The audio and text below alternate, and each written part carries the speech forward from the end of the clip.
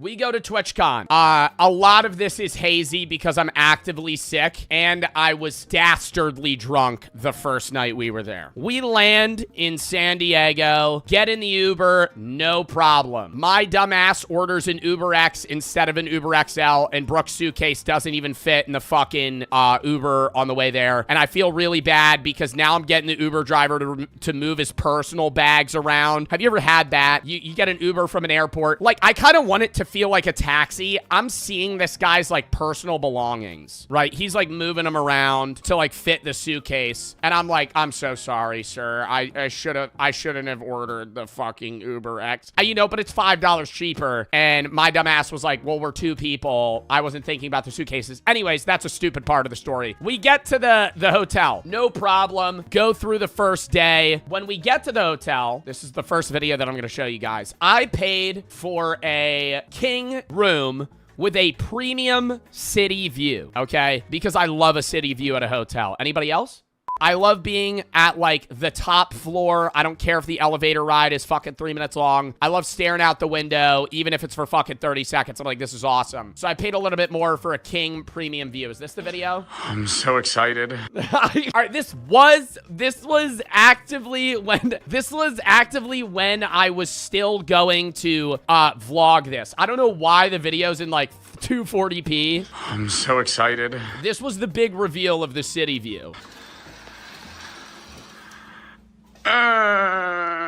Premium city view. I paid for a fucking premium city view. And look how dirty the fucking window is. It looks like somebody pissed all over the window and then it fucking air dried. Whoever's in this apartment surely died. That door was open. At the end of the video, I say, oh shit, somebody's coming outside. That door wide open the entire trip we're there. Like, I'm talking wide open. Not even a bug screen. Like, I could see inside their apartment. Fucking premium city view. What the fuck is this? I mean, like, that's kind of cool over there.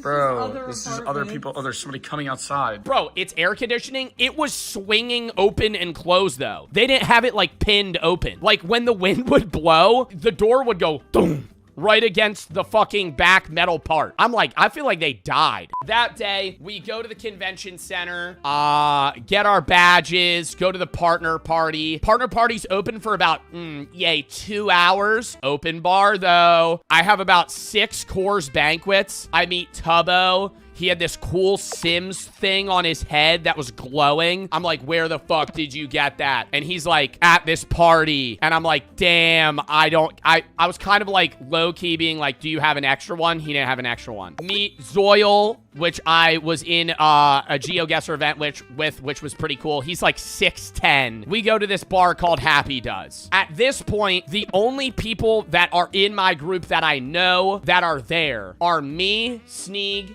Brooke, Sneeg's wife, Hannah, and Handsome. And Handsome doesn't drink anymore. And we're kind of casually drinking. You know, I've gotten a shot or two, but I'm pretty drunk. And then all of my, like, other friends show up. Zeusy shows up. Chris, Jay, all my friends show up. And I'm like, oh my God, we need to get drunk. Thinking that they're as drunk as me. They're not as drunk as me. So I just start drinking margaritas. I'm ordering everybody drinks. I'm like, I got a Twitch Rivals event. This is gonna, the Twitch Rivals event's gonna fucking pay for this. Let's just start doing rounds of shots. I get obliterated. Everybody the next day said I was looking through them, not at them. The whole bar is doing karaoke. And we just start going around being like, who wants to sing Creed? Who wants to sing One Last Breath? This is a fucking great idea. Everybody, let's get on fucking stage and sing One Last Breath by Creed. So we get up there and we're fucking singing. You could look at me, doesn't matter. Look at the guy behind Handsome Fella.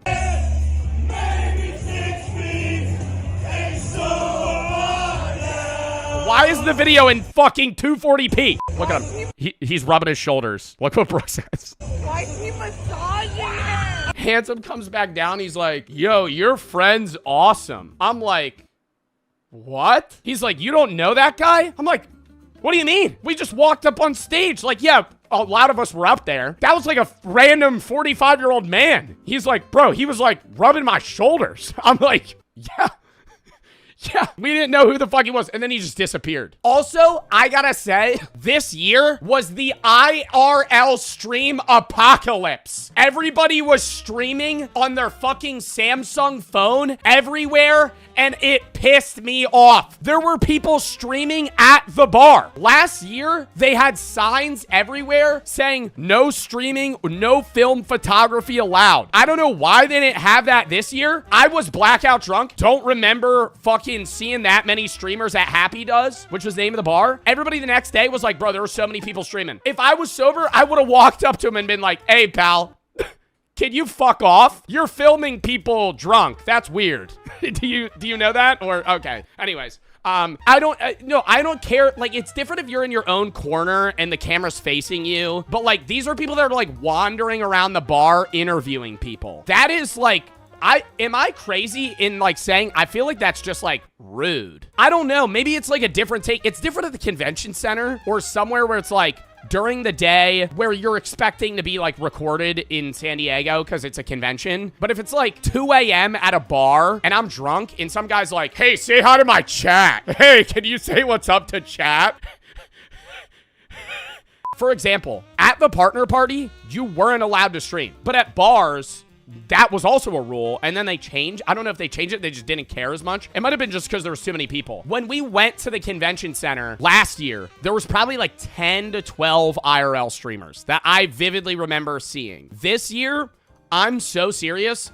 Every third person was streaming. Back to my story. We leave the bar. We're in like a big group. It's like 20 people, friends of friends of friends. I black out. And I'm not advising this. This is like this is the most drunk I got the first night. It's not even close. I think it's because other people showed up that I knew, and I was so excited that I was like, let's get really drunk, thinking that they were as drunk as me. We leave, apparently smoked a joint, don't remember it at all. Woke up 7 a.m., kind of in that like panic, like, oh my God, where am I? Oh, and then I was like, oh shit, I was at the bar. I'm in San Diego.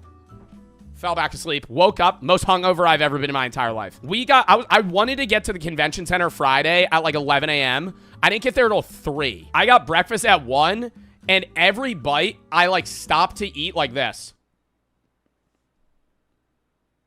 Manually breathing because I was fighting back fucking nausea the entire time. For like 2 hours, I was fucking so nauseous. I was immediately after breakfast gonna go to the convention center, but I had a pounding headache, and I was like, if people walk up to me and they're like, super, I'm gonna throw up on the floor. That would be too mentally overwhelming. So I took a nap, showed up, was perfectly fine, didn't feel hungover anymore, and I got a bunch of people walked up to me. One guy gave me a fucking custom keyboard, which is fucking badass. They said their name was Jack. I already looked at it, so this isn't like a reveal for me. I've already seen this. Yeah, they signed the back. Look at this, bro. Custom keyboard. Wait, hear the keys?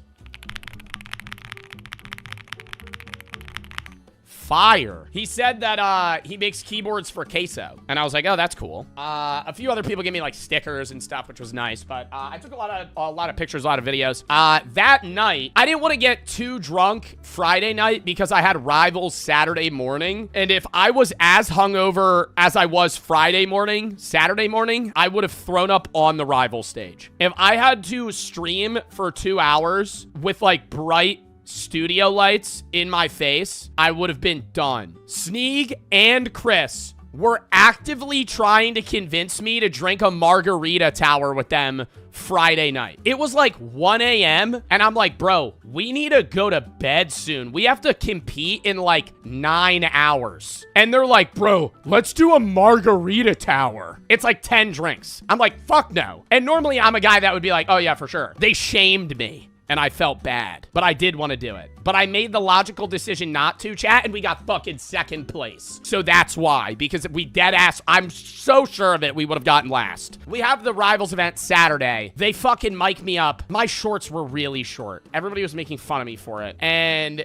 I got these new Gymshark shorts because I need new shorts, and I hadn't worn them before. And bro, they were like a 4-inch inseam, and it looked like I was wearing booty shorts on stage. Oh my God, I got some string bean ass ass legs. I kept hyper focusing on that. I was like, they're too short, aren't they? I kept pulling them down. Ugh! Anyways, we were at the Rivals event, and we really wanted to cheese it. We were going to be such losers on this event here, where we were going to come up with a code that, like, told you where the exact... This is, like, code names where you have to give hints. We were going to, like, cheese the fuck out of it. Ended up not doing it. And honestly, it probably would have been worse if we did do it. So, I'm glad that we didn't. Anyways, we had the Rivals event. We ended up getting second place, which was fun. Ludwig's team beat us, but I think we did really well.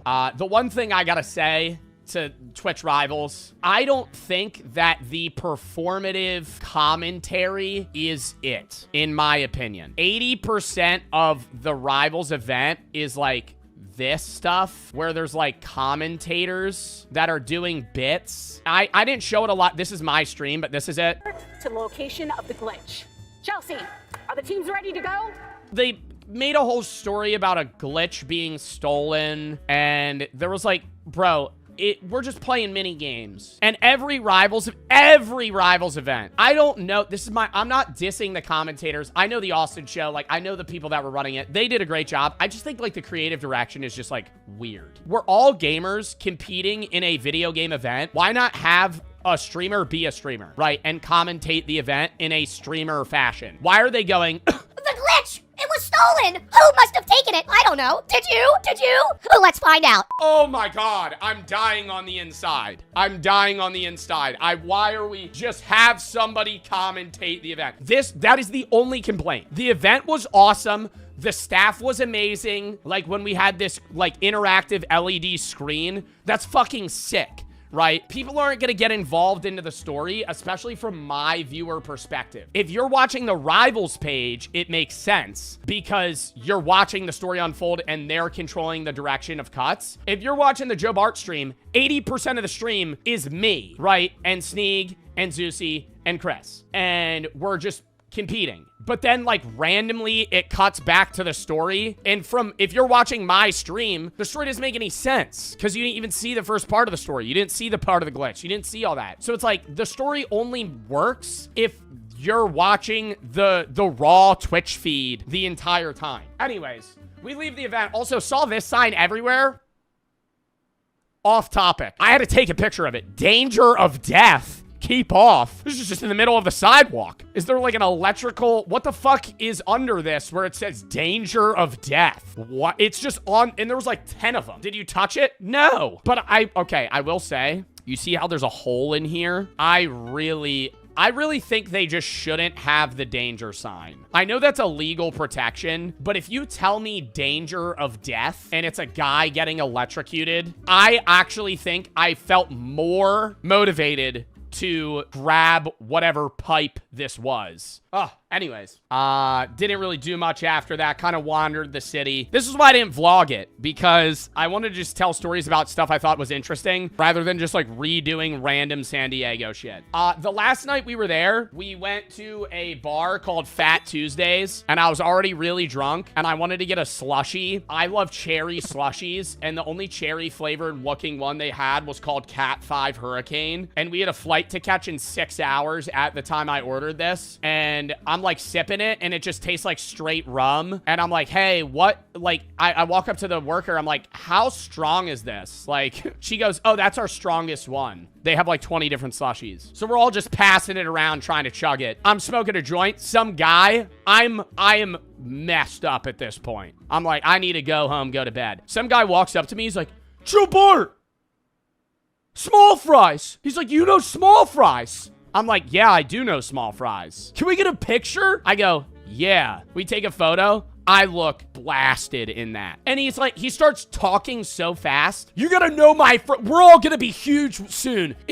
So this is someone, this is someone, this is someone. He introduced me to 4 people in 5 seconds. He's like, you're gonna remember our names, right? And I go, no. In the least dickheadish way. I'm like, they see me, I'm holding a lit joint. I'm like, I am not gonna remember you guys. I am not gonna remember you guys. Right before that, we were at a Minecraft party for MCC, and all the drinks were Minecraft themed. So you got like a suspicious brew. I kept getting the creepers hug. The first two, I felt really cringy walking up. You know when you go to like Cold Stone and you have to order a size and it's not like small, medium, large? It's like, I'm feeling hungry. Can I get the chocolate ice cream in the I'm feeling hungry size or some shit? So I walk up, I'm like, the bartender's like, what do you want? I'm like, could I get a Queepa hug? Could I get an Endoportal? Could I get an Endoportal? I'm fucking asking for these stupid fucking drink names. But they were so good. Oh my God. The creepers hug, chat. When I tell you, that was a top 10 mixed drink. It was like green. It was like neon green, like it's sludge. Fucking chugged that shit. Anyways. Oh, there's one more thing I wanted to show before we get to the end of the story, but not really the end. I would say the most interesting thing that happened the entire trip was at the airport on the way home. I think I almost got murdered.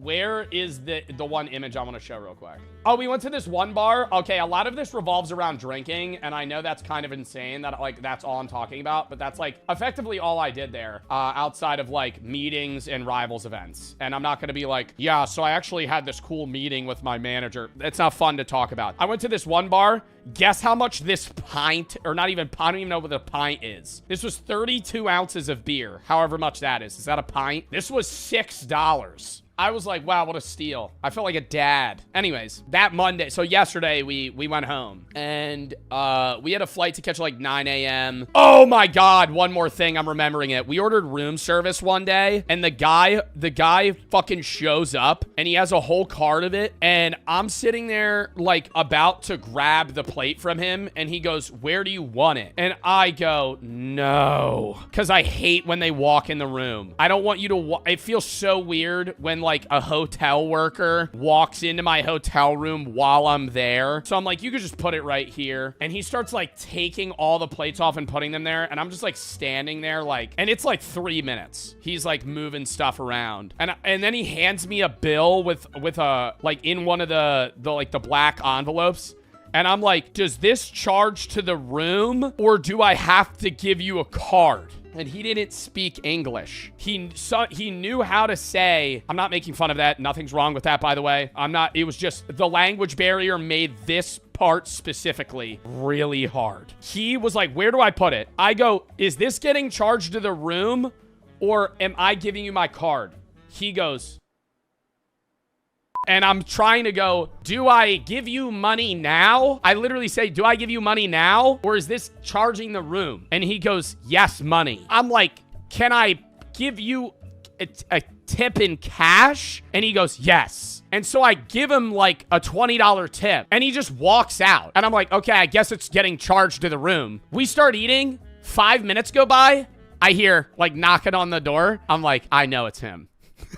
Yeah, I'm like, so I walk out, open the door. Sure enough, he's standing there holding the fucking bill still. He's like, I need you to sign this. And it was a different thing that saying that I wanted it charged to the room. Dude, he didn't even have like the portable card machine. Complete this mission. Bob's gonna get it. Bob's gonna get what? Meanwhile, Stuart came out of his crate and into a nightmare. The Warsaw Ghetto saw nearly 500,000 Jews crammed into an area hardly bigger than 1 square mile. Nazis distributed less than 200 calories per day, with the intention of creating mass starvation. Most of the food was smuggled, and this was how Stuart proved his loyalty to the Jewish resistance. When the true purpose of the Nazi resettlement program became clear, the resistance prepared for battle. Soon, Stuart was smuggling more than food. Weapons, fuel, anything that could help the resistance. He became known as the Yellow Golem, after the tireless servant. He could just kill Hitler! What the fuck are we talking about? This guy made an entire fucking movie. Bro, he's literally right next to him at all times. He could just fucking shoot him. What do you mean? He's like inadvertently he's doing like all smuggling and helping people. Bro, just fucking kill him. When SS forces entered the ghetto, they were prepared. Victory was impossible, but at least this way they could go out on their own terms. In the ensuing uprising, Stuart led an effort that smuggled dozens of civilians to safety, then threw himself into battle. He burned out a German tank with just gasoline and a cigar. But in the end, the Nazis razed the ghetto to the ground. Stuart was ready to die with his fellow partisans, but at the last possible moment he was smuggled out, and into the hands of American intelligence. Now at Leningrad, long-range air... The American intelligence chloroformed fucking Stuart. What, and brought him to Alamo to help build the nuclear bomb? Where is this story going? Where's this story going? He's gonna go meet Oppenheimer? Craft with skis were prepared for their one-way mission. Kevin noticed weapons being loaded, and explosives. It was only then that he began to realize the true extent of his collaboration, and his people, his innocent, naive kin, would pay the price. He thought of Bob and felt a welling of Kin? They're their kids? How do they fuck? How does a minion reproduce? It's budding. We had a whole conversation about this the other day. It has to be like budding. How does a minion reproduce? Minions don't reproduce in a normal way. They're essentially immortal beings that evolved from single-cell organisms at the dawn of time, with their numbers remaining relatively consistent through history, though some theories move and movie moments like Stuart turning into a chicken and laying an egg suggest unusual asexual methods of just poofing them into existence. They don't reproduce sexually or asexually. Their numbers don't grow or shrink significantly. Well, they wouldn't grow or shrink at all. They're all male. Well, they don't have penises. Why? If they can't reproduce sexually or asexually, what is the point of them having a sex? They're just minions. They flew until the plane's tanks were run dry. When they landed, the commandos began to cannibalize the aircraft. How do they pee? I don't know if they eat, dude. I've only ever seen them eat bananas. I've only ever seen them eat bananas. I don't even know if they eat the bananas. I feel like they just like bananas because they're yellow. I don't like where. I don't know. I need more info about minions before we go further. The mood was grim. They had no means of return or resupply. They had to rely on the word of a minion that there would be anything at all at the location. Worse yet, a strong headwind meant they landed short. They estimated a 2 weeks trek to the cave. Kevin led them there, hating himself the whole time. He ate his last banana and thought of the absurdity They eat bananas. of a tropical fruit in the frozen Arctic. It took even longer than anticipated. Kevin was pondering the absurdity of a tropical fruit in an Arctic area. Really. Almost 4 weeks in the end. When they arrived, the commandos were half-starved. They were ready to descend on the minion village and loot it for anything edible, even minion flesh. In order to prevent mutiny, the commando leader held a gun to his second-in-command and executed him in cold blood. Kevin is sent into the ice cave alone. To be reunited with the others after all he experienced felt joyous at first, but it gave way to a deep gulf of pain and separation. The past few years left him utterly changed compared to the naive minion he was nearly 4 years ago. He took the podium and spoke of what he had Yeah, how simple life was when they used to just serve a T-Rex. seen and done. He warned against blind devotion to a charismatic leader, the end result of hate. And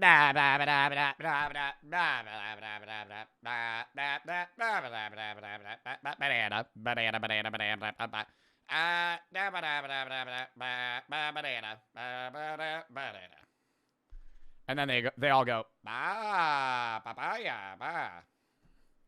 papa boy. They all understand what he's saying. Then he explained their present situation.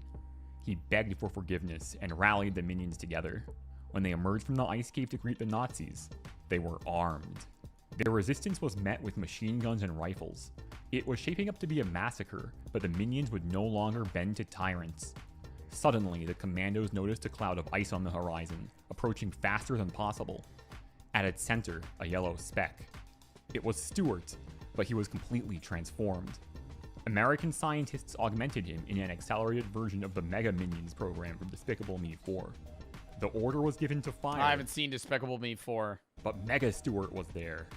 Bullets bounced off of his rocky yellow hide as he worked himself into a frenzy. The SS commandos could do nothing as Mega Stuart sadistically killed them, the horrors of Warsaw fresh in his mind. The leader took Kevin hostage and revealed the detonator to a bomb. He threatened to collapse the ice cave. They were standing on its roof. Mega Stewart simply reached out his arm. They can't die! What? Don't step any further. Don't step any further or Bob gets it. Bob gets what? Ripped the Nazi's mind to shreds. What? Mega Stewart simply reached out his arm and ripped the Nazi's mind to shreds. In seconds, he relived every atrocity he ever committed with such intensity his brain cooked like an egg. Several months later, Kevin effectively became the leader of the Minions, and they began construction of an impenetrable ice fortress around the cave. Minions The Pentagon! proved to be far more isolationist in this timeline, and the next time they exposed themselves to humanity, they would be prepared. One morning, Kevin walked in on Stewart putting on his super suit. It's time to say goodbye, Stewart Oh, I thought that was just his body. explained. His American handlers needed his help on the Pacific Front, and he was duty-bound. Years later, Stewart testified at the Nuremberg I wonder how Stewart's gonna feel about the Vietnam War in the coming years. trials. They showed all that remained of Hitler's body, What do you think his response is gonna be there? just a burnt jawbone found in a bombed-out crater. On the slide, Stewart noticed the remains of a pair of goggles, cracked and blackened by heat. That was all that was left of Bob as well, he realized with mounting horror. Poor Bob, sweet, innocent Bob. It seemed he had stayed by Hitler's side throughout his final days in the Führer bunker, although rumors of a yellow creature spotted in Argentina persisted for decades. The Cold Bob fled to Argentina to live out Nazi ideologies in a German community in South America. War began. Stewart played an instrumental role for American intelligence. He worked alongside the supervillain known as the Bald Terror, who would later prove to be the father of one Felonious Gru. Spy satellites revealed plutonium production complex at the Minion Autonomous Oblast. But all that happened in Minions 2, Cold War. While researching this video, I was actually able to find Bob's goggles on eBay. I bought them, I couldn't resist, and I went and put them on my shelf. I can't wait to see what else goes up here. If you like this, you'll probably like my next video too, which I'm calling I Get $1 Million, but I'm hunted by a genius gorilla for life. I'm trying to make these videos. I gotta subscribe to Mitchell Sack, bro. This guy is fucking... What video is he making? Oh my god. Hunted by Genius Gorilla for life. He just posted that 2 hours ago. Bro, he only has 3 videos. Oh my god. Thriving internet theory. This one from a goofy idea based on a meme to a genius alternate history thriller. Top 10 debut video. What if Mossad kidnapped Bob from Argentina to go on trial? Must be the sequel to this. The Minions served Pharaoh, Dracula, Napoleon, 3 figures responsible for innumerable deaths and enslavement. They would find absolutely zero issues with Hitler's atrocities. Yeah, I mean, like, aren't they effectively just... I mean, that's if we're going... Like, I'm just basing how I perceive Minions, how they act and how they think off of their interactions with Gru. But if you're going off of the Minion movie and how they... and who they've, you know, like, served previously, they would technically be fine with anything that anyone did. But how do you think they would find the most evil person? After him, it's like, now there's just a handful of people that are like serial killers, dictators. I feel like it has to be in a utilitarian perspective of like, who's doing the most evil worldwide? All right. I gotta piss real quick, then we're gonna...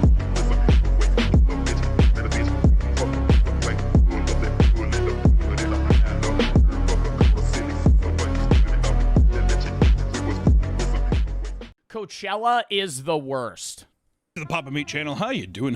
Coming in sundown because today we're going to talk about one of the biggest music festivals of the year. Coachella, baby. Oh yeah. Ass. No, it's not ass. It was fun, but like it was ass. How do I put this into terms? Is Coachella worth the money? Never in a million years. Never in a million years. You could go to so many other concerts that are way cheaper and way more fun. Is it fun? Yes. Did I have fun? Yes. Was it worth, $12,000? Fuck no.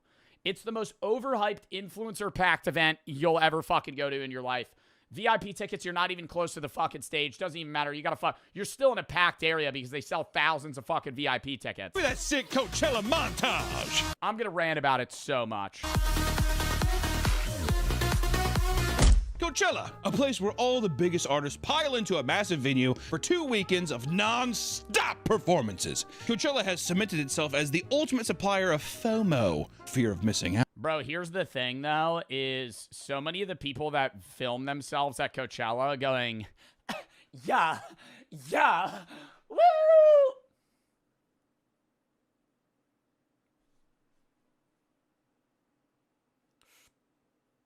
Stand around right after, right when the video cuts, it's literally LARPing. Like, no one, bro, all the influencers are LARPing. There's people that actually pull up that are, like, there and, like, fucking rage and take drugs and weird shit. And it's, like, kind of like a music festival to them. But even then, I'm like, how are they reasoning that this is, like, worth it? Because it's just, like, there's so many other music festivals that have big artists, maybe not as big as Coachella, but they're like 1/10 their price. Desperate to make content, or music fans who want to see their favorite artists, it's truly absurd the lengths people will go to attend this event. Nick, have you gone to Coachella before? I've gone twice, baby. Was it actually worth it? The first time was. I saw like 30 bands when I was there. And then the next year, I literally think I only saw like 2 concerts a day. Don't you have to camp out there and stuff? Yeah, we did the camping. Well, here's the problem is it's almost like less is better. You know when you go to a restaurant and there's like 10 menu items and you're like, oh, I just have to pick one of these. And then you go to a Cheesecake Factory and there's 45 pages of different food. That's the same vibe, right? Like if you go to Coachella, there's 100 music artists and 3 of them that you want to see are performing in overlapping time segments. So like you're literally picking who you want to see, or you're forcing yourself to like watch half of a concert and then run half a mile to the other one and watch the rest. Like that's because everything, they have to spread it out. So there's like 9 different stages, 10 different stages. Some are inside, some are outside, most are outside. And so, you might be at like Yuma. Let me pull up a map of Coachella to make it easier. I went in 25. I did not go this year. So obviously the map probably looks a little bit different. But say you're at Sahara down here, and you're watching like one of your favorite rappers. But on the Coachella stage, Sabrina Carpenter's performing, And then all the way over in Gobi, Juiced is performing. And they're all performing at the same time. Say the rapper starts at 6:30, Juice starts at 6:45, and Sabrina starts at 7:15. They're all performing for an hour and a half. So you're like bouncing around just trying to get like samples of each artist. And it's like you either full commit to one and just get FOMO about the other ones, or you get like a half experience of all 3. Like you can't see everybody. You just can't. And it's also the worst venue ever because it's in the middle of the desert. It's hot as fuck. This year it wasn't. When I went, it was like 100 degrees outside. So that's the problem. It's like you go hype. Like I genuinely believe that the best place in my mind to hold a concert is somewhere where it's cold, right? You wear more layers as you're hype and moving around. You take them off, Like when they hold concerts at like ski resorts and shit, bro, that's awesome because it's cold as fuck. And then you get hotter. You take your clothes off. When it's fucking 100 degrees outside and you're already walking around all day, you're sunburnt to shit, and you're trying to wear like a cool outfit because it's Coachella, and you have to be LARPing. So it's like at the end of the day, you're just fucking burnt, Go to the doctor. It doesn't matter if you're young. You should be getting yearly checkups. You should be going to the dentist. You should be going to the dermatologist. You should be going to your general doctor, your GP. I know it's hard to find doctors at times, and it can be a real pain to schedule appointments, but it's better to catch problems early rather than later, and it feels a lot more comforting to know that you have no problems. And that's where ZocDoc, the sponsor of today's video, makes your life a whole lot easier. I actually used ZocDoc to search for allergists before I knew I had alpha-gal. It can be a real pain to schedule a doctor's appointment. You're calling, you're getting put on hold, you're playing phone tag, you end up getting an appointment 6 months down the line, and you're like, What is happening? ZocDoc makes that easier. With ZocDoc, all you got to do is put in what type of doctor you're trying to see, your area, your insurance information, and they immediately set you up with a list of doctors, areas, and appointments that you're able to easily funnel through to see who you want to go to and when. They have over 150,000 providers, over 200 plus different specialties across all 50 states. And you can do it from the comfort of your own phone. It's also free to use. And I know it may seem small, but just clicking the link in the description is the first step towards prioritizing your health. Taking care of your health just got easier. Head to ZocDoc.com/Bartolozzi to get started and check that appointment off your to-do list. Thank you to ZocDoc for sponsoring this video, and let's get back into it. This is especially strange considering that every year there are horror stories from attendees that paint. Oh, don't park, dude. But it's like they upprice, it's like any other fucking festival or convention or anything. Like in TwitchCon, or the Super Bowl, or any other fucking event, they skyrocket hotel prices and shit because they know there's a high demand. So the supplies lower the high demand, they fucking hike prices. And they premeditatively do that because they know Coachella's coming. But the car shit's the worst, man. People be in traffic for like 7 hours trying to fucking get their camping spot. And then they'll set up dude, the stupidest shit is like, they'll rent like 9 car spots and actually set up a tent that's the size of a house for 3 days and then take it down. It's maybe not as bad as like Burning Man, but it still has like a taste. I feel like Burning Man, okay, well, Burning Man, there's people that like fucking tweak on drugs and run around naked. But like, I actually feel like Burning Man would be like more of a experience. Like, when you're at Burning Man, you're like, I get why we're in the middle of the desert. I understand. We're at Burning Man. I'm in the middle of nowhere. Then you're in Coachella Valley and fish and chips at a shitty restaurant is $35 and you're like, this city sucks. The city of Coachella is ass. That place blows. I don't know why anyone would live there. It can get pretty crazy after all. When you put thousands of drug-filled concert goers and influencers like James Charles, remember that James Charles picture where his ass was out? Can you imagine being at a concert where James Charles is lurking around? I will say it was weird. I didn't see James Charles when I went, but I was just like I was in the same vicinity as Machine Gun Kelly, fucking Liam from what? Not Liam. Is it Liam? Or is Liam the one that died? No, Liam died. Oh my God. Rip. Who was it? Not Niall. One Direction members. Louis. I was next to Louis. He's like 5'6". Saw Charlie D'Amelio. I felt like I was in a fever dream, man. I was like, what? Spooky man. Yeah, that's what the locals say. The spooky man is spooky. So many TikTokers. I was like, what? I saw Sam and Colby, or one of them. I don't remember which. I think it might have been Sam. And it's also like such a weird, dude, it feels like there's a paywall to everything at Coachella. Like, we had VIP tickets, so there's like general admission, all that area. It's most of the venues general admission. Then there's like VIP spots where you could get like drinks quicker, and there's like better food, but it's still like $80 for fucking food. And in the VIP section, you're still standing in line for fucking 10 minutes to get a drink, 15 minutes to get a drink. They don't serve shots. They only have light drinks. And it's like canned beer for, you get a fucking Heineken for fucking $20. Anyways, vodka Red Bull, $32. But guess what? They have Aperol Spritz stands. Woo! Woo! Oh, I love the taste of grapefruit and fucking bitterness in my mouth when I'm in 100 degrees and I'm dying of dehydration. Let me drink something that makes me feel like I'm a raisin. They have an Aperol Spritz stand. Woo! How fancy. Some stupid shit like that. And then in the VIP section, they have walled sections for like parties. Like they had a YouTube party or some shit. And there's like a walled section. And then outside of that, there's other parties outside of the venue that matter more than the fucking venue itself. And they have other performances there, and you need to get invites for them. And I was like, oh, could I get invited? And my manager's like, no, you have to do a shout out for this company to get invited because they have tickets. Guess what, buddy? Whoop! Whoop! I'm not going to go to that.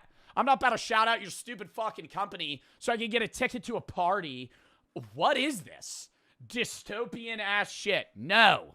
It's like you're in or you're out. Why do I got to fucking do an ad so I can get into a party? The Shadow Man. Hell no. That's what they call James Charles. They call James Charles. So I could walk up and be like, yeah, I'm on the list. The Shadow Man. All you see is a giant silhouette of like huge fucking big ass lips and a giant ass. Hi, sisters! Ah! Yeah. So, let's explore the insanity that is Coachella. The first Coachella festival began in 1999 because its founders wanted a place to celebrate music, art, and culture similar to that of the Glastonbury Festival in the UK. I also wonder if it's also because of the Woodstock resurgence in the 90s too. Oh, probably, yeah. Because there was a lot of, and then the Woodstock 99, I'm pretty sure that's where people died. Oh, God. And live in her locker full time. Angie was able to live in the facility for quite a while, living off her Uber and Grubhub money. However, why would there be an outlet at there's a single power outlet. Why would there be an outlet at a storage unit, though? She was eventually evicted because she was found storing her stuff in units she didn't pay for.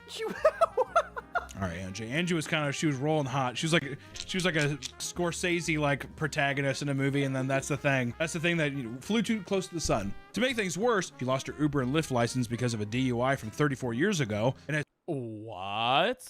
You get fired from Uber because you had a DUI 34 years ago? I get if you had a DUI recently, you shouldn't be able to work at Uber Eats or Grubhub, but like, I feel like if you're in your 50s and you got a DUI when you were like 18, I feel like you should be able to like do delivery service. Maybe I would maybe get it if it's like Uber. If you ever have a DUI on your record, you can't Uber people. But like, why can't you deliver food? That happened to my dad. I feel like that's crazy. You're not allowed to deliver fucking somebody's KFC because you had a DUI 30 years ago? Things worse, she lost her Uber and Lyft license because of a DUI from 34 years ago and has since moved to a different, cheaper storage facility where she lives now. I want to say that's fucking bullshit. 34 years ago I had a DUI and Uber gets me for that? Word? How about you fucking forgive and forget, dude? The one thing that I've been seeing, yeah, dude, actually, that's what I agree with that. Like, I don't think you should be fired for that. I was going to say the weirdest thing about like Uber with like recent economy is like, the self-employed work makes it seem like the country's more employed than it is. Because so many people do Uber Eats and like Uber and all that shit on the side. But the majority of that isn't like, you're not getting like full-time wage pay. You know, like a lot of people that are unemployed that don't do a 9-to-5 do Uber Eats to make money on the side so they could like afford, to live while they're searching for a new job. But you're like, you're not unemployed, but you kind of are employed. Per Atrioc. Atrioc talks about that stuff a lot. I don't know if he said specifically what I've said. But yeah, with Ubering in general, it's like, it skews the numbers. But yeah, he's not a fan of, I don't know if he's not a fan of Uber. But he's talked about how like part-time wage work is pretty bad. It's good for like stimulating economic growth for people that need side hustles. But it's like, most people that do Uber Eats are just doing it to get by or get extra money for a specific thing. So it doesn't really count. It counts as you being employed, but you're not really employed. People must have complained that they maybe smelled alcohol on her. She keeps putting stuff in my storage locker, and I think she's drunk. What if it was that? On TikTok, a couple went mega viral for showing off their elaborate home inside a storage locker. Leyland Brown and his partner run multiple social media accounts under the name Fullest Nest and have gone viral because we're getting evicted. I mean, yeah, you can't really post. Like, if you're trying to secretly live in a storage locker, you can't really post about how you live in a storage locker. Social media accounts under the name Fullest Nest and have gone viral because of a video showing off their storage unit. Hidden behind a wall of boxes was a full-blown apartment, complete with a couch, dressers, and a small kitchen. Leyland claimed he could run through the halls for exercise, use the bathroom whenever he wanted, and play loud music without disturbing anyone. This video would not only build his online following, but also get him kicked out once the property manager saw the video. Following the move out, Brown and his partner had been living in the woods inside a tent and getting continually evicted because he would living in the woods? Yo, I would go rent another storage unit. What?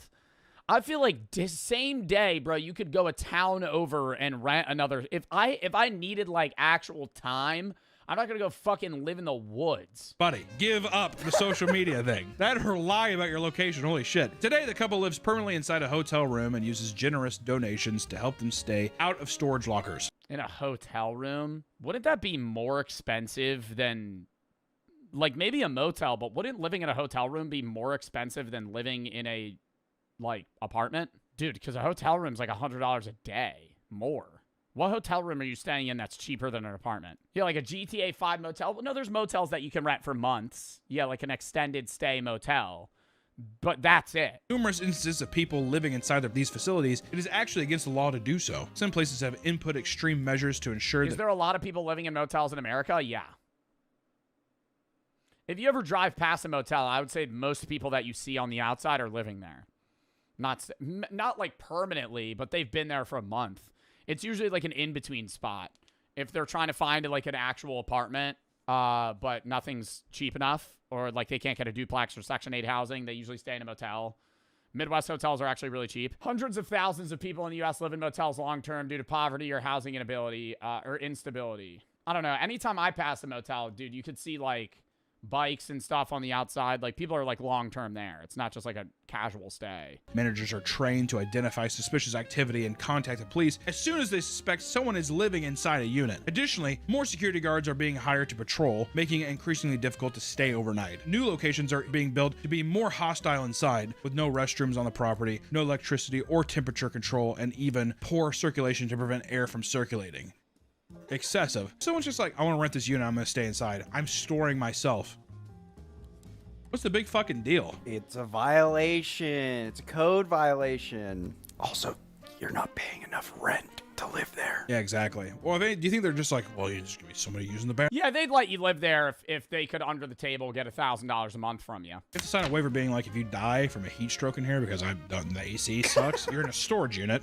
Okay, you can't sue me. You need to realize this is a storage unit, so they don't come to me and be like, it's too hot in here. Is it? You know what I mean? That's fair to me. Like any business, you're going to encounter weird customers, and storage centers are no exception. For some reason, the halls of metal doors and concrete flooring really get people hot and horny. Numerous cases of people getting caught having sex have been reported, and what is even more strange is that 90% of them are cheaters trying to find a hidden place to elope. I'm gonna treat Oh my God, they're trying to cheat on their husband or wife, but they don't know where to fuck, so they just go to a storage unit and meet up with a random guy or girl. The Love Shack is a little old place where we can get together. Our staff has discovered that a couple is using a leased indoor climate-controlled unit for regular afternoon delight. Winky face. The arrangement appears to be an old-fashioned adultery. We're in a smaller town, best facility in our region. Bro, why don't they go to like a fucking motel? They're fucking in a storage unit. getting caught having sex have been reported. And what is even more strange is that 90% of them are cheaters trying to find a hidden place to elope. I'm gonna treat my baby right. I'm gonna take her to the storage unit. It's hot in here. Cause yeah, you could set up a bed. Oh yeah, that's a good idea. Easy. Jesus. God damn, dude, you need to calm your ass down. In Cleveland, Ohio, the chief of police was found cheating on his wife with another woman. Chief of police is so funny. Wes Snyder had served as police chief for a decade and was widely respected for his dedication to the city.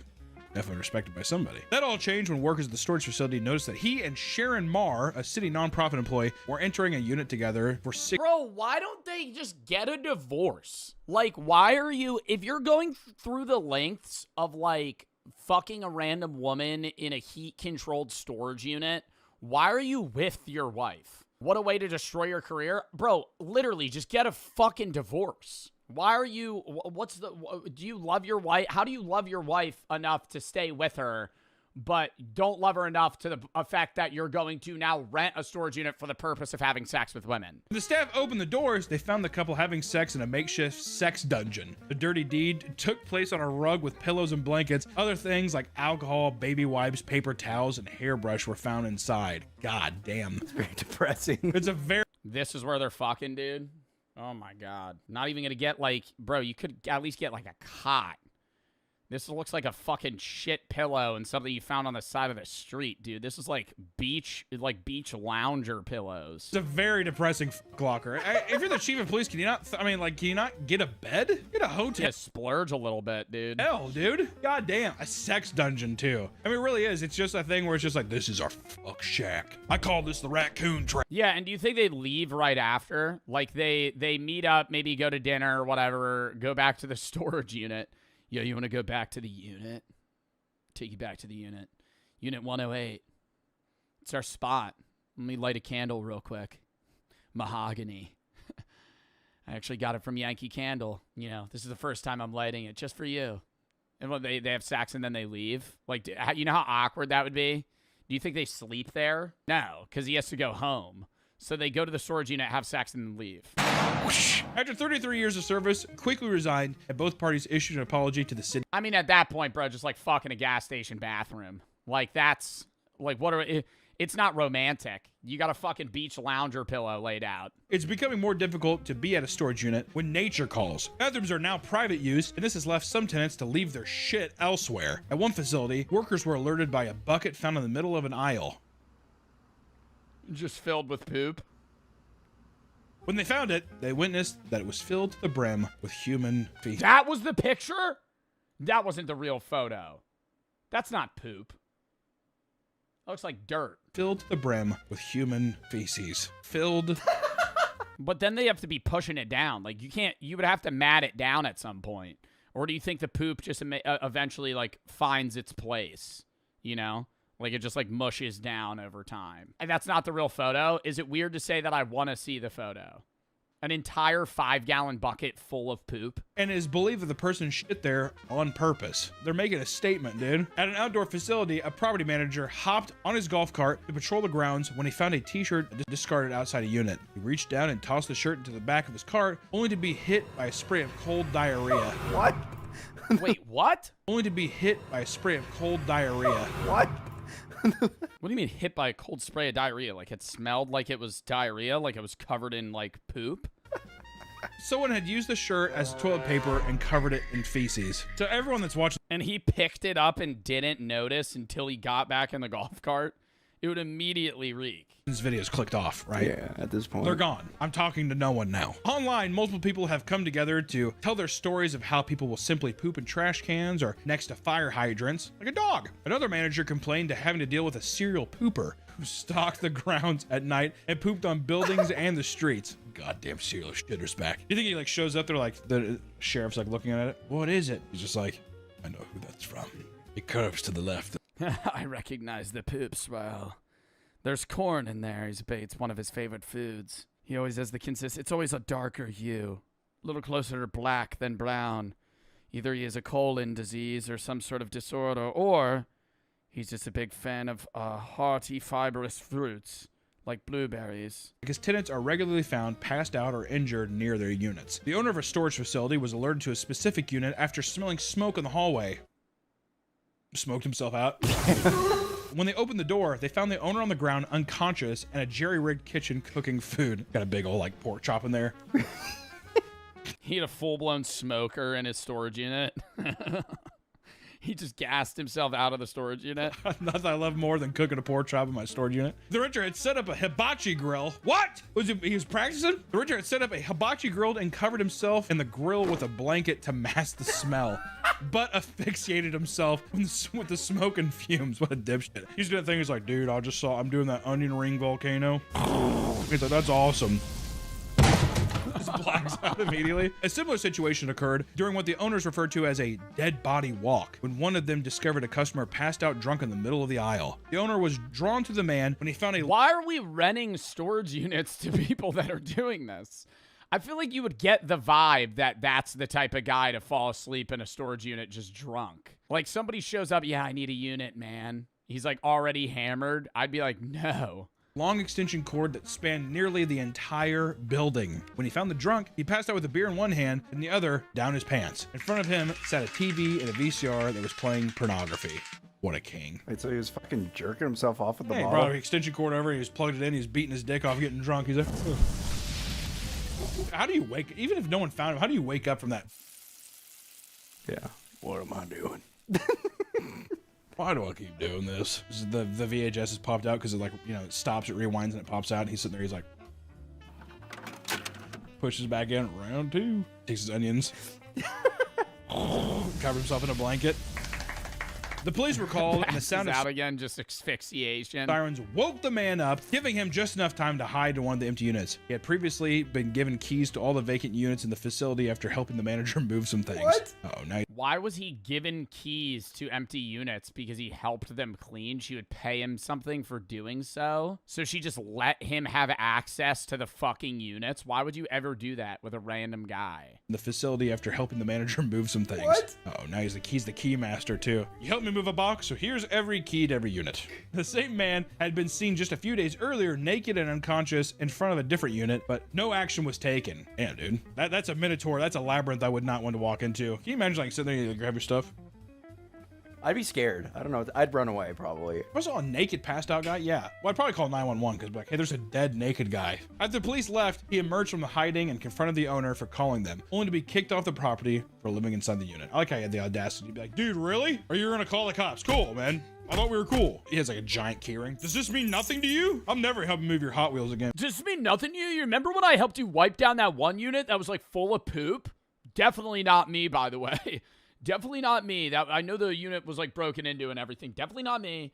I helped you, and then you gave me the keys, and so like I get a little drunk, put a VHS tape in, and you know like drink Modelo's and maybe have a rhino pill or two. I mean, it's my unit. Is this not my property, at least for the small amount of time that I own it? I have the keys for these other units. I would say it's my humble abode. I could even maybe have squatters' rights, for all I know. Man.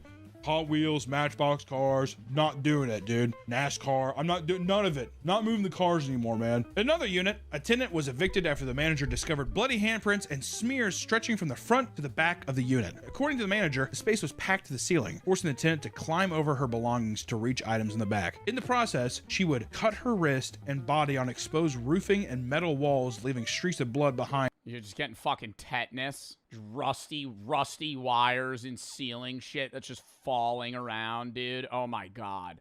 Storage unit full to the brim, no walking space. You're just climbing over stuff, just cutting yourself with like old antiques. Crawled out. That's I completely understand though. Am I gonna take everything out? Just crawl over it. Yeah, I got cut up a bit, but I'll be okay. I wonder what if she died in there? It's like a saw trap trying to get to your Furbies in the back. Back in 2008, an obese 60-year-old woman. Why are you looking at me? Back in 2008, an obese 60-year-old woman came into the front office to pay her bill when she tripped and had the front door pin her to the floor. What does that even mean? How did it pin her to the floor? I'm guessing she like tripped and the door broke and then. Staff rushed over to help her up. She was screaming and hollering in pain. The general manager was the first to reach her, freeing her leg from the door. Once free, she was dragged further into the lobby and rolled onto her back like a manatee.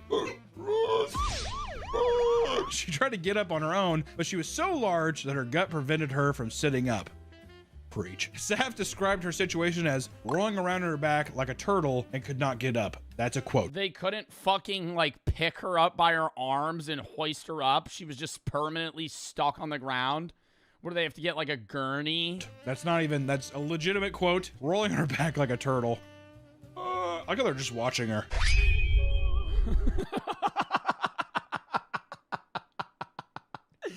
Like she's rolling back and forth, bro, like helpless.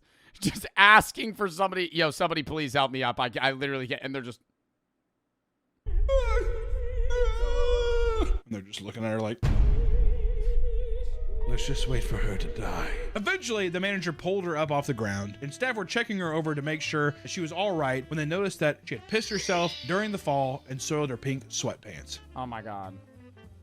You fell down, you got pinned, I'm gonna piss myself. All right? That's not even an act of rebellion, that's just the facts. After she was deemed okay, she paid her rent, but moved out about a month later. Because why?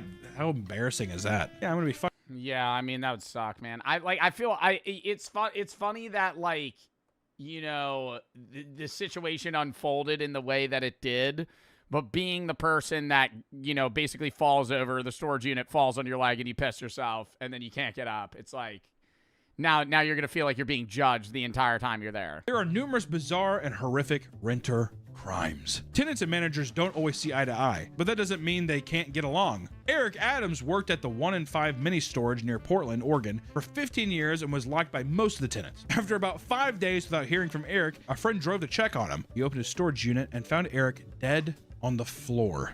Police determined that the cause of death was blunt force trauma from items found in his own unit. Suspicion grew when none of Eric's valuables were taken, suggesting it wasn't a robbery. His death would remain a mystery for a year until So it's just a straight up murder? Police gained access to the keypad records and found that one tenant was at the facility during Eric's final moments. Rob Caputa had entered the facility around the same time that Eric did, but after an hour, only one left. He was a long-term tenant at his unit since 2019, averaging about 55 items per month. But after Eric's last What do you mean 55 items a month? He had been at the business often. He showed up to the storage unit 55 times a month? What the fuck do you have at your storage unit that you're showing up over almost twice a day? You're going to the storage unit more than people go to the gym. He avoided facility for 3 weeks. See, now he would have had to keep coming back around. That makes him seem sketchy. You're going there every day. You're a fucking regular at the old storage unit. You know people by name, and then you just disappear. Not good, Rob. Suspicious activity, Robert. Rob was eventually arrested after DNA was found on Eric's body and was sentenced to 3.5 years in jail. That seems short. In court, Seems very short. it was revealed that Rob killed Eric after someone ran over his dog at the storage facility, and he blamed Eric for its death. He fucking John Wicked him. He doesn't know if it's Eric. He's just like, you have to die. You got 3.5 years for first-degree murder? He ran over my dog. Well, no, he didn't run over your dog. Your dog just got ran over. Another man in North Carolina was locked in a unit for days without food or water by his girlfriend. Women, man. That's also unsafe. I feel like storage units should kind of be like refrigerators in that, like, you should be able to get out regardless. Or like aren't most car trunks like built in with hatches to where you're able to escape even if you're stuck inside? Like that's scary that you could lock yourself in a storage unit and not be able to get out. Well, you couldn't lock yourself in. Somebody could lock you in. In 2024, police responded to a call at the Cooper storage compound from a man who claimed that he was locked. But how would they have a safety mechanism for that? Because the latch is always, the security lock's always on the outside. There would have to be like a side door that's just a one-way. Inside his girlfriend's storage unit. When they opened the door, they found Gary Oxidine, weak and emaciated, on the floor. He had been surviving in the unit for days with no supplies until they found his phone in complete darkness and called for help. It took him 4 days to find. Yeah, that is a little crazy. It took him 4 days to find his phone. Previously accused his girlfriend of locking him in a storage unit for days and now saying the charges were a mistake. Days with no supplies. What do you mean saying the charges are a mistake? Until they found his phone in complete darkness and called for help. It took him 4 days to find. What? I wonder if on the last day he's just like, I really should look for my phone, actually. I'm not gonna die here. After his rescue, his girlfriend, Robin Deaton, was arrested and charged with attempting murder and kidnapping. However, after the charges went public, Gary spoke to the media and claimed that the accusations were bogus. He said he had simply fallen asleep in the unit and his girlfriend had locked it without realizing he was inside. How do you, you're the significant other and you showed up to the unit together. What? That'd be like me and Brooke going to a storage unit. I fall asleep, and she locks me inside. And she's like, I don't know where Joe went. I didn't see him. What? How do you not notice it's a storage unit, not a fucking mansion? This was in complete contrast to what he said in the 911 call, where he claimed his girlfriend was trying to kill him. When the case went to court, the charges were dropped after Gary admitted to lying, and the couple was able to walk free. I'm telling you, that is some diabolical. That is some crazy relationship shit. I don't understand how I understand he drops the charges because he doesn't want her to get in trouble, but like, how do you even argue that she didn't mean to do that? If you think padlocks are going to keep your stuff safe, then you're mistaken, because break-ins happen all the time at storage facilities. A traveling nurse in Colorado had, yeah, it's fucking sheet metal holding your stuff in place. They could just fucking break through it. $80,000 worth of stuff stolen over an 8-day period from Extra Space Storage. Or just bring a fucking, what is it called, a bolt cutter. She lost furniture, medical equipment, family heirlooms, and even her engagement ring. Police respond. Why do you have your engagement ring in a storage locker? I'm gonna have it. I feel bad that she had her shit stolen. Why the fuck do you have your engagement ring in a storage unit? Why is that not in your room? To the break-ins and added her case to the long list of 55 previous incidents reported at the facility that year. Since the incidents were reported, no other break-ins have occurred as the facility upgraded security. Oh, did you? With what money? $80,000 worth of stuff is what I think. That's what I'd be suspicious of too. The people that work there, they see you bringing in stuff. What is this? Oh, just like my grandpa's baseball card collection. I mean, look at the guy. Dude, just my grandpa's like Pokemon collection. He just has like, dude, it's a bunch of these cards just in this like wooden box. They're all like sealed and shit. It's like, there's this Pokemon called Charizard. I don't know, man. I'm just gonna like leave it here. I don't really want it, but you know, I don't want to throw out my grandpa's stuff. One of the victims claimed the thieves stole most of the audio equipment, including TVs, car stereos, and mixing boards. Police wonder how the criminals were able to pull off the heist because although units are indoors, have a code at the front door, and they are equipped with cameras everywhere. California appears to be a hotspot for criminal storage activity. Just a couple 100 miles south of the last break-in, Steve Bohannon and his nephew purchased an abandoned locker for $80 at auction and were excited to flip whatever was inside. They were greeted with a bunch of boxes that read, "Danger, poisonous." They didn't see that when they were fucking bidding on it. I always think that's weird that you're not even allowed to walk into the storage unit. You just have to stand outside of it and kind of like guess, and then they just bid on it. What is that, Uncle? After opening them up, they discovered that every single box... Oh, it's a closed locker? That's even crazier. You're just betting what it is off like on a whim. They discovered that every single box inside the container was filled with meth, beakers, and safety equipment. Thank God. Steve... Do they get refunded by the storage? Do they get refunded by the storage like company? If you bid like fucking $500 on a storage unit and it's just all full of meth, toxic shit, I would be annoyed as fuck. I would be like, give me my money back. Because now I'm not profiting anything. Because you're not going to be able to sell it. It's all going to be closed by the police because now they're going to have to investigate who owned this, what else is in it.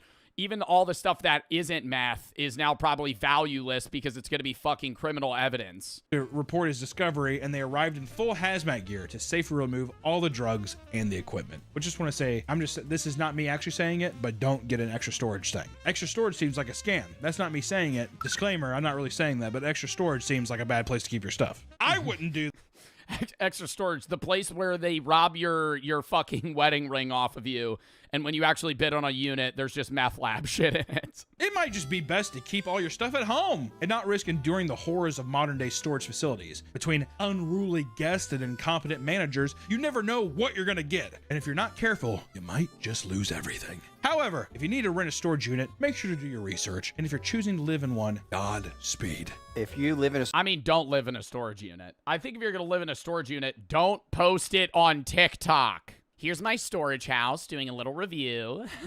We're going to be live streaming here on Mondays and Thursdays. So if you want to see, you know, here's the front of the storage unit. You know, if you want to call the owner and let him know that I'm squatting here, that would be awesome. Like, what the fuck? So, I don't know. That was an interesting video. It took us forever because we had to keep pausing for chat. But, yeah. Count me down 30 seconds. Then we're going to hop.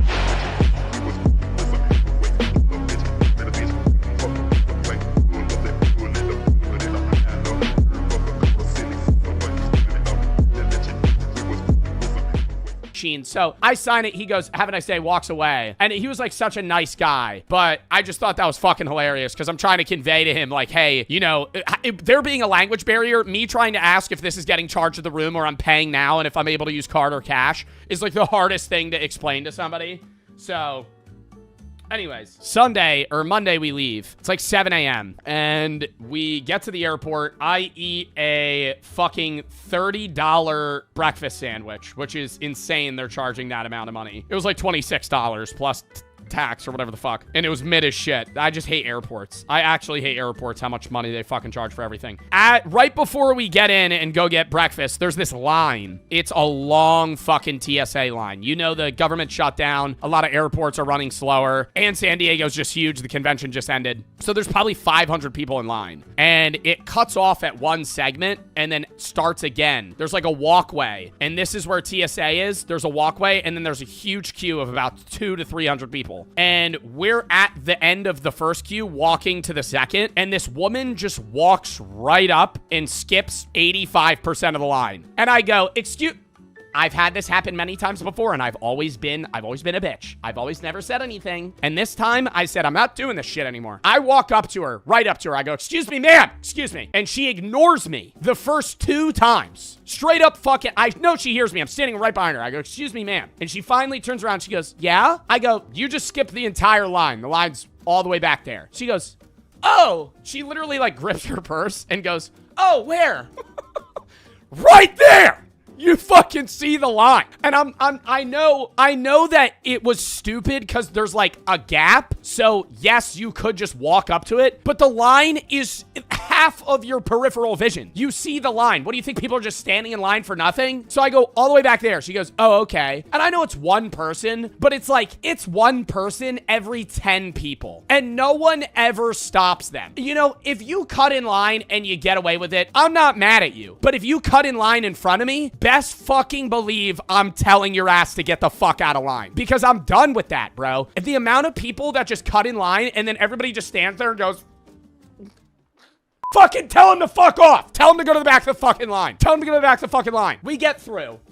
And I go take a shit. I have to take a shit after this breakfast sandwich. I don't want to poop on the plane. So I go to the bathroom, I lock the door, and I'm taking a shit. And it's like one of those little metal locks where you twist the knob and it pops out. And I put it in and I check the door. I go like this.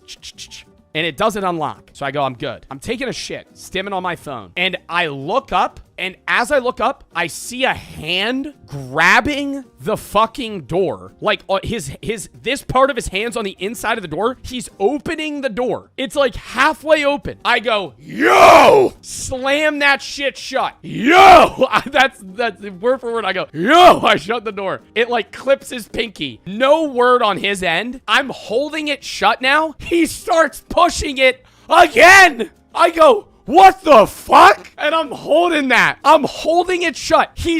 I feel the resistance. He's still pushing. It's been like 10 seconds. I go, bro, stop. And I fucking shut it, and I hear nothing from him the entire time. I fucking wipe my ass. I get out, nowhere to be found. I'm like, bro, that was fucking weird. I get the first push, you going, oh, maybe let me just check. You know, if the stall door's open. And I guess he pushed hard enough that it just moved the lock. But then he hears me say, yo, feels the resistance, and it shuts on him. He keeps pushing. I'm like, what do you want to see me fucking just taking a dump, buddy? And the whole time, I'm always so nervous, bro. Anybody else have this weird fear that when you're taking a shit, because when you're taking a shit, you're vulnerable. You're literally like 1 out of 10 survivability taking a dump. Like, you're cooked if anything happens. You got shit in your ass. Your pants are around your ankles. So I'm always worried that when I look up, there's just gonna be some guy like looking over, because I think my ass right there would have a heart attack and die. So now I'm I'm uneased. We get on the plane. It's Brook aisle, me middle, stranger window. We get on the plane. Also, everybody stands in line at a fucking airport. You're group 9! You're group 9! They're letting first class veterans and disabled people on the plane. Sit the fuck down. Why are you just standing there with your fucking dick in your hand doing nothing? I half fall asleep. We board the plane. We're like group 4 or some shit. Group 5. I push past all. I think they're in line. They're not in line. They're just hovering around. So I'm like, are you group 5? No, we're group 8. No, we're group 8. Sorry, no, you could go first. Get out of the fucking line, dumbass. So I go fucking beep, beep, beep, and she scans my ticket. I go to sit down. It's a kid wearing a Phillies flat brim hat and pit vipers. And I go, oh my God, this kid's gonna recognize me. I go, oh no, this kid's gonna recognize me. I hope not. Because I'm hungover, tired, and sick. Please. And I don't see his face. So I just see the glasses and the hat, and I'm like, oh no. I sit down, kid's like 8 years old, alone. And I'm like, are you flying like unaccompanied minor or some shit? Like I did that when I was a kid, where you have like a little badge and you fly alone and they like check you. His dad's like 6 seats away aisle and checks on him like 4 hours into the flight. I'm like, if I'm the dad, I'd give my kid the aisle seat and make myself sit window. I'm like, why are you making your 8-year-old kid sit window? Like, I understand you booked the flight. You may have not been able to get 2 seats close to each other. Why are you not giving your kid like aisle so it's not awkward? Because now I sit down and I go, this kid's gonna have to piss 8 times and my ass wants to 4 hours, fall asleep, and, you know, get up and, just zombie walk out of the plane. Flight's about to take off. I look to my left. Bro is writing a 9-page essay. Like a savant or something. Like, he is like, and he's like a super genius or some shit. Like a super genius. He's typing up a 9-page essay. Like, I see this on Google Doc. He has it like titled, he's like going over his notes I'm like, what the fuck? I pass out. I wake up. He has a Mr. Beast, like, styled, like, briefcase. Like, a metal briefcase. It's not Mr. Beast themed, but it's what you would see in a Mr. Beast video with, like, $100,000 in it. He has a Mr. Beast briefcase looking thing, like, silver. He cracks it open, and now I'm like, what is in that? It's all colored pencils. Very, like, good looking quality colored pencils. I'm like, what is he gonna, like, so I'm like half asleep. I'm like, what is this kid? He takes out one pencil, closes it, and then he breaks out, I swear to God, looks like the first book that's ever been created. Like, you know when a book is so old, the pages are like orange and it smells weird? That's the book that this kid opened up. And he starts reading it, like he's holding it with his thumb, and he's reading it and just taking notes. And I'm like, dude, this kid is acting like he's 80 years old. Then I fall asleep again. I'm starting to think maybe this kid is an 8. But then the waitress comes by. She goes, does anybody want a drink? Anybody want a drink? He goes, excuse me. I'm like, what is this kid about to order? A fucking Miller Lite? Can I get an apple juice? I'm like, yeah, he's 8. So he asked for an apple juice. And I'm like, yeah, okay, here we go. I fall back asleep again. Brooke wakes me up. And I'm like, she like shakes me awake. I'm like, oh, what? She points. And he's just standing, staring at me. I'm like, what the fuck? She's like, oh, he needs to use the bathroom. I'm like, oh, like, why is he fucking standing, staring at me? He's like, he's literally like, just waiting for me to get up. I fucking like move. He's like already trying to move by me. So I just like pick my legs up. He moves by. I go take a piss. He's sitting back down. He has like earbuds in. He's watching like The Breakfast Club from like the 80s. I don't know if it was The Breakfast Club. It's some old ass movie. And this, it's like a 5.5 hour flight. We're like 4 hours in. The dad gets up. He goes, yo, you good? Kid goes, yeah, I'm fine. Kid proceeds to pull out like 5 snack bag size of Doritos and houses all of them. Like the remaining hour and a half of this is the most fascinating kid that I think I've ever seen. He's writing a 9-page essay. He has a weird like lockbox briefcase full of colored pencils. He's wearing pit vipers on an airplane, orders apple juice, then eats 5 bags of Doritos watching 90s films. It was so odd. I don't want to say a kid he hoped for humanity, but he wasn't like a brain rotted Gen Alpha kid. He was like a smart kid that had like regular hobbies, like coloring and watching movies, not skibbity toilet. We get off the plane. He walks off and dude literally just proceeds to have like an in-depth conversation with his dad. I'm like, I feel like this kid has to have an IQ of like 180. Like this kid's gonna be a billionaire someday. What the fuck? Like I've never seen somebody that smart that young. That's basically the end of the story. Oh my God, no it's not. Oh my God, no it's not. We have to get on a bus to go get my car. When we're on the bus, we get on and some guy, he might be watching stream right now. I'm gonna let you know, you're a nice guy. The way that you started this conversation was very off-putting. Everybody, this is a bus of like 20 people. The guy lets like 30 people on. We're packed, right? And we're all getting off at different stops and there's people standing crammed on the walkway. So I'm like, this guy better hope that the people that need to get off first are the people that got on last. Because if the back of the bus needs to get off, this is fucked. And so at the first bus stop, everybody that was in the middle had to get off so this person in the back could get off. And then everybody had to get back on the bus. It was so stupid. It's this group of like 4 people. They're probably in their mid-20s. And this one guy, I get on the bus, sit down, and I do like a glance to my left and right. And he's just, I look to my left and he's just, I look at him and I look away and I go, uh-oh. I like just sit on my phone and I see him staring at me and he shows his friend his phone and I go, I know he knows who I am. And he starts talking to his friend and he goes, isn't it weird how he says something along these lines? Isn't it weird how like we know everything about them, but they know nothing about us? And when I hear that, I go, what the fuck?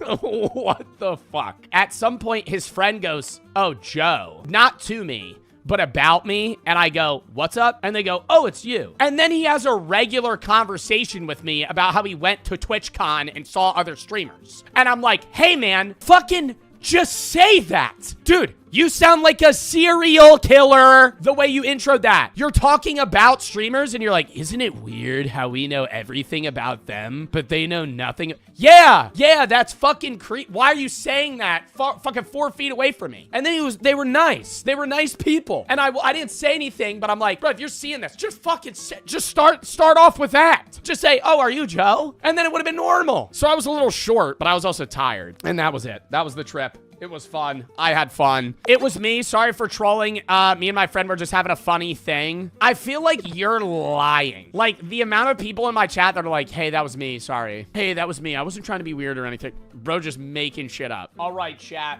Lock in. Lock in. Oh, my God! I have another story. Saturday, I got this weed spray in San Diego, and one spray is 5 milligrams. And that's not that much. And I've done the spray before. And we had just gotten done the Twitch Rivals event. And we were eating at a restaurant called Bub's. While we were at this restaurant, we were like, let's do the spray. And it's basically like a mouth spray that you spray under your tongue. One time is 5 milligrams. So 5 milligrams every spray. I've had like 4 drinks. I would be fine with being like slightly high. I do 2 sprays. We then go to one more bar. I get like 2 drinks and we go and get ready for dinner. While I'm laying on the bed, I'm watching TikToks and I feel my eyes starting to slightly go. I stand up and I'm like, I am a lot higher than I would like to be. And I say that. And Brooke goes, me too. Because she did 1 spray. And I'm like, really? I was like, this is supposed to be pretty weak though. And so I shower, get ready. As we leave, I'm like, it's like 8 at night. 8:30. There was supposed to be this Chief Keef party that I was supposed to go to. Ended up not really wanting to go. So we just didn't. But at the time, I was like, we should try and make the Chief Keef party. So we were like, let's go get food real quick. So we go to the sushi place. We're walking there. As I'm walking there, I am at the highest high that I will be. I am borderline paranoid. And we're walking like a mile to this place. And if you've never been to San Diego is a really nice city, but there's certain blocks that have a lot sketchier of a vibe. Lower level lights, a lot of homeless people, and people that are kind of just like standing and hovering. And I'm not judging those people, but it's like, makes you feel more unsafe, you know? If I'm in a more dimly lit street and there's people that are kind of like obviously on drugs walking around me. We're passing these people and I am like full paranoid. I'm at the level of high where I think everybody knows I'm high and they're going to say something to me that I look high. So we get to the restaurant. It's packed. I'm like, table for 2? She goes, we don't have a table for 2. You could sit at the bar. In my head, I go, oh no. Because sitting at the bar means I have to sit next to other people. I'm like, yeah, sure, whatever. We'll sit at the bar. So we sit down. The waiter walks up and he's talking to us and he looks at me and I'm like, he knows I'm high. He knows I'm high. My eyes are so red. Like literally like tomato red. I asked for a Diet Coke. He fucking brings it over to me. I finish it. He brings me another one. Doesn't even ask. Goat. Feel like he definitely knew that I had like dry mouth. I order way too much food and I eat the first rolls and appetizers. They're so good. Then he brings out like the nigiri and I don't say nigiri right. He says it right. And I could tell that he was kind of judging me that I said nigiri instead of the way that you're supposed to say it. I can't say it and I'm not going to attempt to because I feel like I could come off wrong. So he brings it out and I'm staring at, I ordered like 4 pieces of fucking tuna, salmon, fucking yellowtail. I got crab. I got so much shit and I'm looking at that and I'm like, that looks disgusting. I love sushi, but as high as I was, I'm like, I'm about to eat raw fish. And so I'm eating it and it's the biggest pieces of fish I've ever fucking seen. And I'm chewing it and it's filling my whole mouth and I'm going like this. And Brooke's staring at me. She's like, are you okay? I'm like, yeah, it's just so much. It's so much raw fish. And I'm like slamming it down. We leave. And I'm like, that was the worst fucking sushi I've ever had. And it's not even because the sushi was bad. It was because I was too high to enjoy it. Finally, like, I'm coming down from it and we're walking back and there is this guy that is just, I'm not making fun of him. I'm not judging him. He scared the shit out of me. He looked like he had gotten struck by lightning, covered it, like, I'm talking like hair, like literally looked like he was cartoonishly struck by lightning. He was covered in dirt. He was staring at us. And when we walked by him, he went,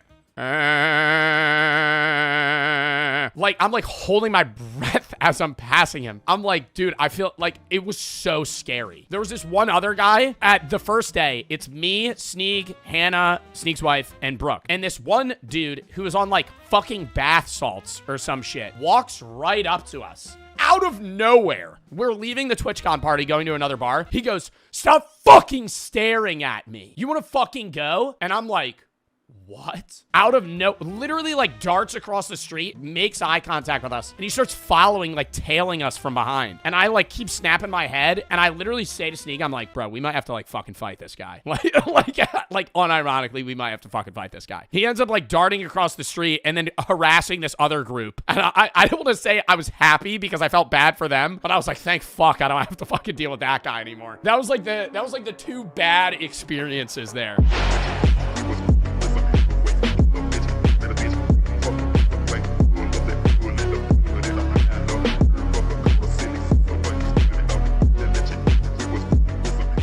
And forget about it, you know? Like, you could be like, oh, I get that, and then the next day I could be like, what'd you read about? And the average human's gonna be like, probably couldn't tell you. Middle school teachers got one up on that. They was right on that, because you do not retain shit after reading a book for the first time. But that time, hell no, dude. You could read a chapter and then 6 hours later forget every single fucking sentence you read. everything was gonna cook him either way. He's got to put that one in the closet. Overall, it is good he's actually taking initiative to improve himself, though. And there's clips, too, where he doesn't understand a word, so he searches up what it means on camera. Where people are clowning him for not knowing a word's meaning, which I find... Yeah, which is... That's fucking weird. I think he gets hate because he's so big, and, like, anybody in that space that's large and trying to do something that's new, people are gonna fucking shit on you for.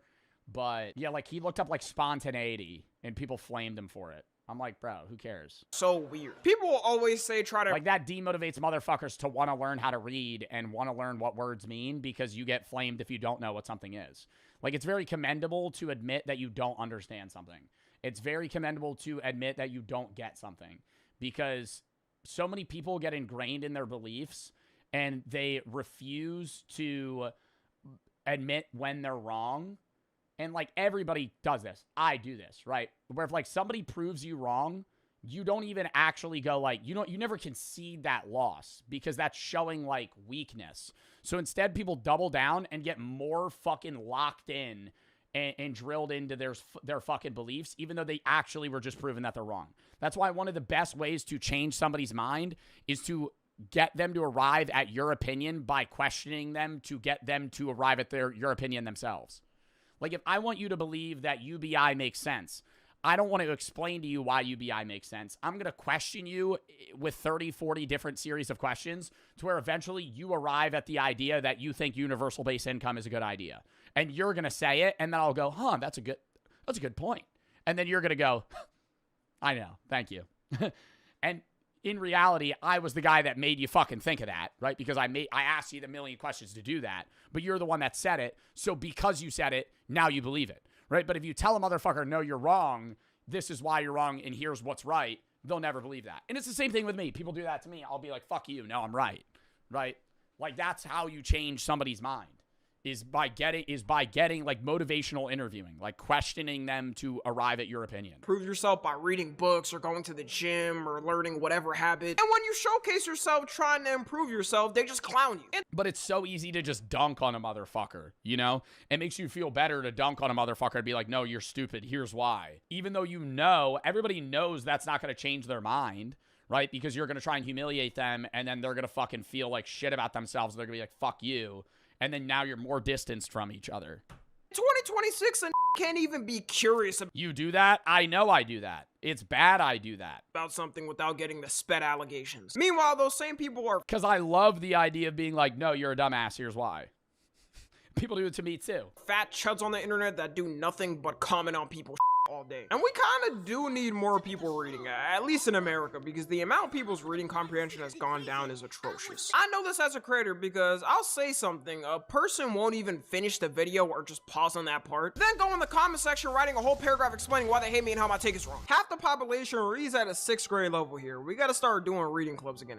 I'm glad to be in the group of Gen Z kids that got out school right when AI was about to hit. Because if I was in school right now, I'll let y'all know, I would be a couple of octaves dumber smarter than I already am. Then there's the fashion pivot. On that same channel, he's posting videos of him learning how to make clothes for his fashion brand, which doesn't have as much hate as the reading, but it's more of the way he presents it, I would say. His fashion brand is called Vivette, and one way he's advertising it is with his own journal. The journal having designs and sketches of what he wants in it. And the way he's talking about this journal and flexing it, you would think he's writing some new verses for the Bible. Even on the Vivette website, the only way you can see the journal is if you sign up and join the waitlist. So it's clear the journal is the main marketing tactic he has for his whole fashion brand, which isn't an uncommon thing. Every fashion designer has their own type of documentation of the process of making a product. Kanye is somebody who did this a lot and showed off his sketches. It's confusing on Kanye's why did he just get silent? vision for it, because in different videos he's saying so many things about what it's supposed to be, and he's changing the camera quality on the videos to make it look more like a documentary, which is now being called the performative quality. The funniest one has gotta be Your boy for the sub. him recording himself writing in his journal on a 3DS, which got deleted.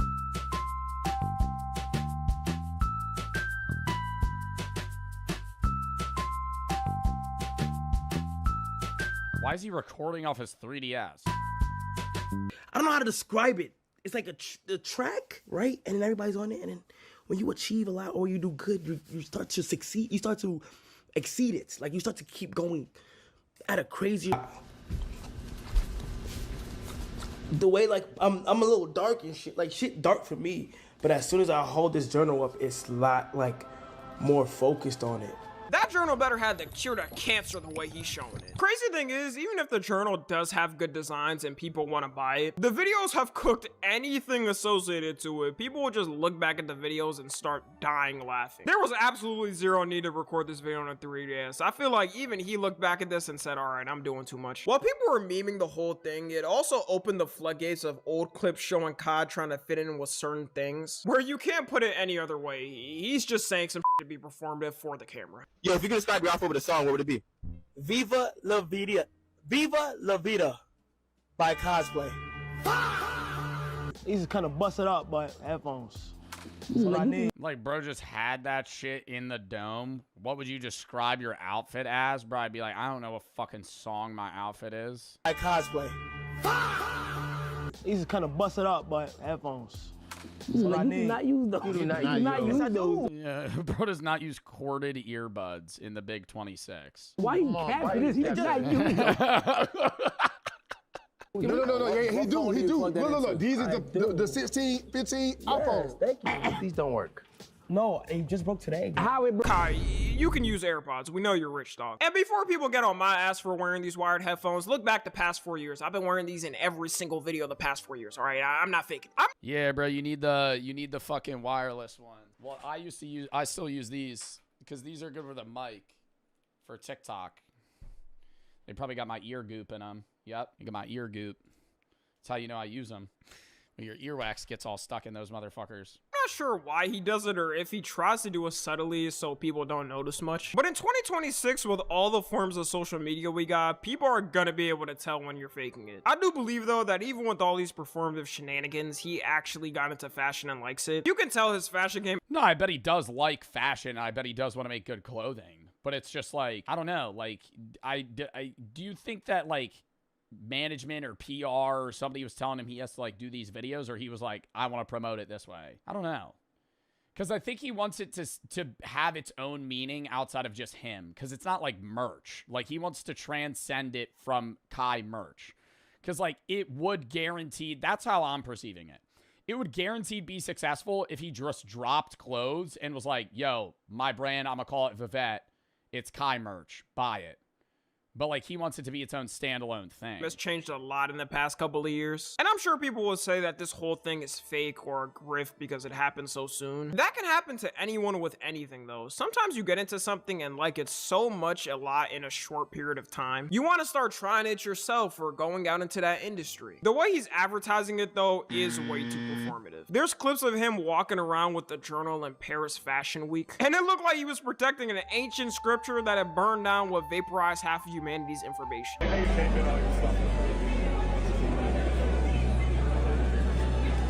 Yeah, like, what the fuck am I watching right now? Like, I have no idea what like, why are there so many pictures being taken? What is this? Where, like, this is at a fashion week, but he's just, like, flipping through the journal. Why? Wow.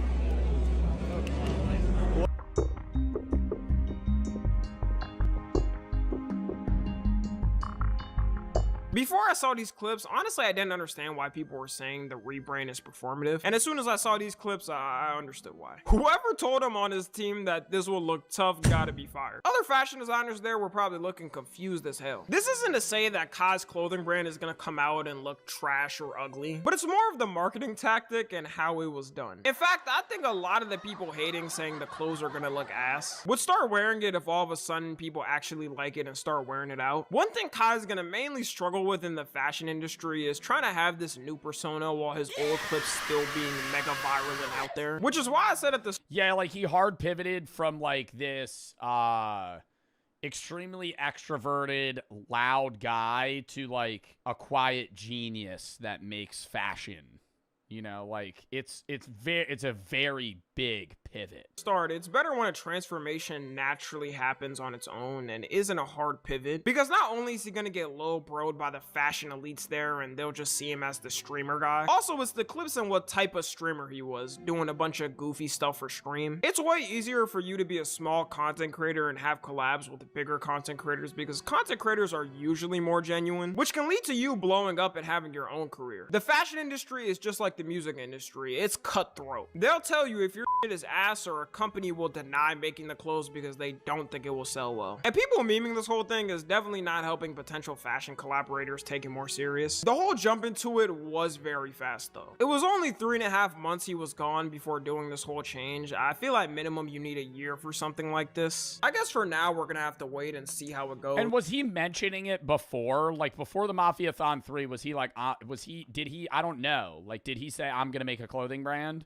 I don't know. Or was it like out of nowhere? I don't know if he's gonna completely quit streaming, but if I was his friend giving advice, I say hell no. No matter what is he had to have mentioned it once. Content creator, unless you're gonna retire after like 10 or 15 years, you gotta serve the people that built you up to what you are, or maybe that's only me. So y'all will have me for another painstaking 10 years at minimum. Enjoy. Follow me on Twitter, Instagram. Love Tommy, bruh. Rebrand that cut when Tommy rebranded into having no afro.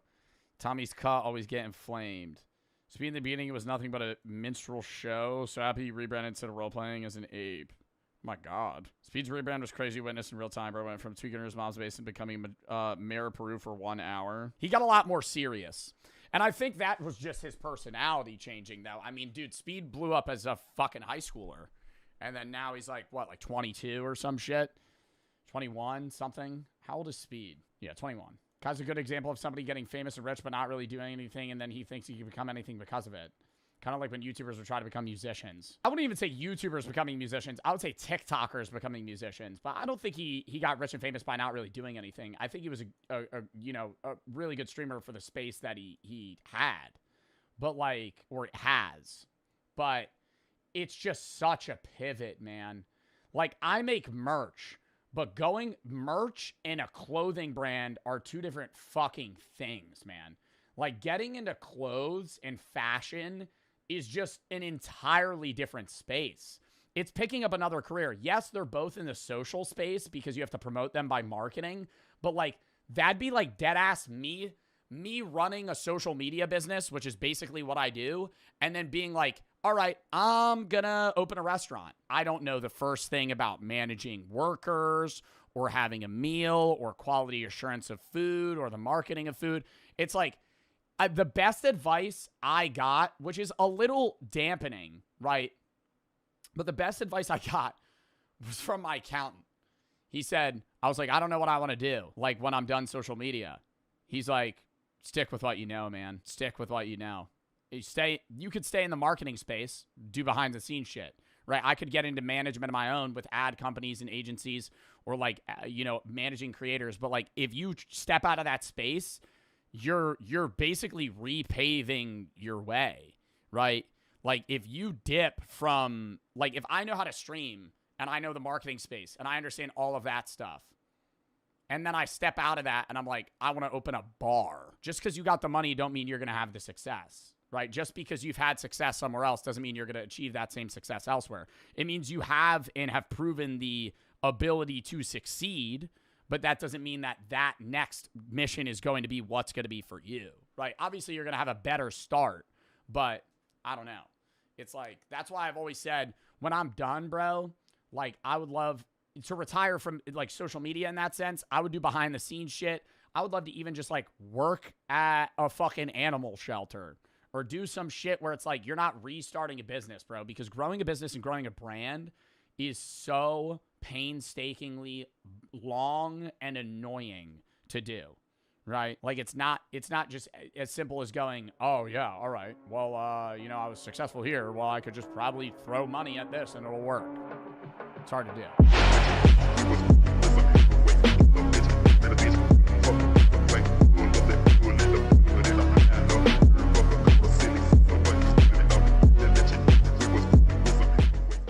So they know what's scary and what isn't. The researchers needed someone with no sense of what could be scary. Ideally, they needed a baby. The researchers eventually found a baby in the hospital where they worked. It is weird how, like, young infants don't fear, like, scary masks because they still don't have a full recognition of what, like, a normal human looks like. And then after a while, right, like when they're like 3 or 4 or whatever, like clown masks and shit are terrifying. The baby's real name was never recorded. In the study, he was called Albert B. Albert was only 9 months old. The researchers planned to teach him fear. To do this, they used a method called classical conditioning. Here's the concept. If you pair something harmless with something frightening, the brain may link the two. If you repeat that pairing enough times, the brain learns a new rule. This object means danger. The researchers decided to test this idea on little Albert. They began by showing him a white lab rat. Albert showed no fear. He tried to touch the rat. Next, they showed him a rabbit, a dog, and a monkey. None of the animals frightened him. First, as you see here,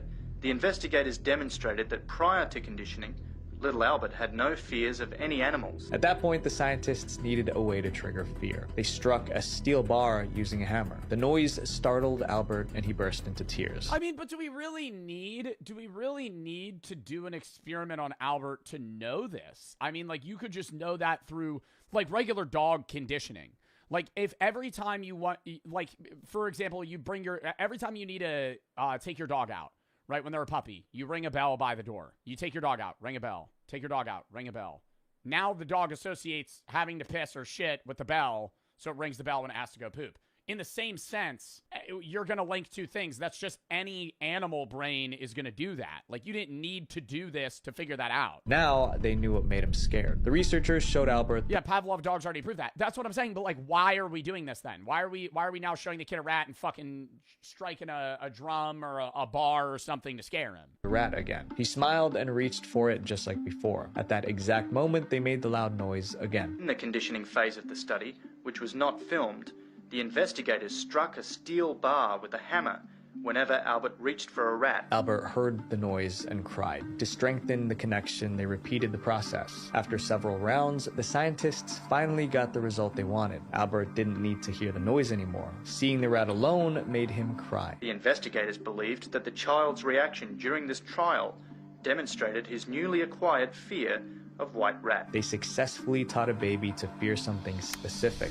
but the experiment wasn't over yet. The researchers wanted to see if Albert's fear would transfer to similar objects, so they placed a rabbit in front of Albert. It was white and furry, just like the rat. Albert cried. Next, they brought in a dog and a monkey. He cried again. It seemed Albert was scared of anything soft, white, or furry. They even showed him a Santa Claus beard, and he burst into tears. The researchers planned to remove the fear later, but they never got the chance. Albert's mother suddenly left the hospital with her child. Maybe she realized something was wrong. No one knows for sure. What we do know is this: Albert never received treatment to reverse the fear. For decades, Albert's identity remained a mystery. Researchers only knew he was born around 1919. Finally, in 2014, investigators believed they finally identified him. They concluded that he was a man named Albert Barger. They wanted to interview him, but they couldn't. Albert already passed away at the age of 87. Instead, they spoke with his family. They described Albert as gentle and calm, but there was something strange about him. Albert couldn't stand being around animals. It was so bad that family members had to keep their dogs in a separate room when he visited. If Albert Barger was— Wow, they really, after one day of doing this, or like 2 days of doing this, it like permanently fucked him up? really little Albert, it's possible that the fear from the experiment never faded. The little Albert experiment showed that fear can be learned through classical conditioning, but the fact that they used... Do you think there's any way that could have been reversed, though? Like, through... Like, I think what they would have had to do is, like, the mom would have had to, like, slowly, immediately try to reintroduce animals. Like, if she just left and then went on about her day and kept raising her kid, yeah, like an exposure therapy. But, like, immediately. The baby was just wrong. This next case answered the question, how easily can you make a good person do bad things? The Milgram shock experiment. Most people believe I've heard of this one. They are good. In the early 1960s, psychologist Stanley Milgram decided to test that belief. Stanley Milgram was interested in the psychology of obedience. Milgram designed an experiment to answer one dark question. Can a good person be pressured into doing something evil simply because their leader or boss orders them to? Milgram's question was inspired by the events of World War II. After the war, many people involved in horrific crimes were put on trial. Almost all of them gave the same excuse. They were just following orders. As a psychologist, Milgram found this blind obedience deeply troubling. He wanted to know if ordinary Americans could also be pressured to hurt others. He decided to see how subjects would react when a researcher pushed them to do things that went against their morals. The first step was selecting But volunteers. they didn't actually shock people in this experiment, didn't they? Like, you could say psychologically this is fucked up, but they didn't actually make people shock somebody else. They would press the button, and then somebody would fake scream in the back and be like, ah! And then they'd do 100 volts. Ah! They'd fucking yell. And then eventually, like, if it got to a high point, like, they wouldn't respond or something. Of his experiment. He put out an ad offering $4 for 1 hour of their time. But Milgram turned away anyone with a violent What year? history or criminal record. He wanted everyday people who knew right from wrong. Once the volunteers were selected, the experiment began. Milgram conducted the study at Yale University. $4. What year was this? $4. It was after World War II, so it's like at least, it's probably the 50s. So it's the 70s. When was the Milgram? 1961. $4 in 1961 today. $43. University. But he lied to the volunteers about the purpose of the experiment. Volunteers were told they were taking part in scientific research to improve memory. Each volunteer sat at a desk with a machine in front of them. That machine delivers a shock. Wires connected the machine to a chair in the next room. Each volunteer watched as another man was strapped into the chair. Electrodes were attached to his body. Then a barrier was placed between them. From that moment on, the volunteer could not see the person in the electric chair. The instructions were straightforward. The volunteer would ask a question. The man in the chair would answer. If the answer was wrong, the volunteer pressed a switch and delivered an electric shock.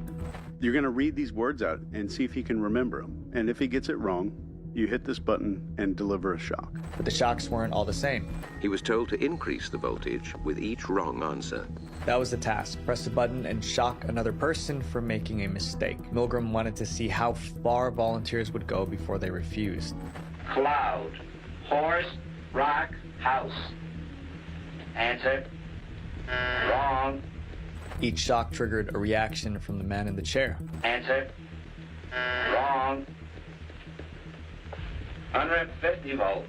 However, 150 volts? Wouldn't that fucking kill you? How many volts?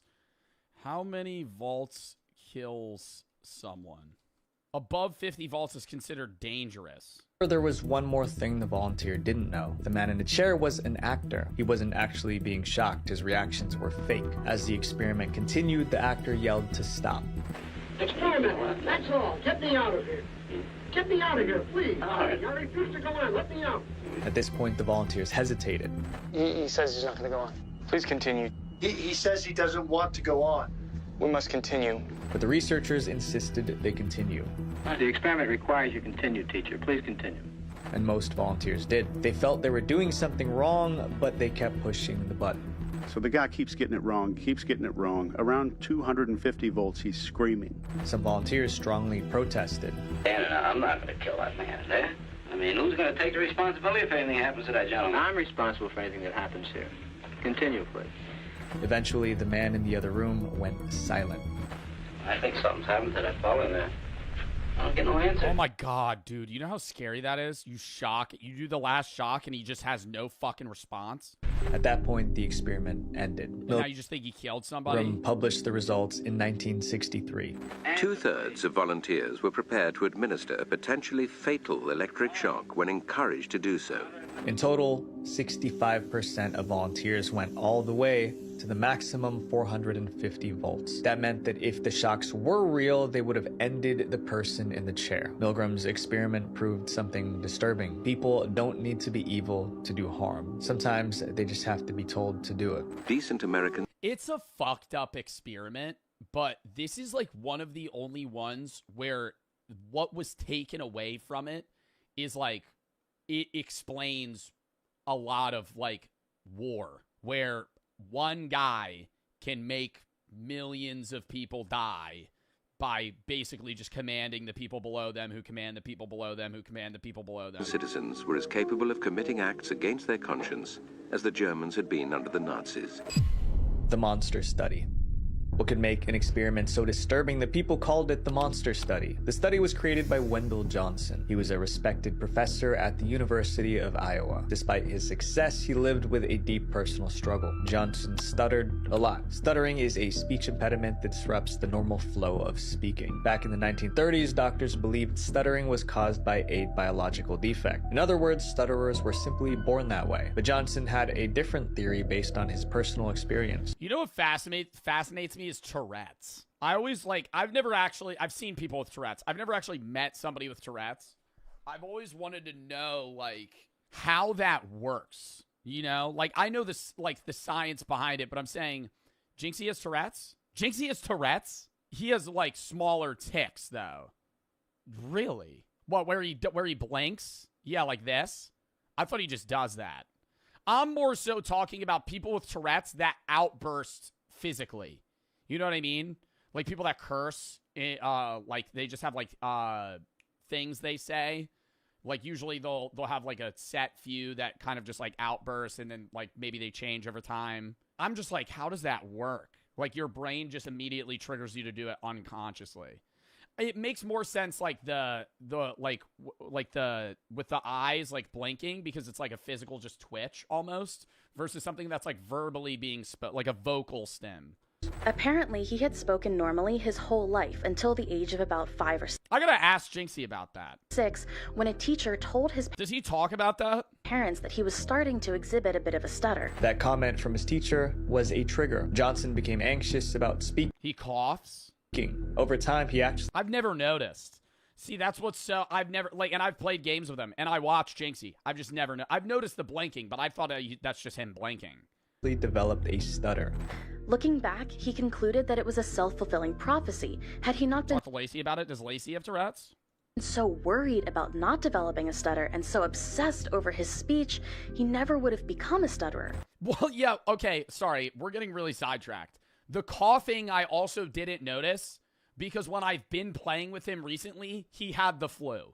Johnson wanted to prove that stuttering was caused by negative feedback, not biology. To do this, he needed kids he could study without interference. In 1939, Johnson walked into an orphanage and told the staff a lie. He said he wanted to give the children speech therapy. The staff agreed, thinking Johnson was there to help. Johnson ran the study with his graduate student, Mary Tudor. Together, they selected 22 kids. Some were stutterers, others were not. The researchers divided them into 4 groups. The first group was made up of kids who already stuttered. The goal was to help them feel calm so that their stuttering stopped, so the researchers praised them all the time. Everyone in the second group was also a stutterer. In this case, the researchers wanted them to feel anxious so their stutter would worsen, therefore they were criticized constantly. The third group was full of children who spoke normally. They were praised and encouraged to keep speaking just the way they were. Then there was the final group. These children spoke perfectly before the took another one and said it was black and blue. And it was in fact the lighting of the dress that affected how it...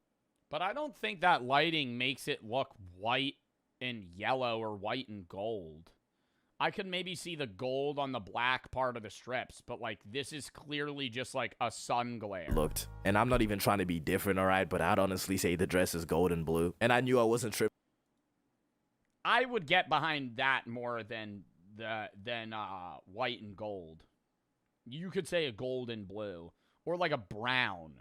blue. And I knew I wasn't tripping, all right? Color Select says that's the colors that are projecting into my eyes. So yeah, the real dress is black and blue, but this ass photo is gold and blue. And another debate that is cereal soup. And before... No, see, I just don't care, bro. I feel like soup has to be... is soup always savory? I feel like cereal's sweet. And sweet things are not soup. I've never had a non-savory soup. Soup has to be hot? That's not true. I was going to say that, and then I cut myself off. You could have a cold soup. Before you even say anything, yes, I know the argument, solid food inside liquid, served in a bowl. Technically, that is soup behavior. But we just all know cereal is not soup. If somebody hands me cereal and calls it soup, I don't trust the... Yeah, like if you were like, what's your soup of the day? And they said, Trick cereal. You would be... like, you would have a visceral reaction at a restaurant. Well, I don't think you should be asking soup of the day anyway, because who the fuck gets a soup of the day at a fucking restaurant?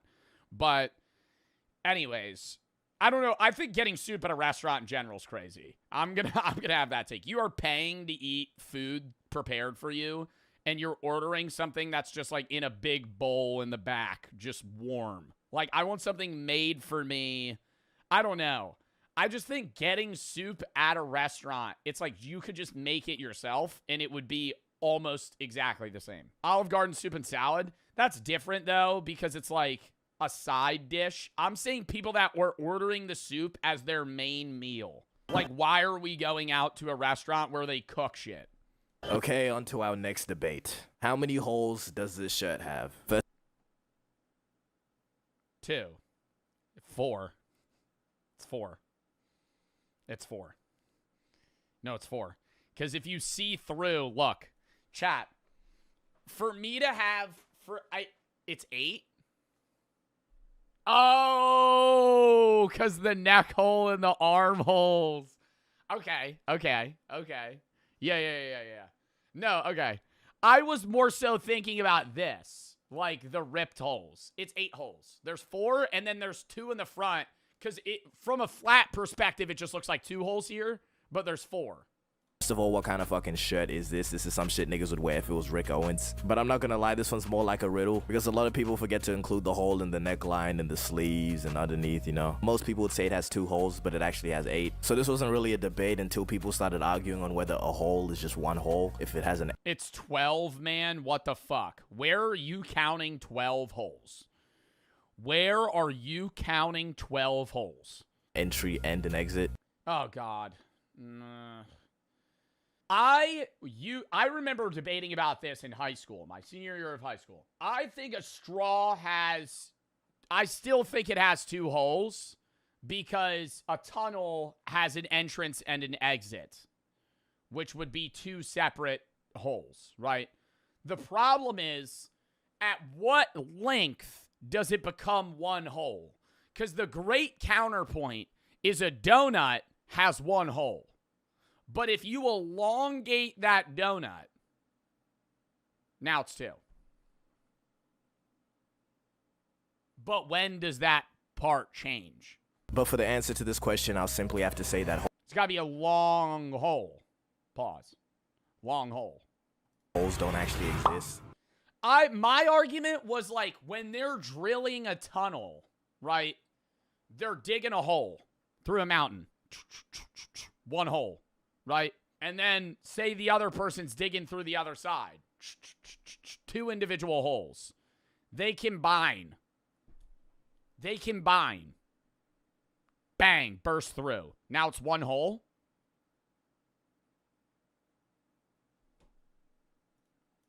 They're nothing but a concept art. Because think about it for a second. A hole is literally just the absence of something. It's not a thing. Okay. I'm digging through the earth. I'm digging a China. Hup. I break through the other side. You're going to go, there's 1 big hole in the whole earth. No, you're going to go, there's 2 holes. Actually, no, because I'd be like, there's 1 hole that leads to... I wouldn't even call it a hole. I would call it a tunnel. A straw is a tunnel. How many holes does a tunnel have? How many holes? A straw is a tunnel.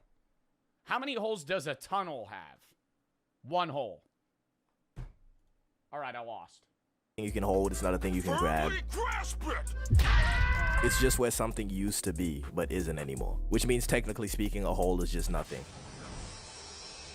Nothing? But now my brain's overheating, so instead let's just move on to a debate that's somehow even more pointless, but also way bigger. Massive, dude. This is probably one of the biggest debates of all time, and it's gender wars. Who is better, woman or man? Alani finding out of Orem, Utah? Let's go, baby. And it all seems to be the same At what? thing. Alright, women saying all men are like this, men saying all women are like this. And at the root of it, it's just clearly a human problem. But apparently that's not a good enough answer, and no one will stop until there's a clear winner. So who is objectively better? In order to decide this, Yo, this is a bad conversation to have, St. Don. I don't think you want to take a side on this one, brother. decided to borrow this power comparison Situational. I don't think you want to broadly pick one. system from this One Piece edit. Now it was used to compare Roger and Shanks. We're gonna use it to compare man and woman. Before y'all complain, this is a very scientific system. 9 in 10 doctors approved. And now we have round 1, strength. Now the men are gonna take this first round. The heaviest weight ever lifted by a man being 510 kgs, and the heaviest weight lifted by a woman coming at close at 325 kgs, which is still insane, by the way. The side or not the side conversation, the rebuttal, playing devil's advocate here, is, well, men, yes, are naturally stronger than women, but the strongest weight lifted by the woman is probably higher of her body weight than the man, right? No? Like, if the world's strongest man lifted 510 kilograms and the world's strongest woman lifted 325, how much did they weigh? Because I'm saying the ratio, like, by weight, who's stronger. Which is still insane, by the way. If somebody told me to pick up 325 kgs, my spine would just Gwen Stacy. Sorry, lady. Oh my God, is that a real video? It's Gwen Stacy. Dude, that's a trip to the hospital. Sorry, ladies. The men are gonna take this one. And for round 2, we have speed. Okay, let me just stop. Because at the end of the day, fighting about gender is so pointless. Because what is the desired outcome here? The complete annihilation of the opposite gender? Because last time I checked, the human race requires both sides of the argument to even continue existing. And what I find so stupid is these giant overgeneralized statements that would imply an entire gender is just the scum of the earth. Like saying kill all men. What I do? That would imply there's never been a good man that's ever lived ever. Just the addition of the word some does so much. But people don't do it because it doesn't rage bait hard enough. And rage baiting is a reason that 90% of people do gender wars, even if they realize it or not. Call me delusional, but I think 100 girls can easily beat that gorilla. And I've heard arguments like, it's not all men, but it's enough. Which, what is the implications there? You saying I'm one of the good ones? That's gotta be racist. There's no way. But look, even if 100 men or women did you the worst 100 times in a row, they still another 4 billion men or women. And now those 100 grimy niggas now represent the other 4 billion. And the end result of this is just 2 groups of extremely online people convincing each other that well, and it's too broad to say every man or every woman. I will agree, right? You could say, genetically speaking, men on average are stronger, women have better emotional and social intelligence, right? But that is a case-by-case thing, right? Like, I am weaker than a lot of women, but I'm stronger than a lot of women, right? Vice versa for every man. the opposite gender is a different species. The older I get, the more I realize that women are humans. But finally, for our last debate, this one. Bro, what? The older I get, the more I realize that women are humans. The older I get, the more I realize that women are humans just like us guys and are excited for this development. Bro, what? But finally, for our last debate. Like, how did he not? This one might actually be the stupidest one yet, but the question is, if you punch yourself and it hurts, are you weak or strong? If my grandmother had wheels, she would have been a...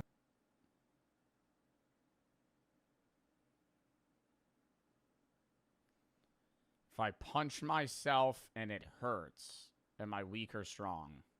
Both. Test it out.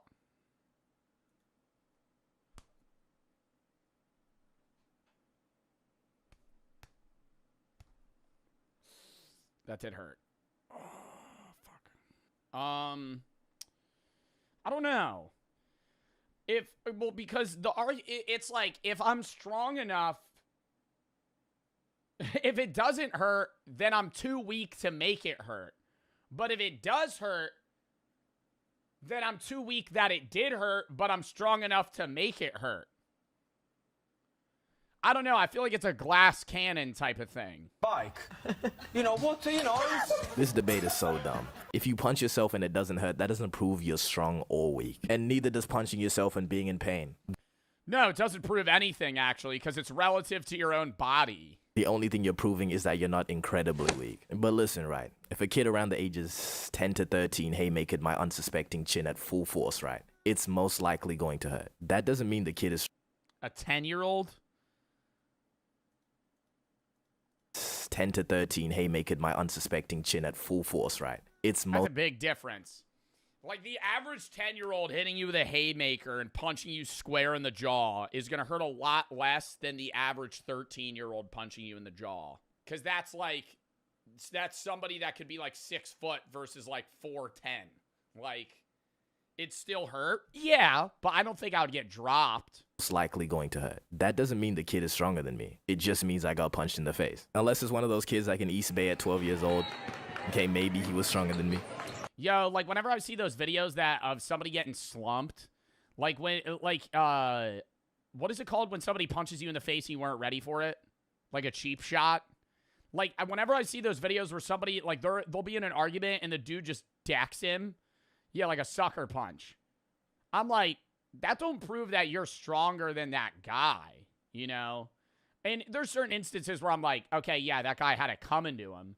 But when you sucker punch somebody, that doesn't mean, like, you're badass. It's like, you guys didn't fight. Like, you kind of just hit him when he wasn't prepared. Who the hell is 6 foot at 13? This kid right here. Me. I was like 5'11" or 6 foot when I was in, like, 7th and 8th grade. Also, if I was to swing full force at Eddie Hall, form is strongest. That's why I have stretch marks all over my body. I stopped growing freshman year. On God. I am the same height I was when I was 14. But also, if I was to swing full force at Eddie Hall, former strongest man in the world, big brother guy. Now, this is going to go one of two ways. If my theory's correct, I knock this guy clean out. If not, my hand. No, I don't think I knock Eddie Hall out even with a clean punch. I think if Eddie Hall stood there and went, punch me, and I full force just jawed him, I don't think he would pass out. I think he might fall. But the biggest part of passing out is, like, the instability in your neck muscles. And, like, if I'm able to make him go like that, and I don't think I could make Eddie Hall, like, snap his neck, you know? Like, I think I'd just punch him, and he would eat that shit. And then and then my life would flash before my eyes. And then I would actually die. Is going this. But I've been told I end my videos too suddenly. So, I've been told I end my videos too suddenly, bro. Just ends it. Please like and subscribe. W video. Debates could either be good, educational, sophisticated, then there is cereal soup. Well, no, it's like a fun... These are like the brain rot debates, right? The best debates are the hypotheticals of, like, alien lands into your backyard, what do you do, right? But, because that's, like, more involved than just a yes or no. It's like, there's a multi-parter to it. I also gotta go piss real quick, too.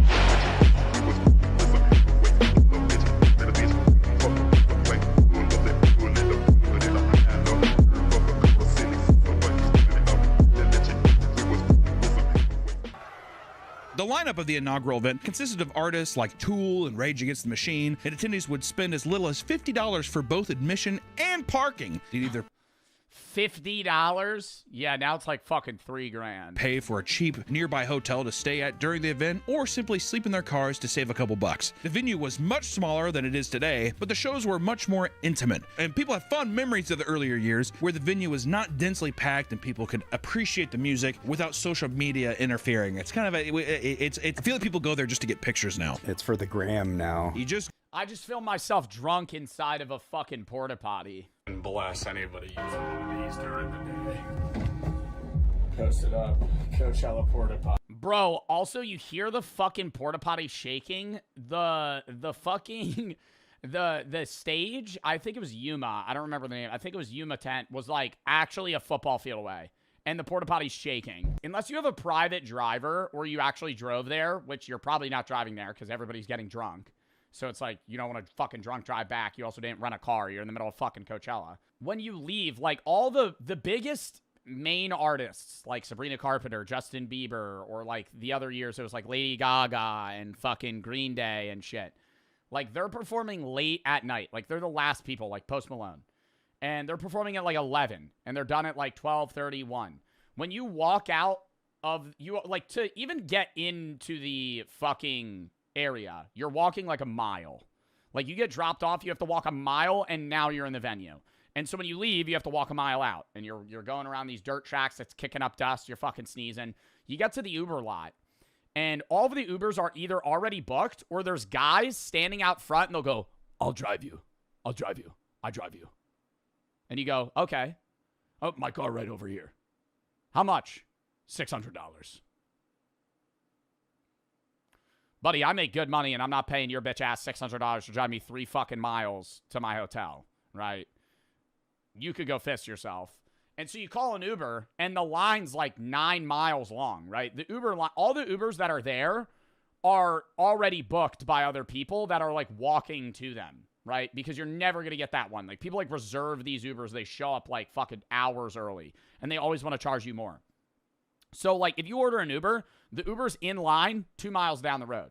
So it's just like, we literally just leave, and we're walking down these closed roads. I get picked up at a church. Let's go there to get your pictures. Once again, show the James Charles pictures. That's the pictures you're getting. The Shadow Man's lurking, waiting for a camera to be on him. You gotta take a picture at the Ferris wheel. It's the Coachella Ferris wheel, man. Oh, is that like a? I'm pretty sure I have a picture where I'm standing out in front with it, but... Were you shirtless? Why are his... Oh my God, they were blurred. I was gonna say his nipples are huge. I was shirtless, yeah. That was back when you were... when I was, good. You had your pecs and your abs. You were definitely showboating. You were peacocking a little bit to see if a girl would... Yeah, well, why not? I'm at Coachella. You know what I mean? Sometimes the cucumber tastes better pickled. People felt like Coachella was all about celebrating music without alienating fans who didn't want to drop $150 to go to festivals like Woodstock at the time. And in fact, this made Coachella a counterculture event that gained a lot of respect in the early days. And over time, ticket sales went up. And it began... And it literally became what it was made to be against. Actually making a profit. And this allowed its organizers to book larger artists with much more variety, as well as massively expand the venue space. And by 2012, the event now extended to a span of 2 full weekends, and ticket prices started to rise farther than what the average person was willing to pay. And the lineup started to expand from alternative and indie rock to things like hip-hop, electronic... And the ticket's like the least expensive part of it, because you're paying for the ticket, which is like, you know, base, if you're doing general admission, yeah, like $700, maybe more, like $1,000, $2,000 if you're doing VIP, $1,500. You have to find a place to stay, and you're there for like 4 days, so the hotel's probably going to be like $3,000 if you're doing a hotel, unless you're doing like a drive-in tent situation. If you live in Cali and you could bring your car there, food, drink, shit like that, that's like already alone going to be another $2,000 if you're eating there. And it's just like, you're just constantly spending money. Ubers as well are just fucking expensive. And pop music. And throughout Coachella's history, art was also a big focus on the event. Instead of simple art installations scattered throughout the venue, you could now see massive pieces designed by well-known artists. I walked up this shit, air conditioned, best part of it. You literally walk for like 5 minutes to the top, and then you go, sick. Walk all the way back down. Around this time, fashion was also starting to become a big aspect of the event too. No longer do people just wear casual clothing like band t-shirts. People today compare it to the Met Gala in the sense that the outfits seen during the event would literally shape fashion trends. This is all to say that Coachella had a whole culture surrounding it, one that slowly morphed into something way different than what it once was. This video is sponsored by our partners. While it's normal for events to grow and change over time, many who attended Coachella in earlier years started to hate how mainstream the festival was becoming, which is bound to happen. Nick. Yep, that's popularity. Once it becomes popular, it's not cool anymore. I used to pay $50. It's also that was 15 years ago. I paid, I think, $450 for my tickets. Damn. That's not including the parking. So this is just to get into the festival. That's just to get in, but that's all 3 days, and that's why like the first time I was like, oh, it's worth it, because if you think about it, it's $150 a day. I saw like 10 bands a day. I mean, if you save up for like a whole fucking year or whatever, it's just so crowded now. I mean, Dude, you just gotta get drunk before, too. Or, like, fucking take drugs before you walk in, man. Like, that's literally the vibe, because you walk up, they're like, hi, what can I get you? Can I get a vodka Red Bull? A double or single? double. All right, that'll be $42. Staring at you as you're choosing tip.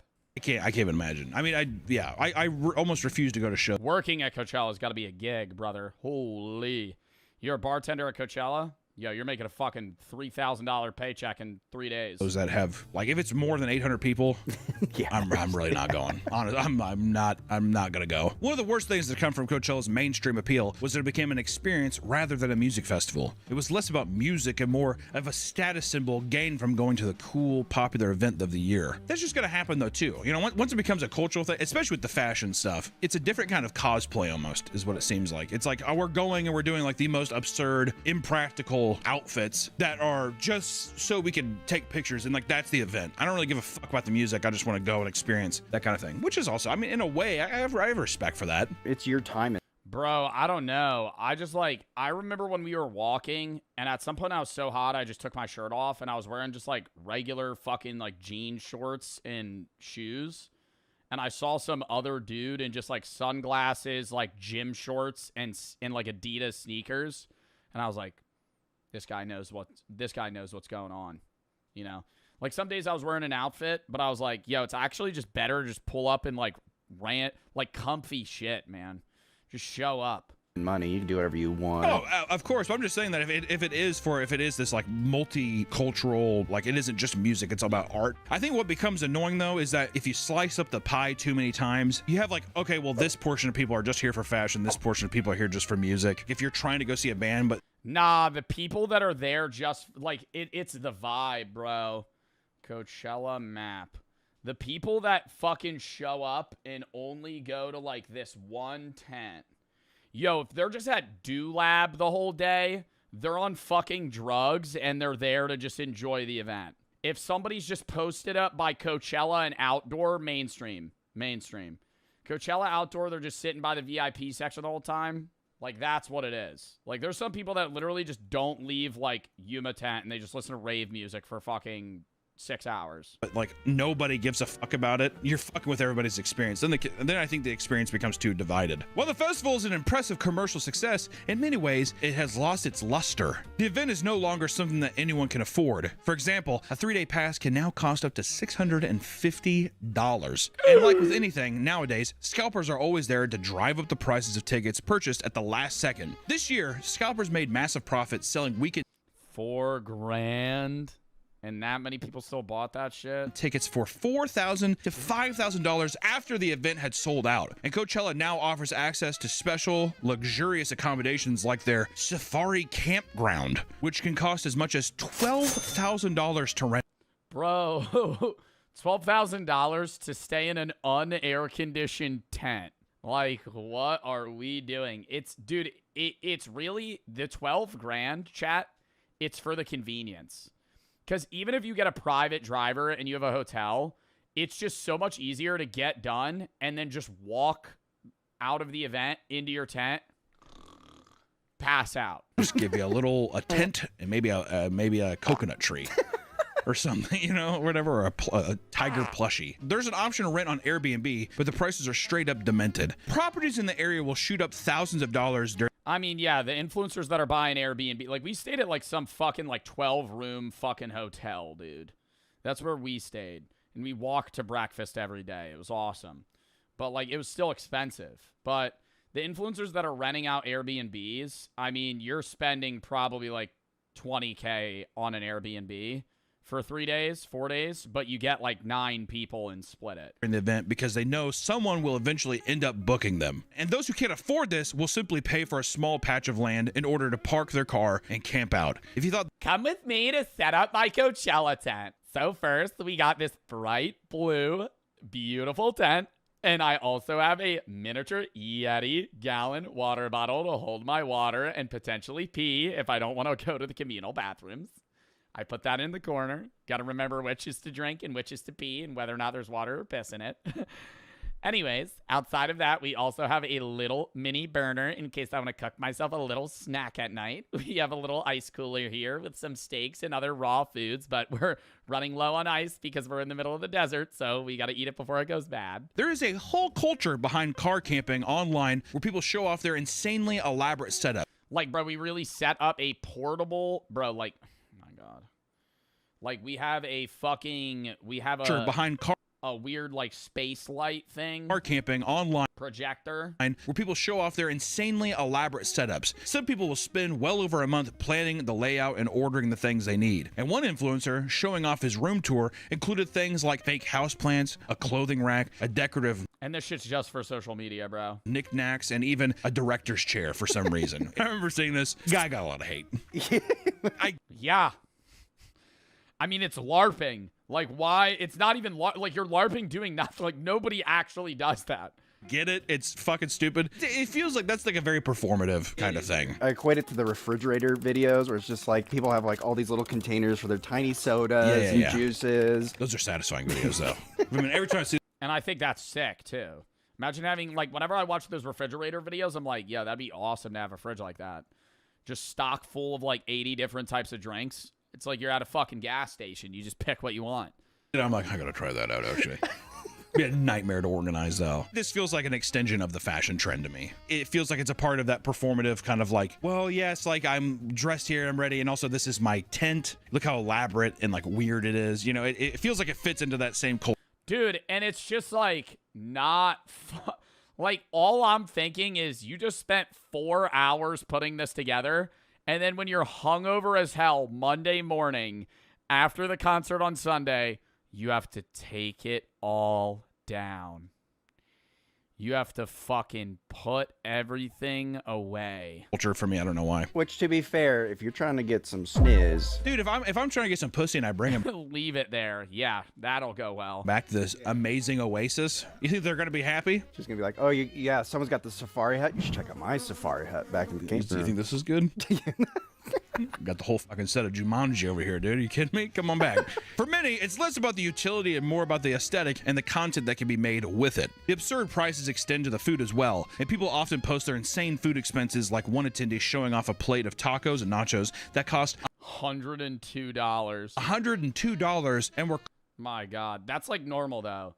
That's like normal for there. Like, I remember when me and Brooke went, we got like, it was like lunch or some shit there. We got like chicken tenders and fries.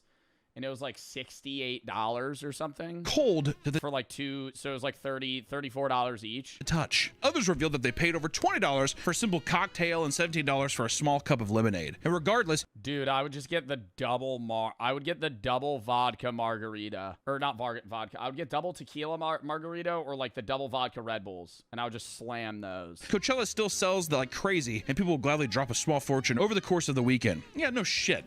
I don't know. People who complain about that stuff, they're like, yeah, but I mean, it's $100 for nachos. I never understand when an influencer, like, I'm going to sit there and be like, it's overpriced, but I paid like VIP and then also what was there. Like, I paid as little as I could, you know? I hate when people are like, I just spent $98,000 on Coachella. Are you freaking kidding me? You chose to do that, right? You bought 4 VIP passes, got into like 9 after parties, fucking rented out an Airbnb for $35,000. It's like, that's your fault. Like, Coachella's expensive, but like, you could probably get like lowest VIP. You could get like 2 tickets if you get them not uppriced, you know, from some scalper and like a tent or some shit. Like, you could spend like $8,000 for 2 people, which is still crazy though. Like, why are you ordering it? What do you expect? It's like going to the airport and being like, can you believe these prices? Or you kind of get trapped if you. Sophie Rain, didn't Sophie Rain say she spent like $200K though? You can do car camping because you cannot. I gotta look that up. Sophie Rain said she spent $193,845 on a 3-day Coachella trip for her friends and herself. It was an $83,000 Airbnb for 3 days. For 3 days. Maybe 4 nights. 4 nights. Thursday through Sunday. $20,000 a day. $67,000 for 12 artist passes and $37,000 for a private jet. Okay, well, she spent $193K to bring 12 people to full access Coachella. And she also makes like $80 million a year. So that's like not a lot of money. That's like not a lot of money for her. Yeah. Which, granted, if you're camping, you should bring food. Well, why didn't you bring food? Yeah. I mean, it's like, just bring a bunch of fucking bologna and cheese sandwiches. You know what I mean? Why not? If this all sounds far too expensive, don't worry. Because now people are signing up for payment plans in order to pay off the insane ticket prices and smaller No, just don't go. Don't go. If you are putting yourself on a fucking Klarna, like, pay later shit, like, yo, you should not be going to Coachella if you're doing installments for a year. installments. In 2020, or 6 months. 5 reports showed that 60% of attendees, around 80,000 people, utilized this to afford their ticket. Many people. What? Yo, you're paying that shit off on Christmas. People literally take on this payment plan with zero guarantee that they'll be able to pay off every month. And on the Coachella subreddit, one woman titled a post, quote, "Hey, Coachella fam, I need help." And she explained, "Hey, Coachella fam, I need help." And it explains how she needs someone from the community to lend her $272, quote, in the... I'm sorry if this is not allowed on here. I just don't know what else to do. I found out I missed a payment and got an email saying if I not paid by today by 5 p.m. PST, so 3 hours, I lose my order. I tried live chat, but they said I can only notate my account and can't guarantee it won't be canceled. I don't get paid until Tuesday. It's just over $272 for my payment. Is anybody here able to help me out till Tuesday? Or anybody give me some advice on how I can delay payment? If anybody here can help, I can just verify myself however you need. Show you my pay stubs and direct deposit proof. This has just been a rough couple of months financially, and I'm going to cry if this order gets canceled this close to being paid. Please help, fam. Like, I get she's in a rough financial spot, and, like, that's sucky, and I do feel bad about that. But it's also, like, bro, like, it's really, like, just, like, you shouldn't be going to Coachella if you have to do, like, if you're putting yourself in this much of a financial struggle where you actually don't have the money. Like, that's what this is. This is, like, I don't have rent money, right? Like, I can't pay anything. To lend her $272, quote, in the spirit of Coachella, because the charge... Like, I don't have $272 to my name to pay for this. What or why are we going? Charge is coming in just days before she gets paid from her job. E-begging online to basically pay off the Coachella loan sharks that you've had. You know what I mean? Come on, hello, Coachella fan. Elder millennial. So, I lost my job at State Farm. I need you guys. So, I can't afford to go to Coachella anymore. I've already paid 5 out of the 6 months, and they're going to cancel my order. It's to bankroll me. Thank you. You think, here's the thing, though, is that women... Sorry, women. Being a little misogynistic here. If you're like an attractive person, even if you're a guy or girl, if you're an attractive person, you could post a picture of yourself and be like, looking just for help on this ticket. You would 100% get people doing that just for the fact of like, you want to... Yeah, you could find a gooner that would pay for the ticket. Link up? Like a million percent. a million billion percent. I had buddies who did something similar to that with their friends. They paid for their tickets so they can hang out with them. Didn't you do that? I thought you paid so you could... That's like an ultimate hack if you're just a woman at a bar. Go up. Hey, can you buy me a drink? Sure. Any guy. If you're like at all attractive and you walk up to a guy at a bar and go, "Hey, can you buy me a drink? You want to do a shot?" And they go, "Oh, yeah." Cuz the guy's going to be holding his orange crush like this. Wait, yeah. $30 that he pays it. You know, you have a conversation for 2 minutes. You go, I got to go meet with my friends. Just walk away. This won't work for me. I'm ugly. Don't say that about yourself. And if I'm being honest, it'll still probably work. It'll still probably work. Have you ever done that? No. Yeah, at a gay bar. I've tied my shirt up and walked up. No, get the fuck out of here. I met Joe at a gay bar. I go to gay bars all the time. I've gone to some gay bars that are a little overwhelming. And I support the LGBTQ. And there's 2 different types of gay bars. There's LGBTQ bars, like LGBTQ inclusive bars. And then there's gay bars. And then there's gay bars, right? And what I mean by that is you walk in and there is a dude with assless chaps. And I go, ooh, And not judging, you know, it's just like didn't really, you know, expect that sometimes. And you get attracted? No, but I'll walk up, maybe chat to him, buy a drink, have a conversation, walk away. Dude, gay people are awesome. I don't think you realize the positive vibes at a gay bar. You walk into a fucking gay bar, everybody's happy. Super happy. Gay and gay. Both meaning both homosexual and happy. And it's awesome, you know? They're fucking nice. They have great fashion, you know? And the drinks are cheap. Every gay bar is cheaper than any other regular bar.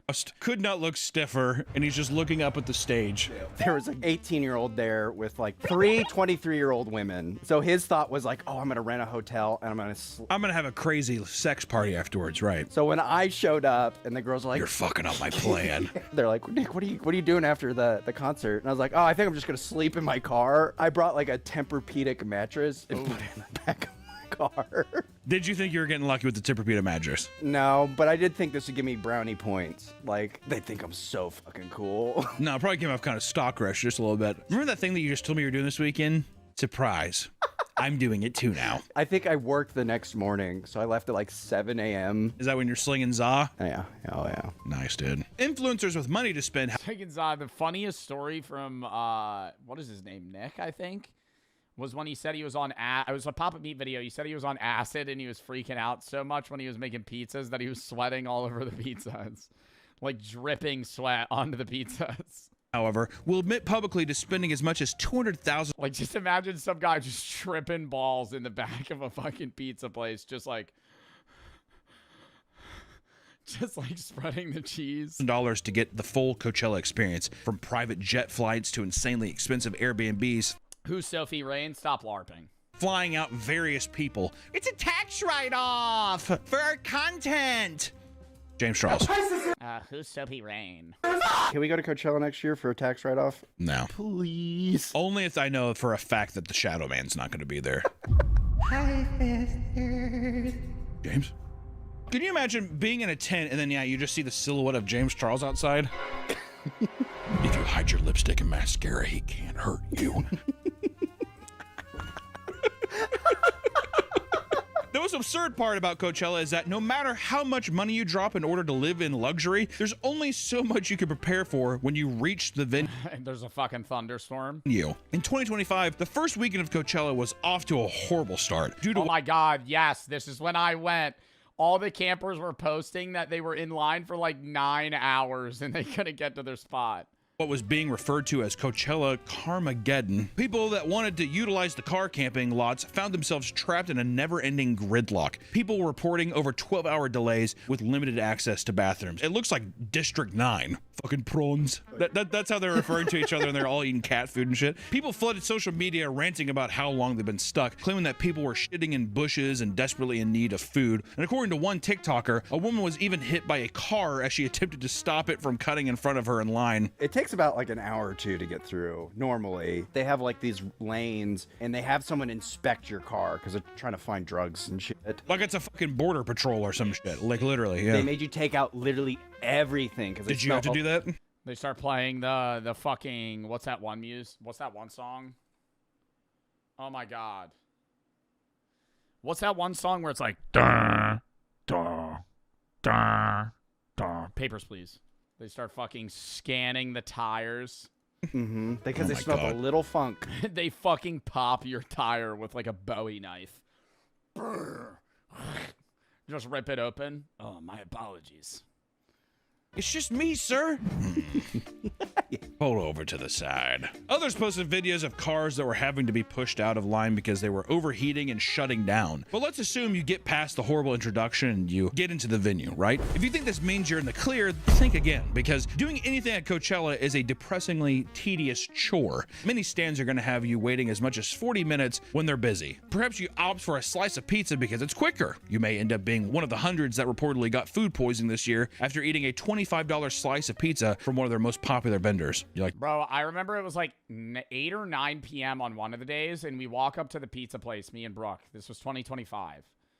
And they just served somebody a slice, and we walk up, they go, we're closed. We're closed. and they actually start getting mad at everybody and they go, leave, we're closed. They shut the door. I'm like, yo, you're actually an idiot. Number one, you're a bum. Number two, you still have pizzas. I see the dough. Number three, I don't care if you say you close at 9. You are literally missing out on thousands of dollars, right?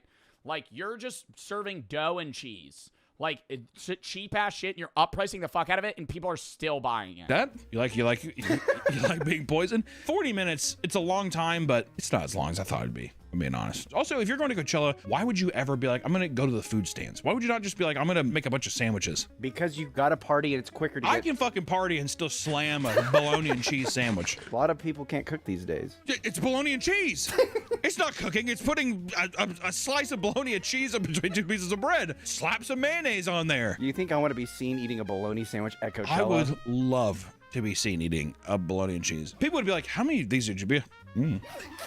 Keep pulling them out. To be fair, I don't think you could bring food in once you're inside, because you can't bring anything in, like even drinks. They make you pour your drink They out. won't let you bring a cooler of sandwiches in? So you're saying that you'd have to go buy the stuff and then make it at your deal? You're back at your camp. And the walk to your camp, they call it like the walk of shame at the end of the night, because everybody's so tired and fucked up. But it could take like 40 minutes to walk to your car. Yes. Try an hour.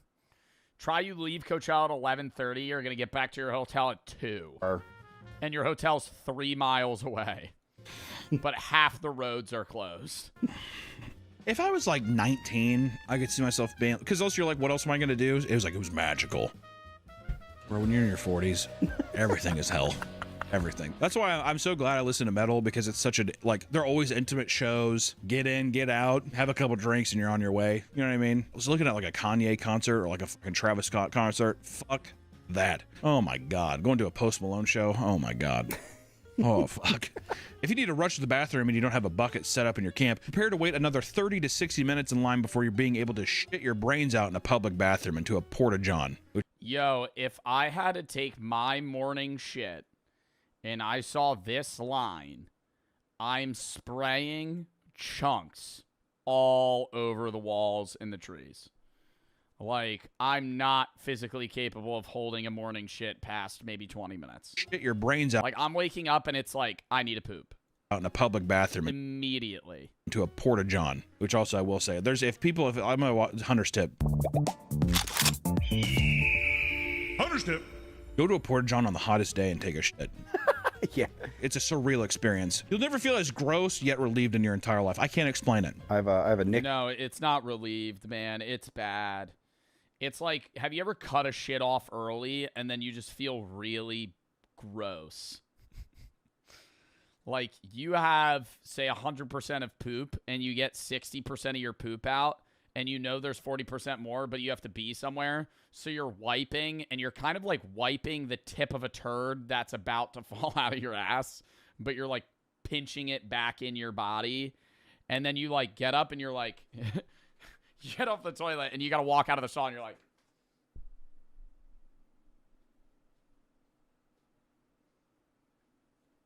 And then it like finally subsides like maybe 30 minutes later. Tip. If you're ever at Coachella. I don't know why, but already I'm like, I don't think I like that.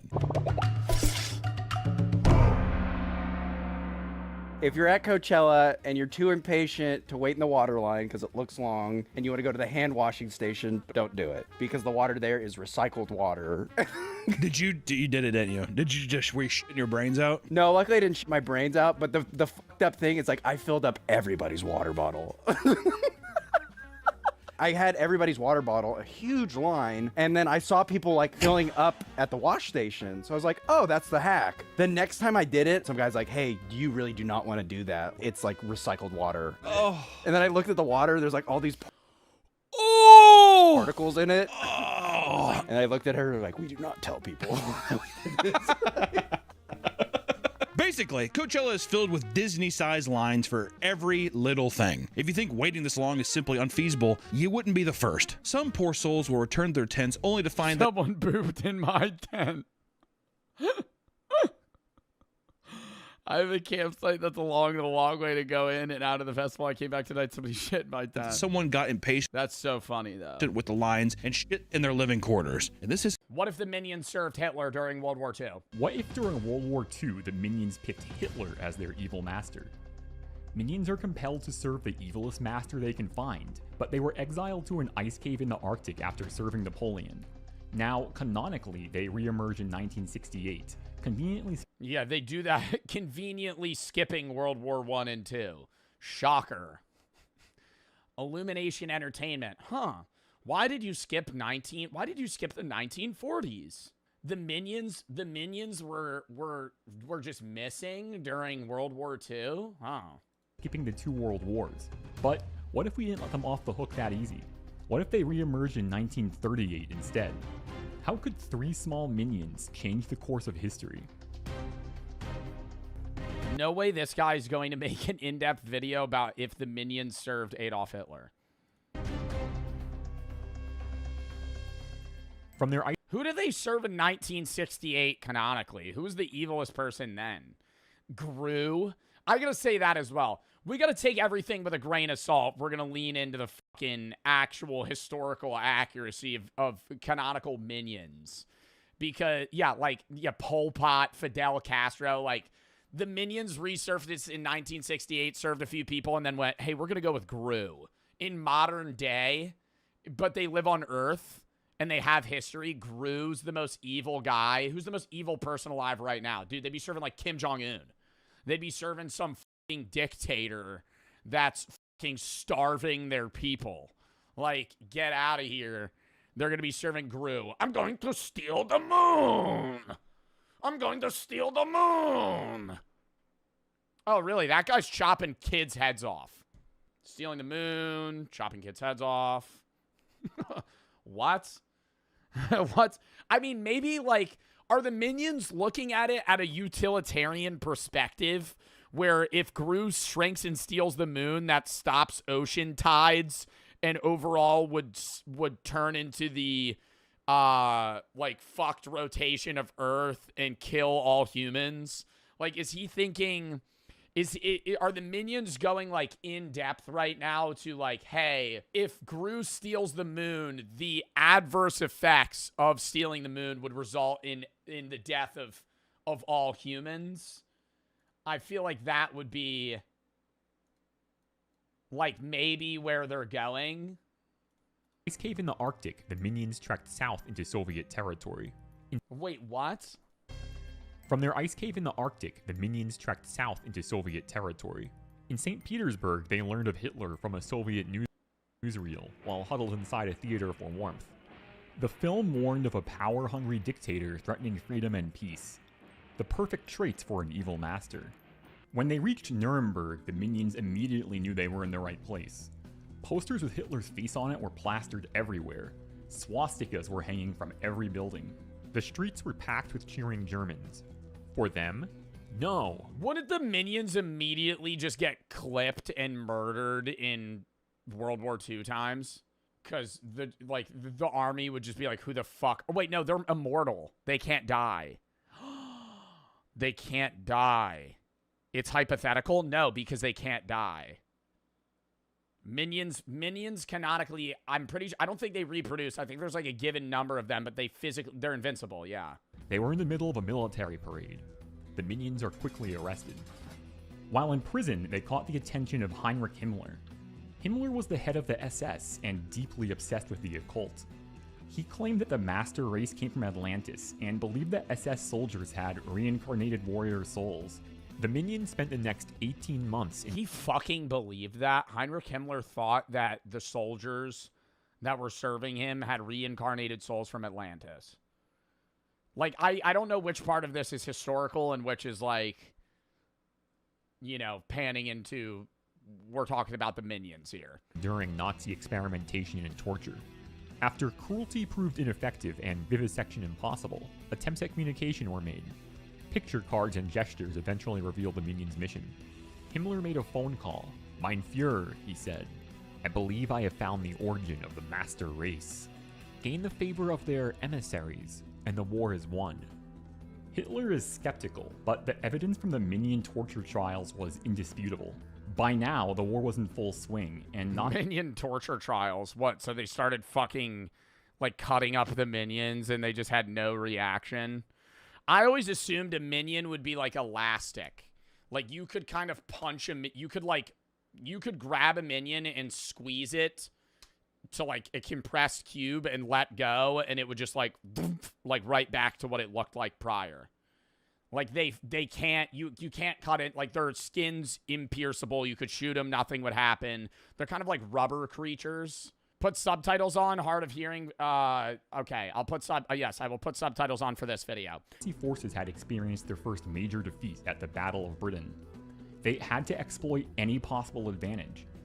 And so, the minions became Hitler's constant companions. While living at Hitler's residence— I mean, honestly, if we're really going into, like, the canonical abilities of minions, if you have the minions on your side, you physically can't lose. Like, you can't stop them. You couldn't stop a minion. Residents, the minions were subjected to a constant stream of Nazi wartime propaganda, which they understood as movie nights. They'd get fitted for tiny uniforms, and soon literally be marching in lockstep. They deliver speeches at rallies and feel the rush of the loyal, ecstatic crowd's adoration. I'm gonna say, though, like, aren't the minions more serving of evil masterminds that kind of have, like, idiotic ideas? Like, I'm going to destroy the sun! Not, I want to eradicate an ethnic group of people. You know? Like, I don't think the minions would really get behind the vibe of Adolf Hitler. Just off of my watching of, you know, Despicable Me 1, 2, 3. I don't think that I think they would see what's going on and then go, ugh. I don't know. They toured the country, accompanying Hitler to demonstrations of the latest— Stealing the moon was idiotic. Yes. That's like a kid's idea of something that's evil. Like, that's the minions serve childish evil ideas. Like, if you asked a 5-year-old, like, what's something really evil? They'd be like, I'm gonna eliminate soda. Which would actually probably benefit society, you know? Like, they would say something stupid like that, because it's a kid's movie and the minions are dumb, right? The 5-year-old isn't gonna be like, well, I would get rid of this group of people. Wunderwaffen, like Heavy Gustav, the largest gun ever fired, even to this day. They served Napoleon, true. It shot shells the weight of 2 pickup trucks at targets over 20 miles away. It was pure catnip for the minions, who were seeing a fully mechanized superweapon for the first time. That night, the minions came to a consensus. They would contact their people and introduce them to their Fuhrer. It was during a demonstration of a futuristic jet fighter that Stuart's eye began to open. Bored with the technical details, he wandered off, away from the spotless showroom full of sycophantic Nazi scientists. He opened a door to the production line and was hit with a wave of hot, acrid air. Rows of haunted eyes looked up at him from dirty, gaunt faces. They were forced laborers, brought in from occupied territory. Stuart's heart plummeted. Was this the fate that awaited his kin? These men weren't minions, they were slaves. German guards descended on them with their cudgels, and Stuart could bear no more. He looked away. The other minions were reluctant to believe what Stuart had seen. Worse, Bob began to defend Hitler's actions. He was young, impressionable, his head full of ideas like patriotism and loyalty. Stuart begged the others to flee with him, but Bob refused, and Kevin wouldn't leave him behind. During a state dinner, Stuart slipped away and hid inside a shipping crate destined for Poland. I can't believe I'm actually watching this right now. Like, can I say, this is like, I'm really trying to, like, get my head into this verse right now. But it's like, he's sitting there going, Bob's trying to defend Hitler's ideologies, but Stuart, on the other hand, really just wants him to be a part of the team. The next few days moved quickly. Kevin and Bob spent their days in Hitler's war room. The Nazis were planning a surprise invasion of the Soviet Union, with a secondary goal of making contact with the minions still waiting in the ice cave. They'd follow German troops as far north as Leningrad, then travel with a specialized detachment equipped to traverse the Arctic expanse. All that was needed was for Kevin to point out the ice cave on the map. He hesitated, just for a moment, but Hitler noticed. Back at Hitler's home, he invited Kevin into his study. He commended Kevin's bravery for going on this mission, which will bring the yellow Wundervolk to the forefront of the Nazi war effort. And keep in mind, half of this conversation is...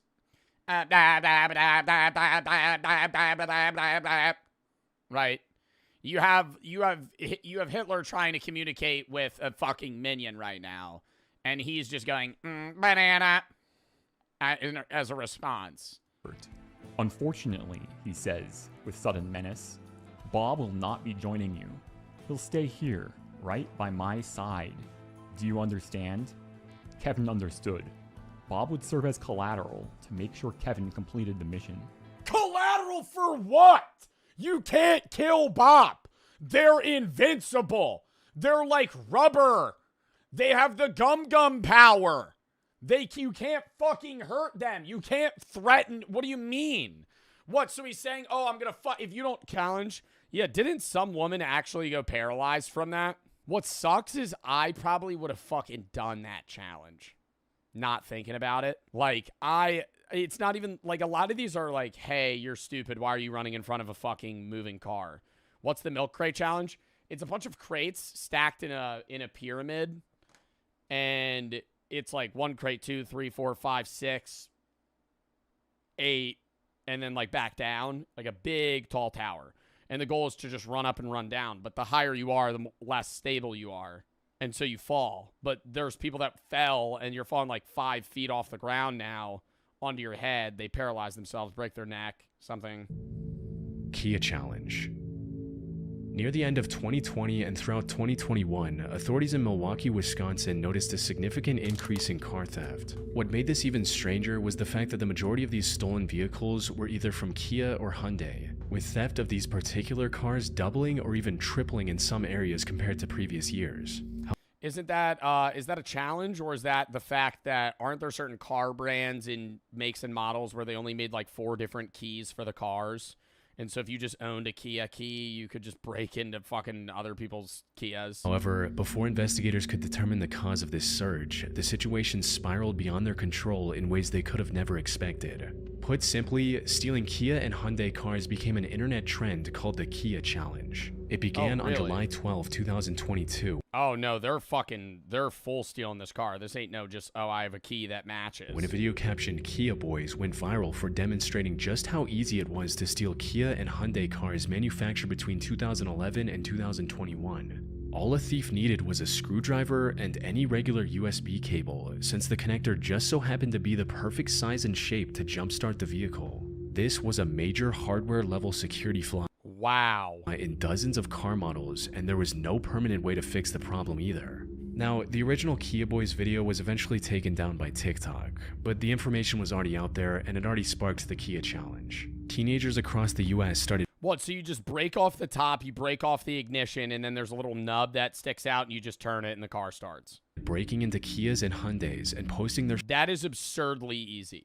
...stunts on social media to participate in the challenge. While the stolen cars caused a massive financial burden for hundreds of innocent residents, the real danger of the Kia Challenge came from what many of the thieves did once they had taken control of the vehicles. Since many crashed into a fucking tree, totaled the car. Many of them had no intention of actually profiting off the stolen cars and were only doing it for the internet, they began taking the cars for reckless joyrides around town, putting their lives and the lives of everyone else on the road in extreme danger. One of these joyrides led to a police chase, which eventually ended with the out-of-control car slamming into the concrete barrier and the teenagers who stole the car trying to flee on foot. The most Bro has their bag. You're gonna flee on foot down a highway. Don't worry, bro. You're on Route 33. You'll find the next exit in 5 miles. Flee on foot. The most disturbing of these incidents occurred in Buffalo, New York in October 2022, where a stolen Kia ride ended in a fatal crash, taking the lives of 4 teenagers. In total, the Kia Challenge resulted in the loss of 8 lives before the disturbing trend was shut down by TikTok and other social platforms. Kia and Hyundai also had to settle a class action lawsuit for $200 million over the dangerously lax security in their cars. Bro, I feel like that would warrant like a level of recall where you go to a mechanic and Kia has to pay for your car to get fixed, where they like change something out. Because are you still able to just do that to those cars?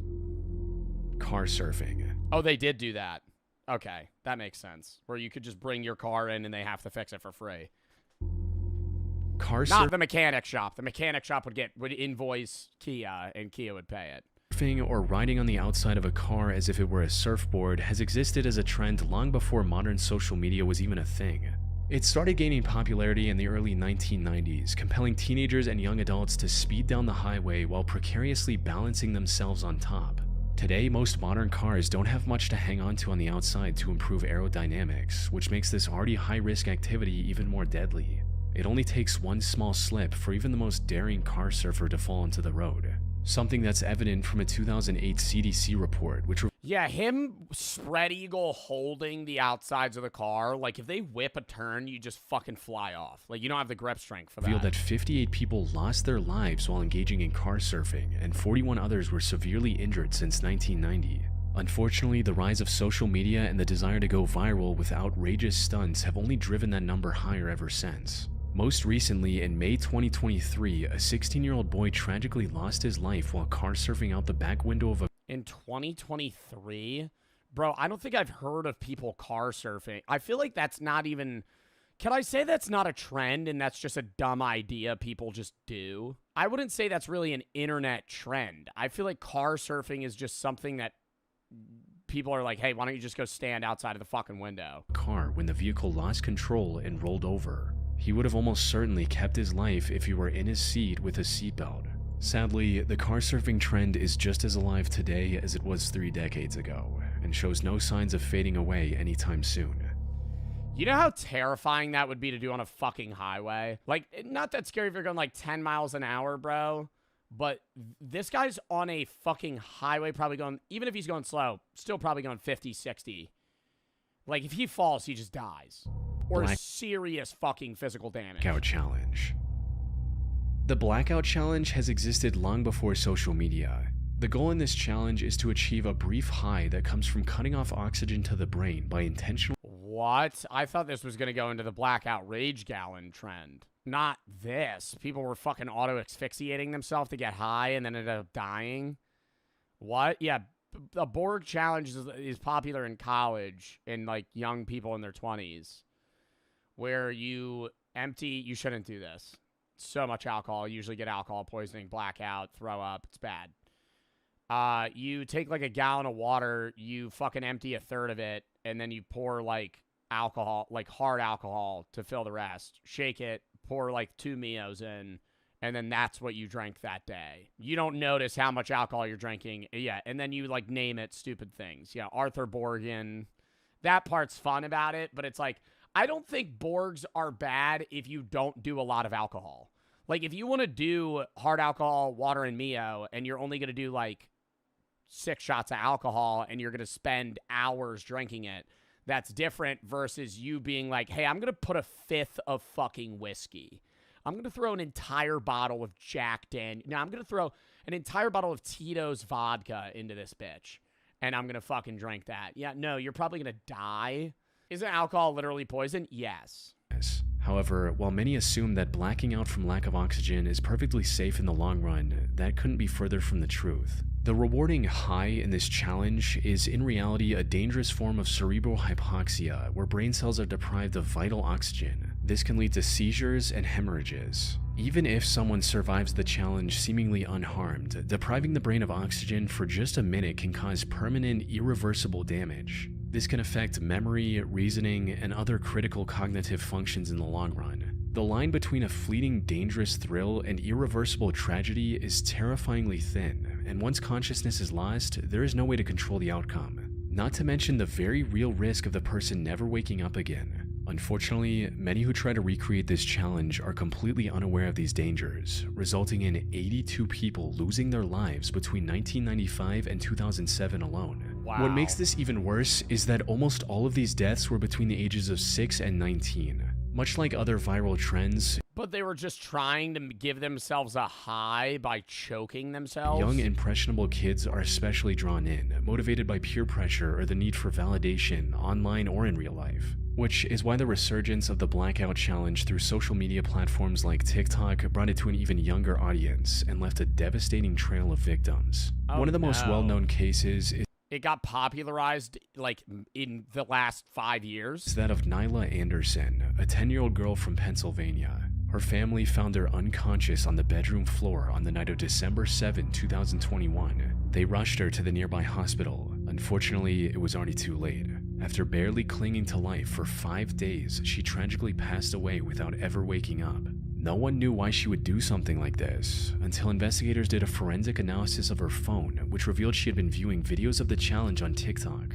Another tragic instance. Viewers of the challenge on TikTok. TikTok didn't take that shit down?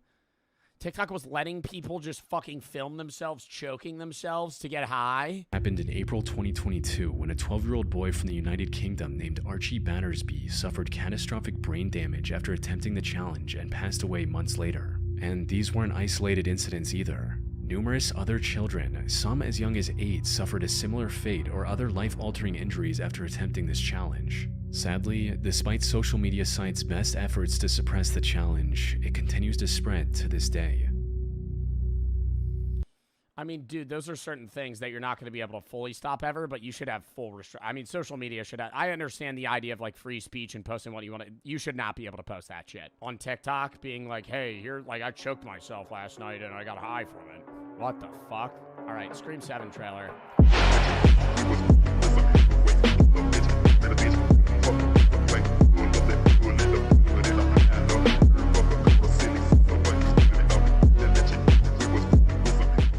The most dangerous storage unit finds. Welcome back to the Papa Meat channel. How you doing? How you doing? Coming and sitting down because today we're looking into the odd and disgusting world of storage units. Is stuff starting to pile up in your house? Are you running out of room? Are friends and family starting to make weird comments about your life choices? Fear not, friend. Just throw it all in the storage unit. That's why you knew, bro. Storage hunters. You remember those shows?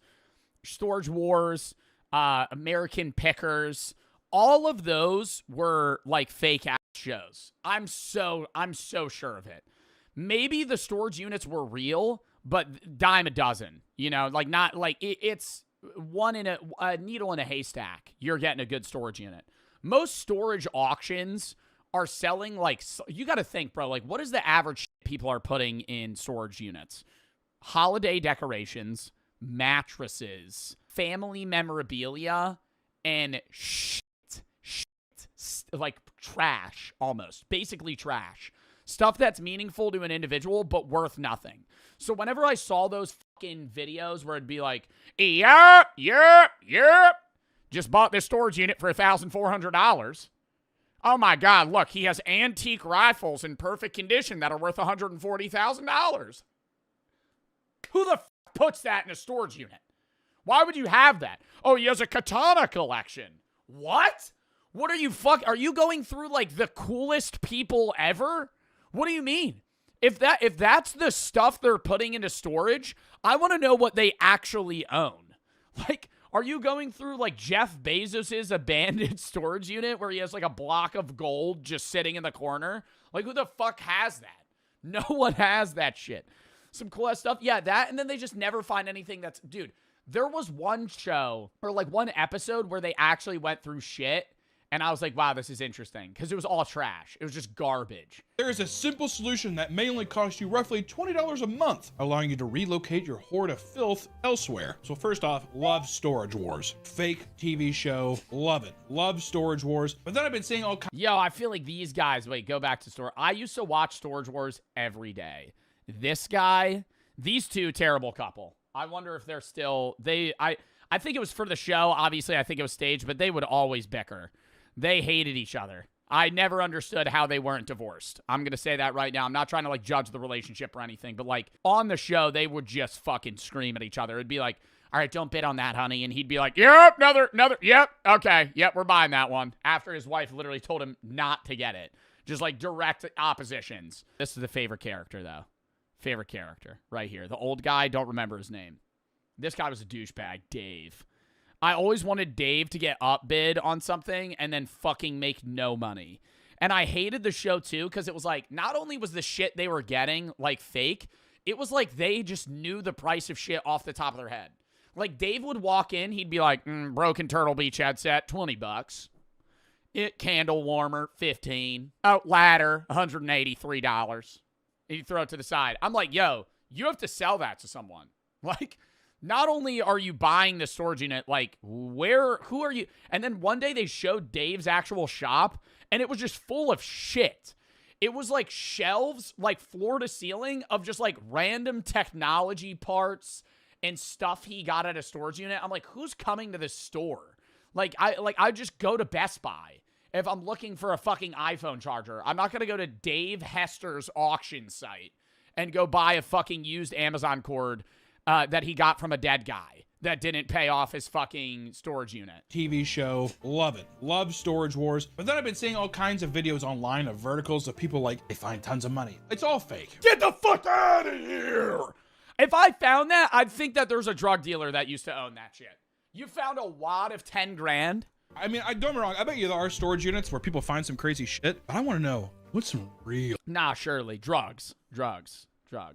That's what you're finding, bro. I could see a world where, like, a storage unit gets foreclosed on, you buy it, and there's just, like, 5 kilos of cocaine that you find. Like, or a grenade. Bomb.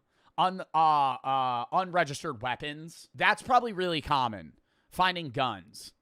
Like, weapons, knives, stuff like that. But not of value. It's just, like, okay, this is like doesn't even have like the serial numbers fucking scratched off. Crazy shit someone's found. I want some disgusting, depraved stuff, and that's what we're going to dive into today. All right, storage units are a great solution for those with too many possessions. The services range from small rooms to large garages, and these labyrinths are found worldwide and hold all sorts of strange items. However, these large steel buildings are not as safe as you may think. From burglaries to insane tenants and even murder, storage facilities are the Wild West of urban cities with chaos hiding behind. Yeah, dude, there actually probably are people that sleep in storage units. Behind every turn. So, grab your padlocks and steel boots as we get ready to lift the door on the strange ongoings of storage units. I lived in a storage unit for 2 months. What's the weirdest thing? Bodies. There was probably somebody that bought a storage unit and there was like a human head. Something like remains of an animal, dead stuff, rotting shit. Like, what else is like disturbing or dangerous? Bombs, acid, just fucking weird murder, sex dungeon shit. Yeah. If you've ever watched shows like Storage Wars, which was one of the most popular shows of the 2010s, it goes without saying that there are all sorts of crazy things to be discovered in storage units. Storage Wars followed a competitive group of... Yeah, and bro, they would always be in some fuck-ass town. They were never in, like, Miami, dude. They'd be in, like, rural Nebraska. Yeah, today we got a good find here. We got a few units we're going to be putting up for bid. A few units we're putting up for bid in Nebraska. What do they have? Buyers traveling from auction to auction, trying to see who could make the most money with the units they purchase, right? $500, sold to the guy for $500. Now I need to make $500 plus more money for profit. That's the show. That's every episode. And there's some bickering here and there. It's trash television. It's also all completely fake. It doesn't matter. Still, bro, really? Now that upsets me. I wanted at least part of it. I knew it was fake, but like you kind of want part of it to be real. It's like when you're a kid and you find out the WWE is staged. And you defend it for a while, you're like, no, it's not. No, it's not. No, it's not. Randy Orton actually fucks people up. And then you do know it's fake, but you kind of believe it. That's where I was with Storage Wars. Where it's like, yeah, no, I know it's fake, but it's like, dude, they're still throwing haymakers on each other. Like, they're getting hurt. They're getting hurt. Former Storage Wars star files lawsuit claiming show is fake. What lawsuit is he filing? Because he was a part of the show. Like, I don't understand. Over the years, some of the people on the show have found insane things like rare art collections and priceless vehicles. And although this might look impressive, they pale in comparison to some of the stuff we are going to see. Yeah, he would always find some crazy shit. He'd be like, this is worth a ton. Look at this. Pulls out a picture of a German Shepherd. Guess who painted this? His son's like, who? The Adolf Hitler. It's an original. Really? A random storage unit in fucking Tennessee had a painting from Adolf Hitler. And although this might look impressive, they pale in comparison to some of the stuff we are going to talk about today. Starting in 2018, a man who bought a unit for $500 and was so excited about what he found that he approached Storage Wars auctioneers Dan Dotson to spread the word. Inside the unit was a lock safe and took multiple attempts and 2 different locksmiths before the code was finally cracked. When they opened the safe, they were greeted with $7.5 million in cold, hard cash. I'd come. I'm not even joking. I would be leaking. I'd be oozing the honey. The maple is going down the tree. You know what I mean? It would be a beehive in my pants, is what I'm saying. Sticky. News of the discovery made it back to the original owners of the unit. Realizing their money had just been sold for less than 1% of its worth, they contacted the buyer with a lawyer offering $600,000 for the unit and the money. No. After intense back and forth, both parties settled on a reward of $1.2 million, and the owner received their money back in full. He still got $1 million out of it, but I would have been like, I'm not fucking giving you shit. That's also okay. Well, what dumbass would also not pay their storage? See, this is what I'm saying. You have $7.5 million of cash in a storage unit. You had to have robbed a bank. Like you robbed the New York City Central Bank and fucking stole $7 million in cash, because a regular bank has like 10 grand on hand at a time, maybe 50 tops. Like, what the fuck? Like, how are you not paying the $100 a month for the storage unit? You lie and say, I found $3 million in a deal. I'm not going to tell people about the other $4.5 million.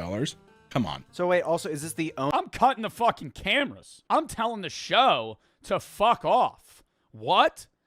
If I'm Dave from Storage Wars and I find $7.5 million in a safe, I'm giving the producers $3 million and I'm going, fuck off. Many believe that the cash was unmarked and was being held in a locker to avoid the law. Storage lockers are typically used for non-perishable items, and while some are climate controlled, it's never a good idea to store food inside. During a routine lock check, a manager began to smell a funky, sweet smell emanating from a nearby locker. When they opened the door, they found 4 large 55-gallon drums. They slowly opened the... I'm immediately assuming there's a dead body in there. 4 55-gallon drums.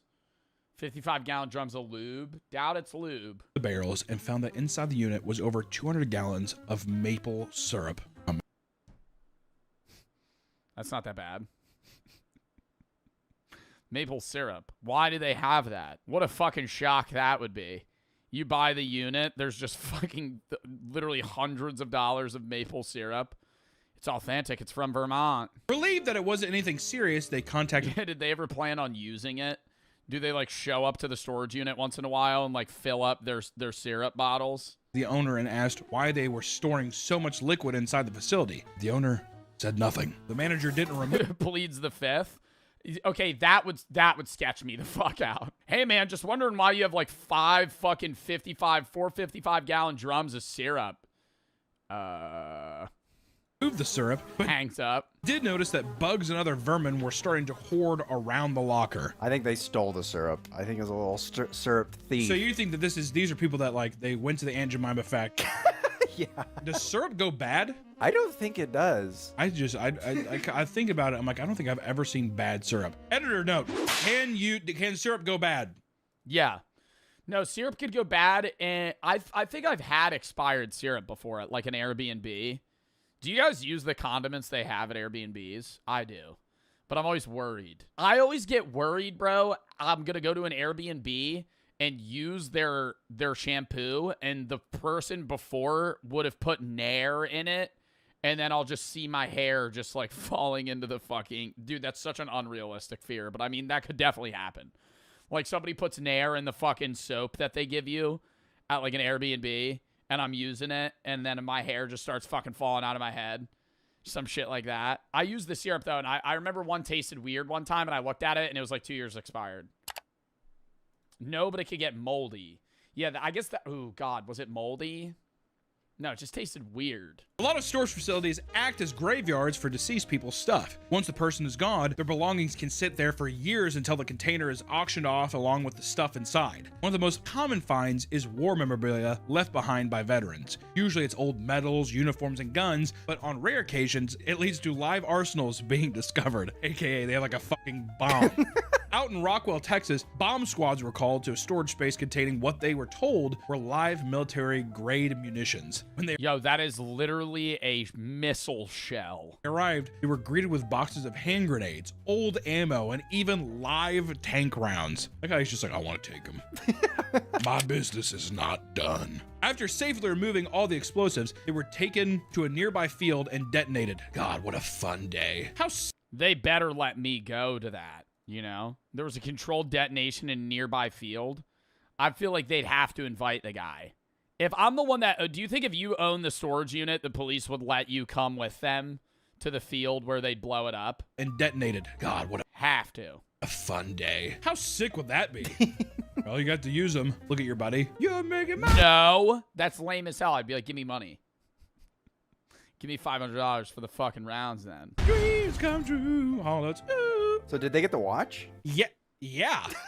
The people blowing them up? Or I meant the people who bought the storage unit. Oh, they better. I'd be like, yeah, this is fucking bullshit. You better let me blow. So I'd be like, you need to rent me. Yeah, I would want them to give me the little presser thing where I go, boom, and it blows up like dynamite. Tank so I can shoot this. I feel like you can rent tanks for not that much either. There's no... What? It's only $600. You get to drive a tank. Oh, you get to crush a car. You pay $3,000 almost. You get 5-ton transport, 2 passengers. You get to drive all 3 of these things. Crush a car, 5 machine guns. Barrett 50 cal. Shop and equipment tour. Might as well fucking write that off. That's stupid. Guns, like they're not, but you can drive them. That's a lot of places you can do. You can like run over cars with them and stuff. Oh, but in a location, you can't just take it to your house. No, it's a... Oh, okay. No.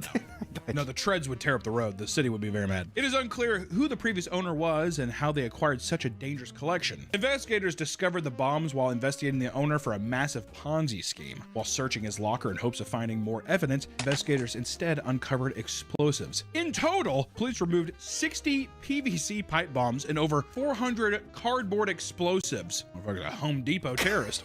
The owner, S. von Merchenthaler, was arrested and sentenced to 11 years in prison for illegal possession of explosive and weapons. That guy was starting a revolution. That guy was getting ready. I'm like, some bank just got spared because that motherfucker was going in. If you go digging through people's stuff, you were bound to find creepy items that they didn't want you to see in the light of day. In Florida, a former medical examiner's dirty secrets were aired out when he defaulted on his storage payments. Dr. Michael Birkland, a medical examiner based out of Pensacola from 1997 to 2003, was fired for not creating proper autopsy reports. Uh-oh. Yeah, this does not sound good. So he was stealing body parts or something? Oh my god. He was a guy that did autopsies, was taking like fingers and genitals and shit from people, storing them in a fucking locker.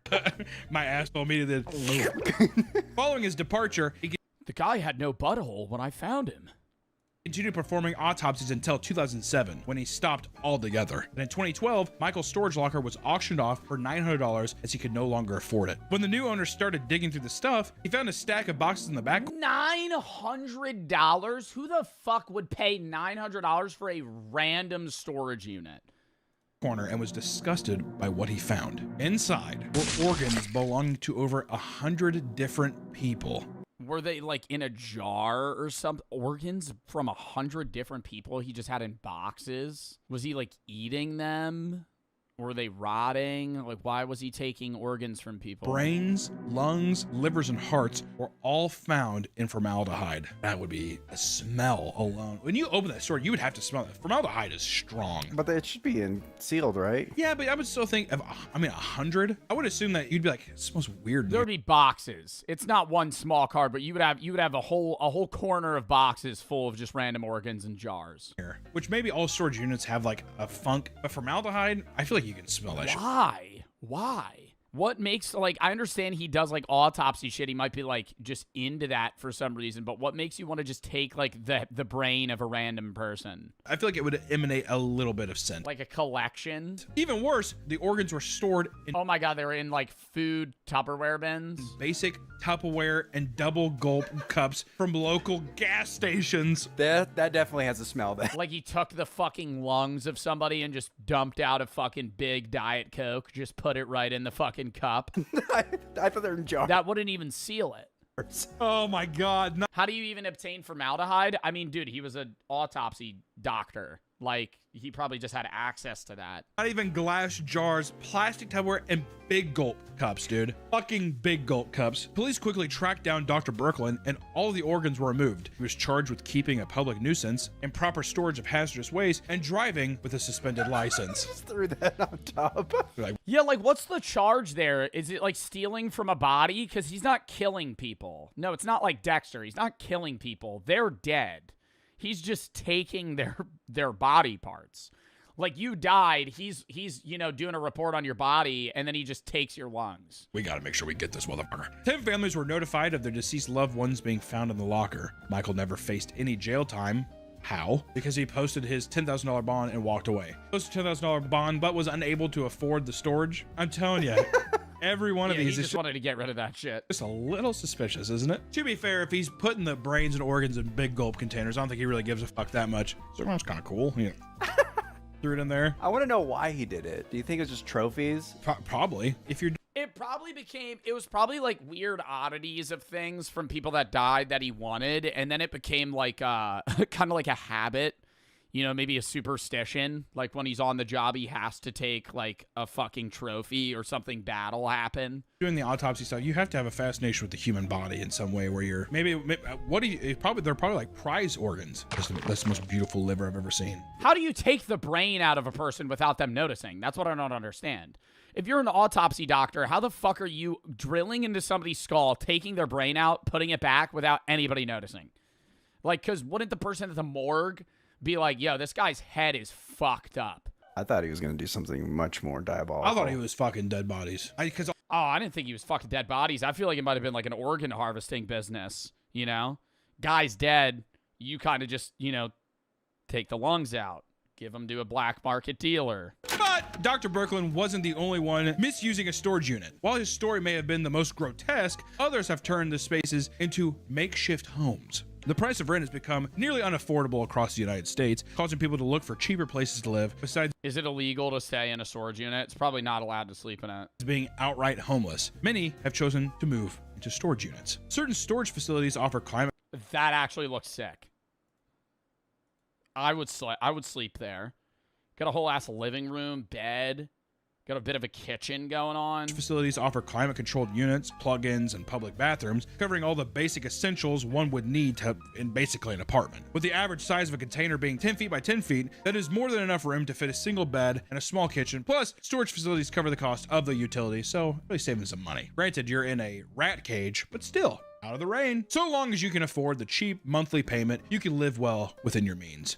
Yeah, oh, you got to keep quiet during business hours? What, because you're just... What would they do, though? Just kick you out? Well, within your means. And one woman chose to move into a storage locker after her rent was raised from $850 to $1,300 because the building had to be rebuilt after a tornado leveled it. Which I want to say, that's unfair. That's a huge jump, too. My God. $800 to $1,300? Holy fuck. That was just an excuse to raise rent. Yeah, exactly. Well, we had to do a new one. I have to do it. It's like, fuck you, dude. Yeah, right. In 2021, Mayfield, Kentucky was hit by a massive tornado that left most of the town in ruin. Angie paid her rent by driving for Uber Eats, Grubhub, and Lyft, and was barely making her rent. But after the tornado destroyed her building, it was sold to new owners who raised the rent to $1,300 a month to help pay for the renovations. Tired of living in a one-bedroom apartment with a collapsed roof, she decided enough was enough and packed up all of her things and lived in her car. Since her car was crammed with stuff, she couldn't do ride sharing anymore, so she decided to rent a storage unit. At the time, she also began dumpster diving for Nike. I don't know. I get the liability aspect of you're like, okay, you can't stay in this fucking storage unit, but how do you prove that somebody's living in there?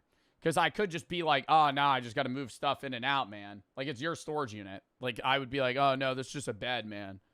I'm not sleeping here. This is just like a little hangout spot for when I'm, like, moving my stuff around. Yeah, catch them sleeping. It would be at night. If they're, like, there at night and they're not moving stuff in and out. I feel like you can't really hide the fact that you're living in a storage unit. If your car's always parked in the lot outside of it and you're just always there, like, people would be like, dude, you're sleeping here. The dumpster diving thing, good way to make quick cash, especially if they're nice shoes. Why the fuck not? So she upgraded to a larger unit to store her inventory after discovering it had a power outlet. She brought in items like a fan and lamps and eventually decided to stop sleeping in her car and live in her locker full time. Angie was able to live in the facility for quite a while, living off her Uber and Grubhub money. Yeah, I get her being able to live in here for a while, but like, why is everything just fucking jumbled around, bro? Like, there's literally no organization. This feels like a trash storage unit. Like, there's just a microwave on the ground.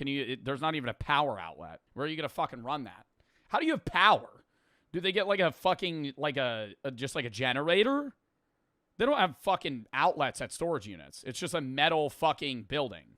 Stop sleeping in her car. It's uncommon, and some people believe it could be the work of a serial Coachella shitter. The online Coachella groups have all sorts of angry rants from the attendees who are fed up with the surprise logs. Like a woman. Okay, it's fucked up, but also kind of funny to imagine somebody like taking a shit onto a paper towel and then just like throwing their logs in just random people's tents. Who crashed out after finding It was on the floor. There's just a fat turd. out that there was a full-size shit in the woman. Who the fuck keeps defecating in the women's showers?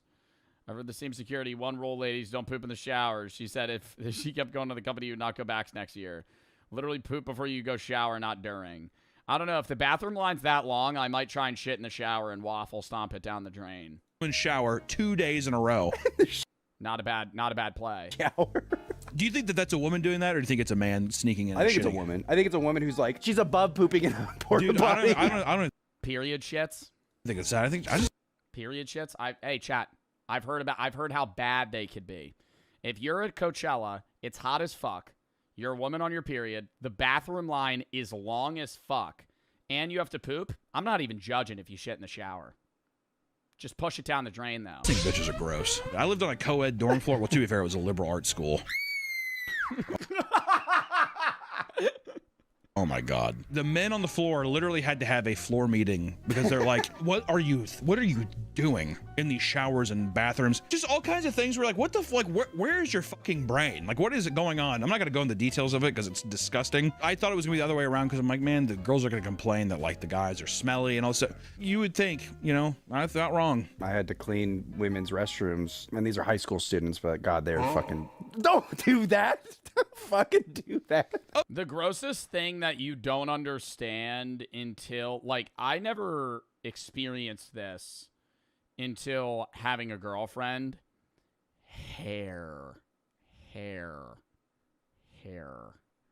everywhere. Oh my God. Shower drain hair. Yo. Because my hair's so short, it goes down the drain. Women's hair, like women with long hair, even guys with long hair, but like women generally have longer hair than men. Oh my God. Disgusting.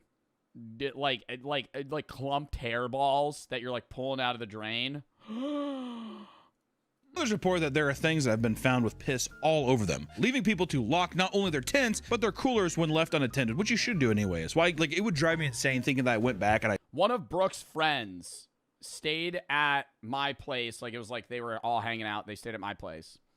And she made a joke. She was like, by the way, I shed. I was like, okay.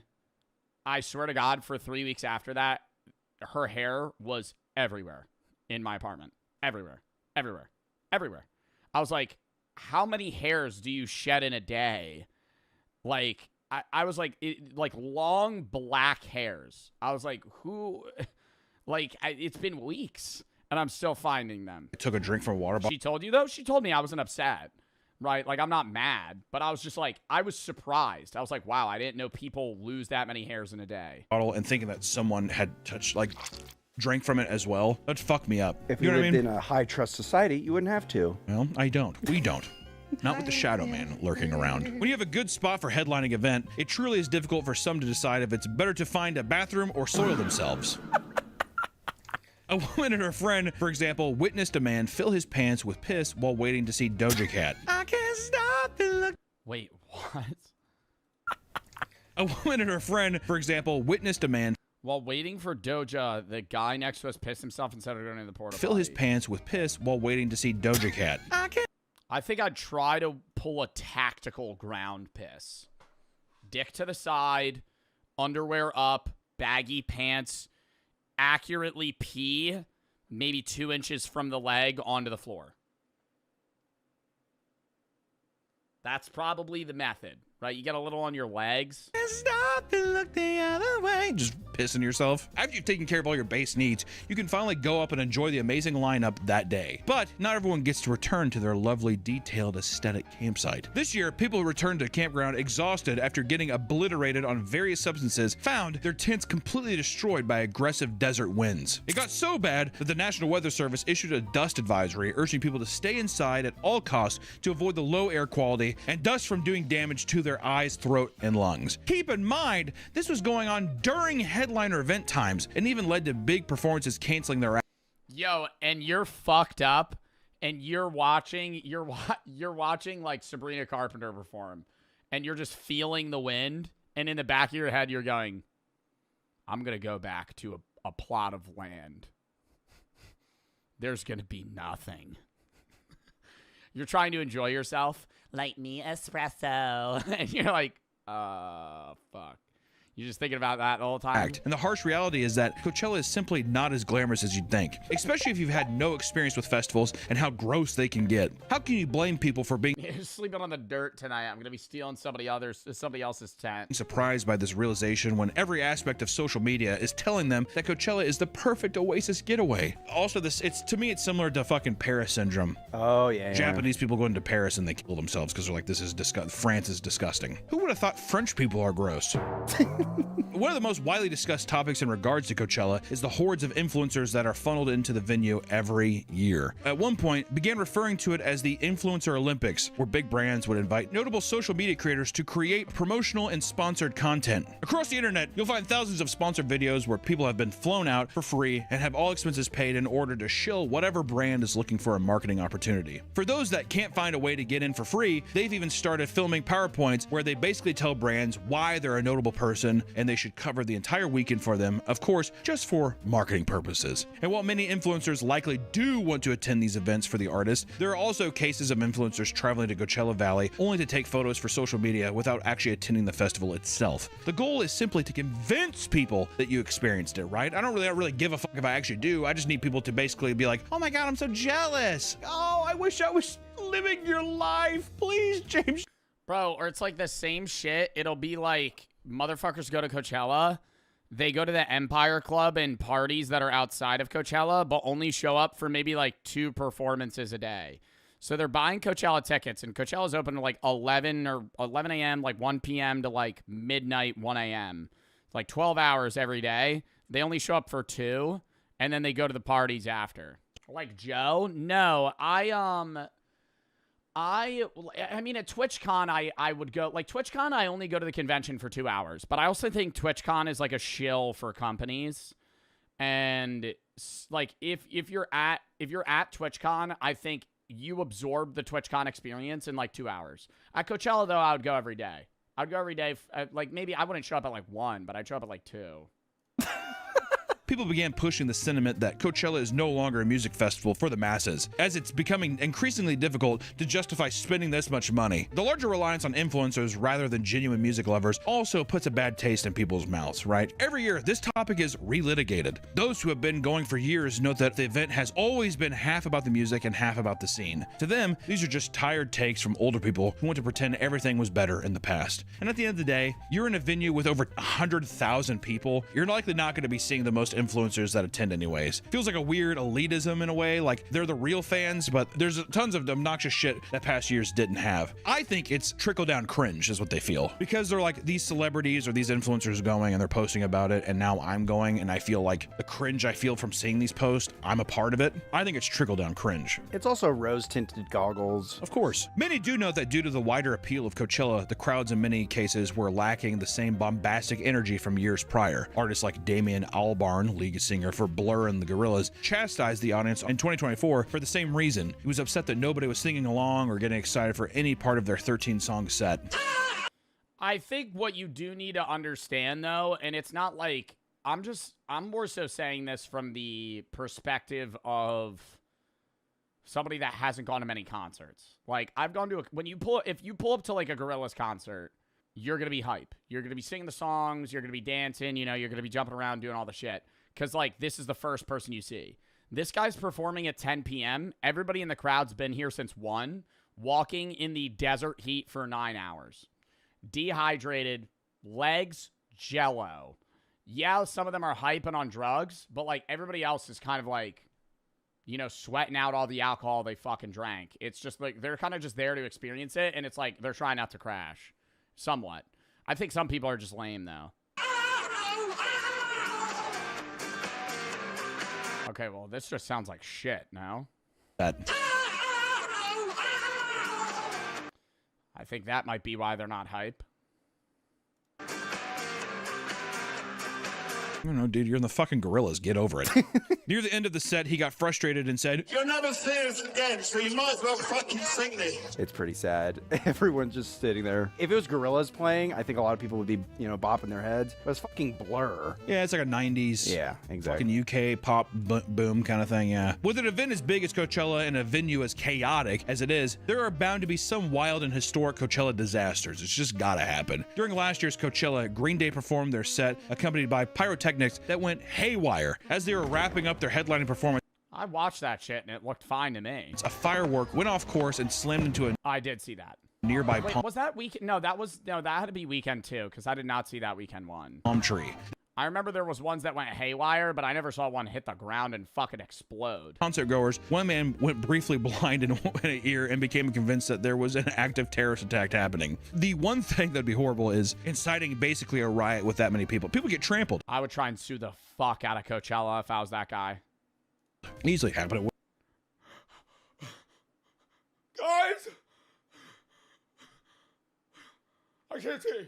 Woodstock 99, you gotta fucking watch out, man. Which, luckily the fire was contained and Green Day went back to, doing what Green Day does. And one of the most notorious incidents to ever take place at Coachella was cemented in a viral video from 2009. In it, a 23-year-old man named Jonathan Frederick Felch was filmed being hassled by police officers after drunkenly ripping off all of his clothes, which seemed to resemble wizard robes. Police claimed he was acting erratic, and the man repeatedly denied the request to put his clothes back on. The surrounding crowd cheered on the naked man, with some passing weird as fuck. Why is this guy photographing him? Attendees handing him water. An officer hands him his clothes, urging him to put them back on, and he took them and threw them away. Eventually, the naked man is wrestled to the ground, where he is able to slip away and make a run for it. And at that point, he is tasered and drops back down.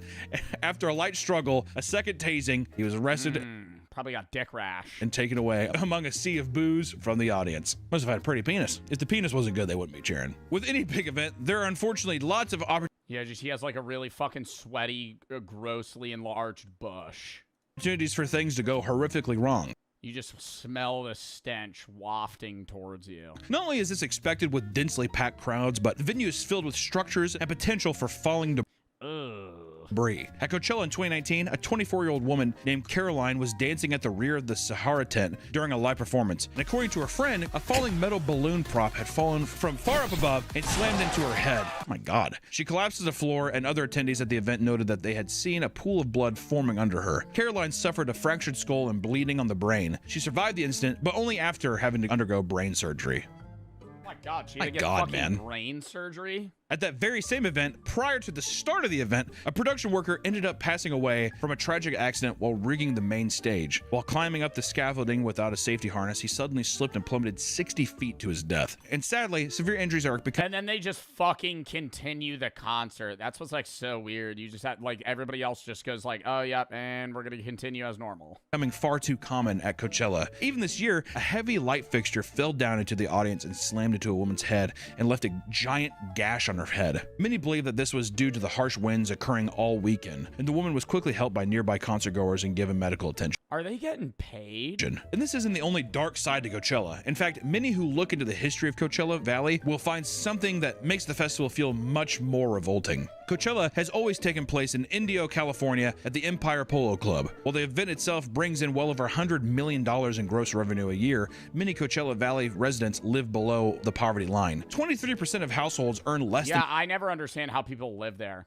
Genuinely. Like, I don't understand how you afford to be, like just a regular working class American in fucking Indio, California. $20,000 per year, and food insecurity has seen a rise over the years as well. The following weeks after Coachella ends, a sea of trash and discarded appliances cover the venue. Local farmers, charities, and community members then get to work restoring the land to what it once was. Most of them belong to the Purepecha, an indigenous group in Mexico, who sometimes make as little as $11 an hour. And often this is the work that gets done after an already grueling 8-hour day of physical labor. Workers describe the area as a garbage dump and how filthy is left by attendees. But it's work work that required for some of them to make ends meet. And this isn't to say that every person who attends this event should feel at fault for this. And in fact, many probably aren't even aware of what goes on outside of the festival, but there's something strange and dystopian about such an extravagant and over-the-top event taking place right across from people struggling to make ends meet and become exploited for their labor. It's like I said, it's that dystopian, almost sci-fi-esque kind of like the fucking beginning of like Alien Romulus or like literally District 9. It's just, it's crazy. They have to clean it up pretty quickly because right after Coachella is the biggest country event, Stagecoach. Yeah, they just hold like event after event on this. Same spot. Back to back. Yay.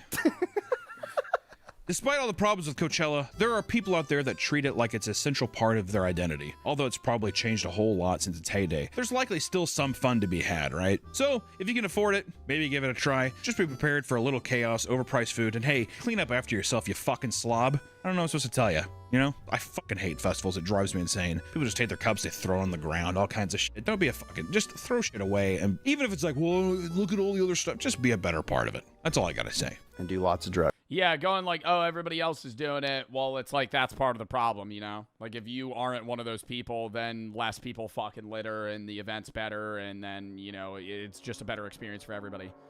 That was a fucking good video, though. WVid. All right.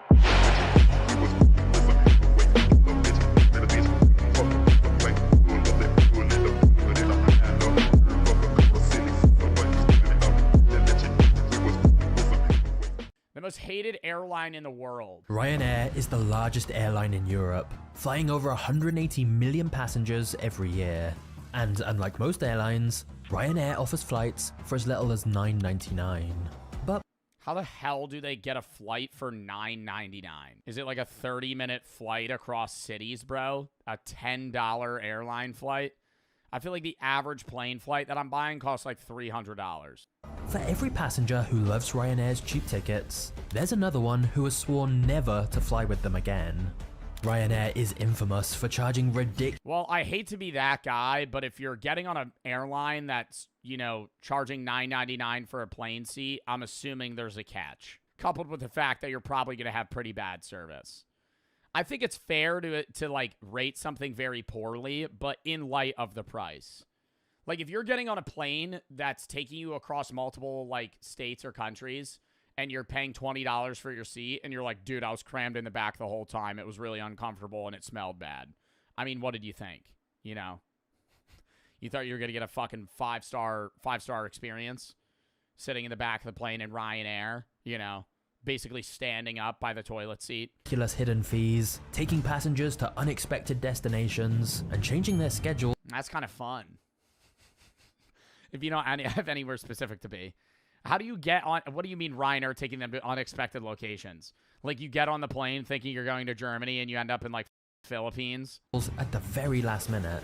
And if you head to their social media accounts, you'll find that instead of helping out, Ryanair often just trolls their passengers, quite literally making memes out of their complaints. There are countless horror stories about flying Ryanair. I mean, but I kind of think that's respectable. You're paying for a low-class experience. You're paying to get there, right? I think that's the only thing that needs... If you're paying $15 for a fucking flight, the only thing that should be getting voted on is, did I die and did I make it there? Like, it's different if I'm, like, paying $450 to fly on a fucking American Airlines flight, and then it's a really shitty experience. Like, I could be mad and be like, wow, Ryanair really sucked. But I'd be like, yeah, I paid $30 for my plane seat. But here's where things get weird. Behind the scenes, everything Ryanair does is actually genius. Even with such low prices, they have one of the highest profit margins in the entire airline industry. How? They run the plane on fast food oil. Ryanair's journey from a single plane to Europe's largest airline is fascinating. So how does it make money if their fucking plane seats are $10.99 or $9.99? So strap yourself in, because the story of Ryanair is gonna be a wild ride. Let me explain something to you. I set the rules and you follow them blindly.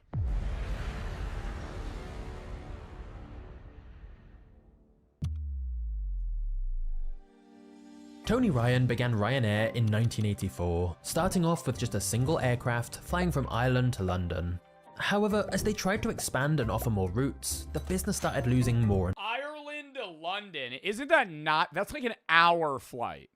Is that long of a plane ride? Ireland to London? I feel like that's very short. That's like puddle jumper plane. More money. So Tony asked his personal assistant, Michael O'Leary, to take a look at the business. And what he found was a mess of unmerciful proportions. Michael's first assessment was that Ryanair should simply shut down, because it was losing millions every year. But Tony said that wasn't... How the hell is a small plane company that's only flying one place to one place losing millions of dollars? I never understand that. I know there's businesses, and there's like benefits for businesses being in the red at times, especially if you have multiple businesses, because you're able to write off stuff and you could be in the red for multiple years before it's a big issue with a like IRS or the government, like because you're able to like offset those costs. But if you're like an airline company or a company in general, and they're like, yeah, we actually lost $85 million this year, and you're a full functioning business on the stock market, and you're like, I understand there's a lot of steps they have to take for like future projections, and so they spend more money than they make, but I'm like, 85 million in the red, 85 million in the red, and we're still up and running. Like, what the fuck? They said they were expanding. That might be why. An option. So Michael's next assessment was that Ryanair needed to completely restructure itself and cut down their costs by whatever means necessary. Tony trusted Michael, so he asked him to help make Ryanair profitable. They agreed a deal where instead of a salary, Michael would get 25% of any profits Ryanair made over $2 million. And what a terrible fucking deal. Not for this guy, for the fucking Tony, dude. You're gonna be like, well, I mean, he did have a failing business, so he had nothing else really to fucking give him. Yeah, I'm gonna give you 25% of my business effectively if you just fucking bring us out of the red. Michael would lead the airline as chief executive. Given that Ryanair was losing millions a year, Tony doubted whether Michael would make any money at all from this deal. However, Michael realized that trying to offer a better service than the more established airlines was not the right option. And so the first thing Michael did was head over to America to check out Southwest Airlines, a company that was charging as little as $10 for some of their flights. Oh my God, no, you know the worst airline I've ever been on? Frontier. It's not Spirit, it's Frontier. Spirit and Frontier are like twins when it comes to that. They're both dog shit. They have the cheapest flights, but they fly like 4 places, and their seating's terrible. You also got to think, bro, bright yellow plane. Ugh. Yeah, what a fucking great business idea. Spirit Airlines. Spirit Airlines. We're going to have a fucking plane. Hey, why don't we paint it the fucking color of a school bus? Study their process and figure out how they were offering fares so cheaply. And he was hugely impressed with what he saw. Michael compared Southwest I feel like it's just add-ons now. You buy a $10 ticket, but then you have to pay to reserve a seat for like $40. Then you pay for a bag for $50, and then you have to pay for food and drinks. Like they kind of just, you know, nickel and dime you the whole way. Every process, from checking the plane before a flight, to boarding the passengers, to the in-flight services, was optimized to increase efficiency and decrease operating costs. When he returned from the US, Michael was inspired and vowed he was going to turn Ryanair into an ultra low-cost airline that offered customers rock-bottom prices. However, many questioned, with rock-bottom prices, how was Ryanair ever going to turn a profit? Well, Michael had a plan for that. And the best way to see it in action is for us to take a flight with Ryanair. Don't they jam the seats together? Bro, that's how you know. Have you ever been on an airline flight and you look to your left and it's like the window doesn't line up with the seat? That's how you know they're fucking like messing with the insides of those planes to fit more space. Where it's like you're not looking out a window, it's like half on the side, so you kind of see the window behind you and the window in front of you.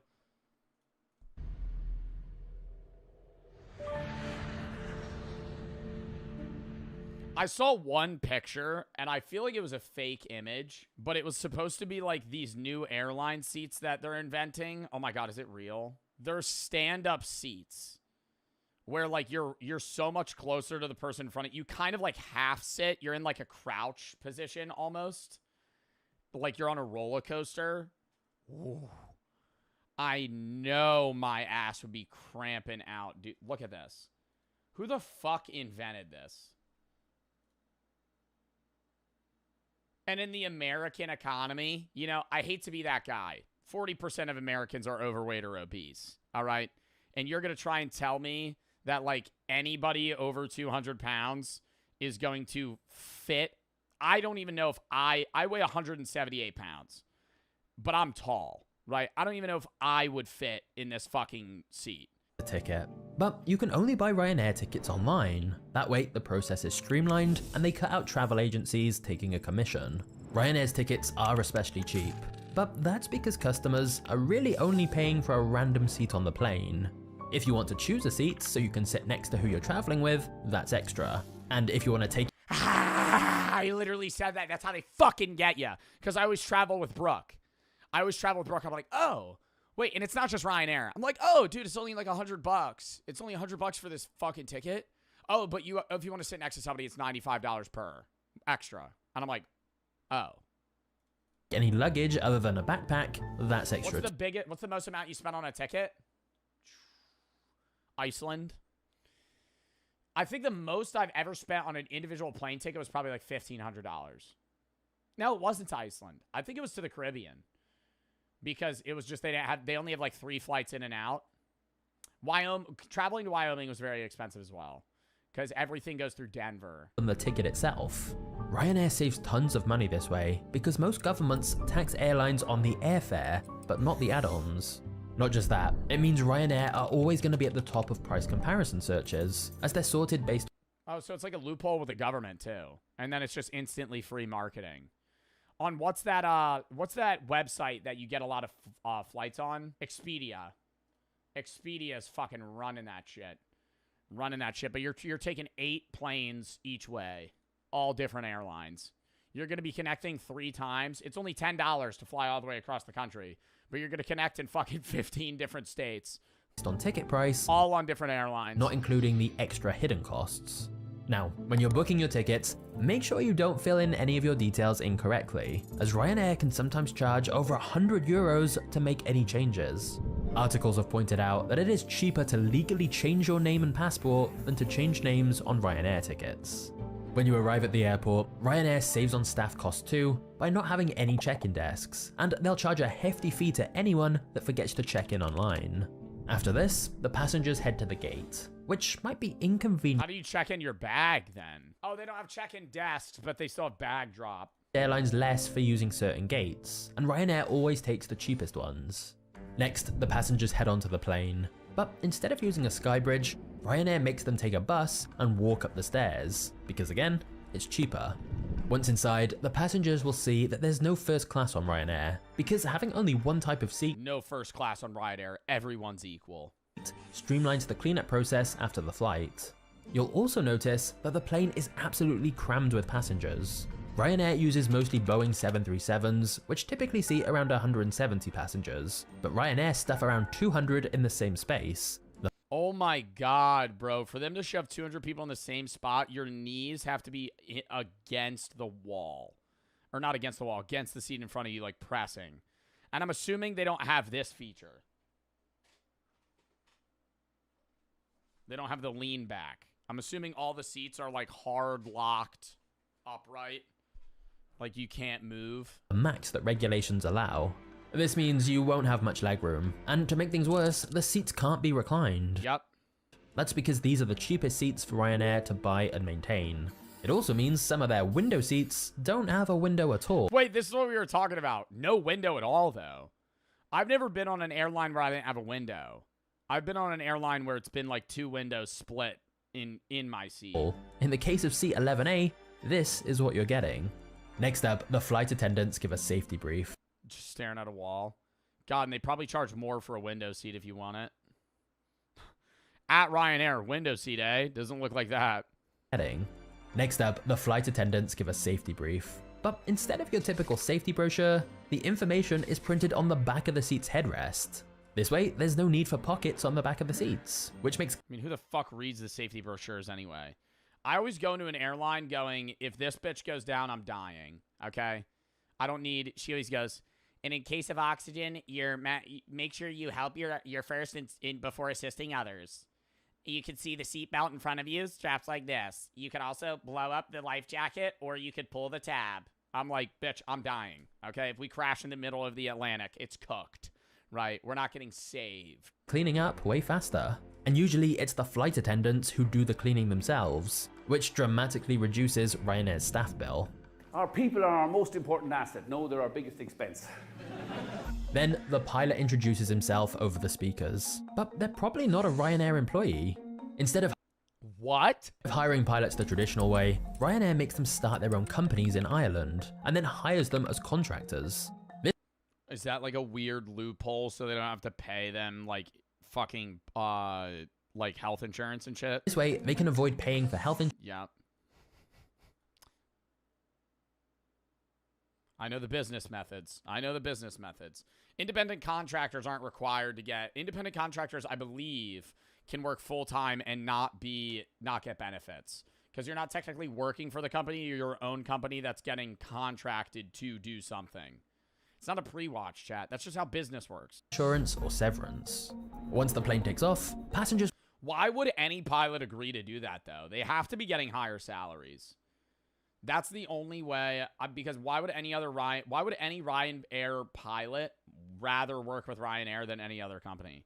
For them to openly open an LLC in another country, or if they're a part of Ireland or the UK in general, and then get fucking subcontracted to work on the airline rather than get benefits. You'll notice that there's no in-flight internet or screens to watch movies. Quick flight hours? Oh, so do you think that these are less experienced pilots too?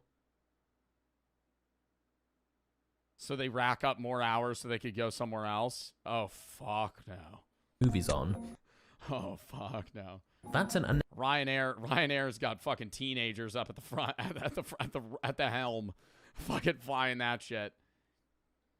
We're coming in heavy. We're coming in hot. Let me know when I can land. Dude, are you a junior in high school or you're landing the plane right now? What the fuck? Necessary cost. And if you want any food mid-flight, or even just a glass of water, you're gonna have to pay. Nothing on the plane is free.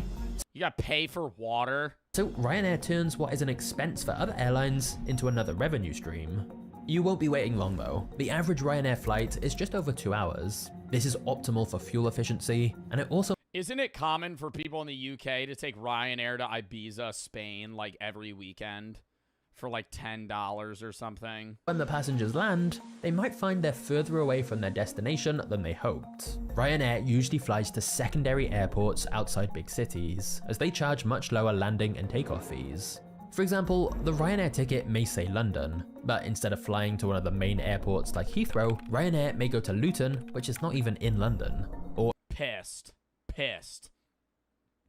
You take Ryanair, oh shit, now I gotta take a 2-hour Uber. In Barcelona, Ryanair uses an airport that's around 50 miles away from the city. That is so bad. That is so bad. Wouldn't you be spending more money then trying to get to where you need to go? You're like, yeah, we're going on vacation in Barcelona. But then you end up fucking halfway across fucking Spain. And requires an hour-and-a-half bus ride. Oh my god. It's less convenient for customers. That's not worth it. That's not worth it. Customers, but Ryanair gets much bigger discounts from the airports. And many of these smaller airports become dependent on Ryanair for business, and so they give them incredible prices. Or another way Ryanair gets discounts from airports is they'll just fly at the least popular times. Finally, once the passengers have left, Ryanair begins unloading the plane, cleaning it, refueling it, and rotating the crew. I'm going on vacation at Ibiza. They drop you off at mainland Spain. Streamlined all these systems, so their planes are typically on the ground for just 30 minutes between flights. And so that's a typical Ryanair flight. And it's clear their operations are incredibly efficient to cut costs in... We say it like Ibiza? Well, yeah, isn't that just Spain in general? Spanish in Spain, Barcelona. C's are S's. Or not S's, TH's. Like Z's and C's. Every way possible. Ibiza. However, this sometimes means doing things that may seem counterintuitive. For example, you may think another way for Ryanair to lower their costs would be to buy older planes for lower prices. But in reality, they do the exact opposite. Ryanair always buys the newest planes available, because long term, they waste the least amount of fuel, which is one of the largest expenses for an airline. Ooh, so they do have the best planes though. In fact, Ryanair is notorious for making... I'm Googling Ryanair pilot salary. £55,000 to £120,000 120,000 or more for a captain. Dude, I feel like 55,000 pounds is pretty low for like a seasoned pilot now. How much do American airline pilots make? Starting salaries is 100K, but they can become senior captains, earn over 450,000 a year. Yeah, so it's definitely less experienced pilots, or at least working for less, even though pounds are worth more than dollars. Massive orders of only Boeing 737s. By buying a single model in pounds, that's a lot. In dollars, bro, it's like 1.2. It's not that much more. bulk, they can negotiate a lower average price per plane, and then streamline their whole operation further. Because by only using one kind of plane, it means they only have to buy one kind of seat and one kind of fuel. They only have to train one kind of crew on one kind of process. These ultra-efficient strategies are why Ryanair can charge less than 30 euros for their average flight, and still clear an outrageous profit margin of around 35% sometimes, whilst most European airlines are lucky to reach 6%, and the global average was barely 2.7%. Wait, what? So Ryanair's fucking got the method down with the cheapest method possible. They make the most. Well, they might not make the most, but they profit margin the most. Was barely 2.7%. Everybody looks at Ryanair and they're all looking at it. There's one secret. There's, they bought planes cheaply, or they just treat people badly, or they do. Every single line of our operation is smarter, lower cost, or more efficient than almost every other line. Some other airlines have now copied some of these strategies after seeing how well they worked, but very few airlines take things as far as Ryanair. However, whilst these ruthless cost-cutting strategies might be brilliant in a business sense, they have made Ryanair one of the most hated airlines in the world. But that doesn't matter. It literally does not matter.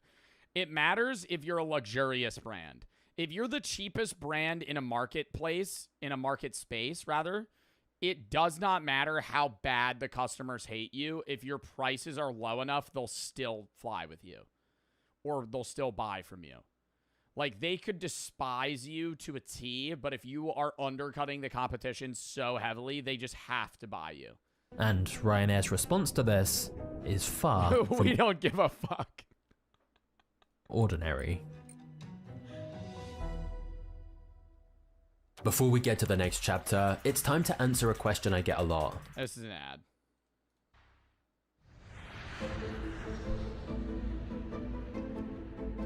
Michael O'Leary, Ryanair's CEO, has often made the news for some of his wild ideas about how Ryanair could cut costs even further. He said he wanted to charge passengers to use the bathroom, remove toilet. Is that a joke?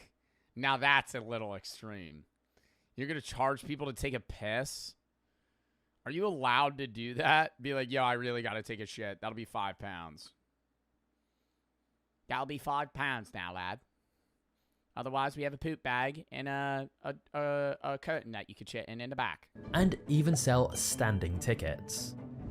Wow, what a fucking... Dude, you walk on a Ryanair, it's a C8B, but it's just like a subway handle. The whole airline, the whole flight, you're just... Introduce a fat tax and... A fat tax? I know there's airlines that are starting to charge customers that don't fit in one seat, two seats for a ticket, which I understand is upsetting, but I will actually have the take that I think that makes sense. Like, if you can't fit in the seat, they have to charge you for two, right? There's airlines that have like plus size seats, which also makes sense. Right, like where you're just like, okay, we're going to also, segment specific seats out for people that need them. But if they don't, it's like, I think it's rude for the individual. I understand it might be out of your control in certain regards, but like from my personal standpoint, I would be really mad if I sat in a middle seat and the person next to me was sitting in half of my seat because they didn't fit in their seat. Tickets. He pointed out these measures would allow Ryanair to offer cheaper flights, which is ultimately what consumers. That's the only one. That's the only one that really makes sense. Like, standing tickets is crazy. Charging people to use the bathroom is nuts. Or no bathroom. I just think I don't think it's like a fat tax is weird. Saying like, we're just going to give you the same seat, but because you weigh a lot, we're going to fucking charge you more. I think it's like, okay, we're going to charge you more, but we're going to give you two seats. Once.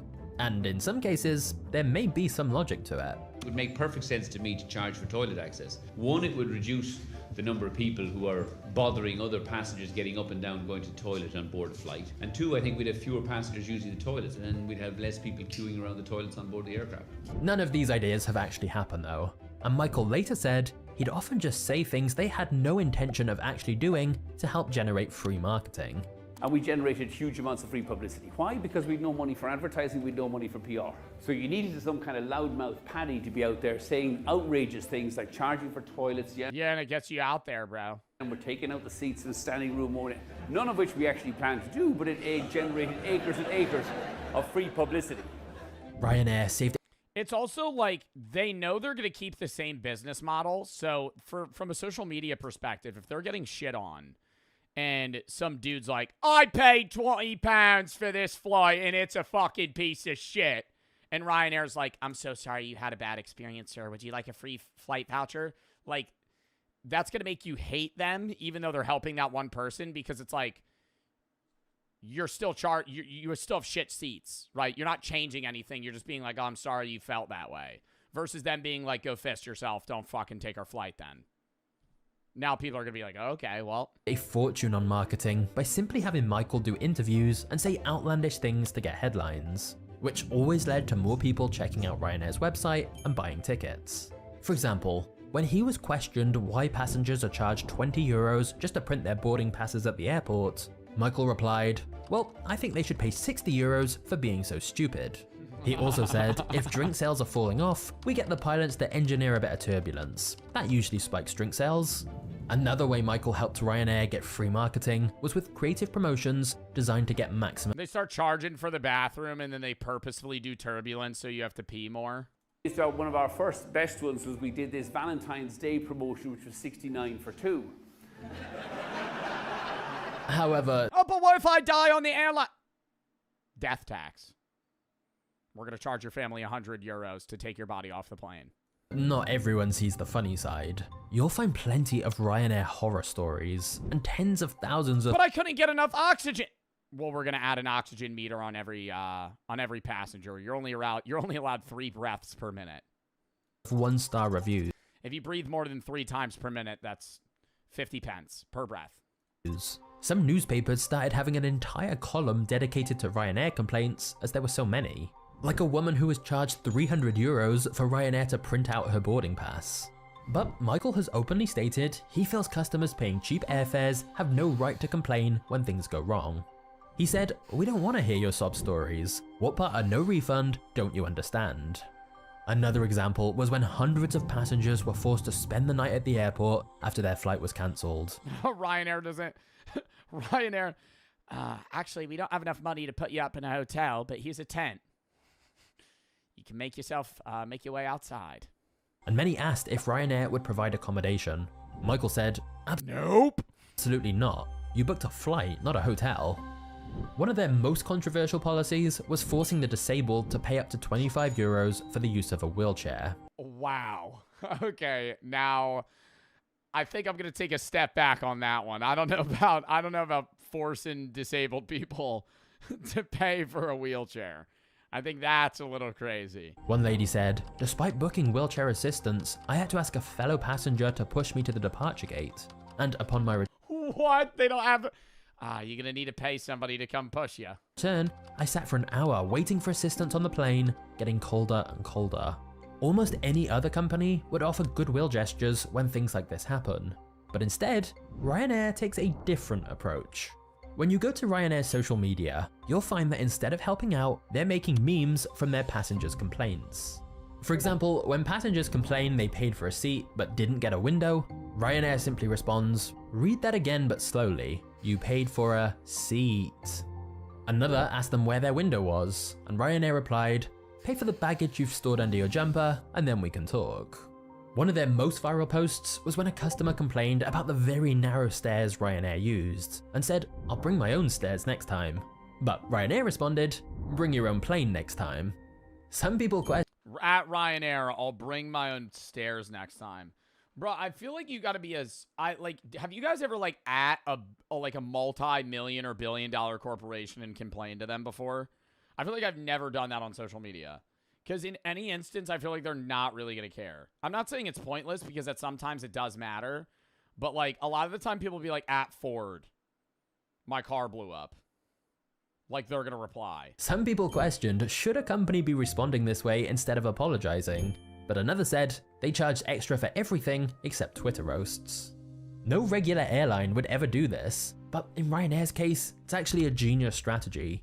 Ryanair has millions of followers, and their troll posts regularly go viral, which directly leads to more ticket sales. They've embraced their reputation of being stingy. And then I also think it helps people laugh at how bad the flights are.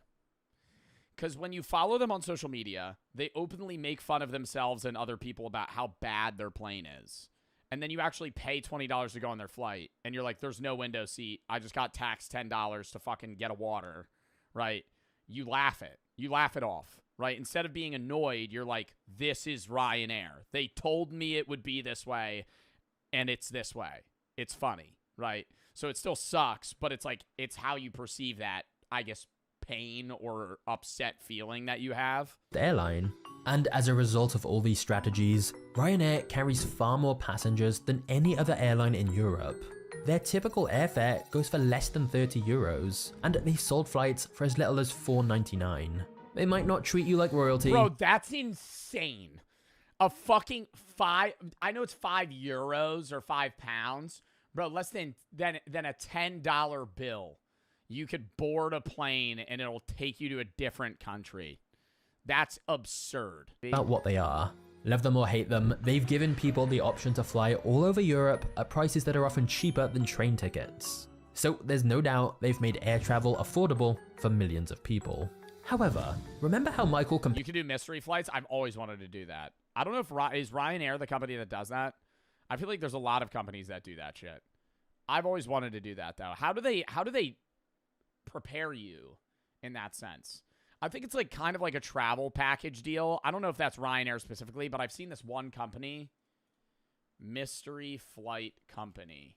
What is the name of that company? It is Wizz Air. It's Pink Plane. I knew it was Pink Plane. All right. Yeah, like Wizz Air, they bring, it's like, why is this a really low quality image?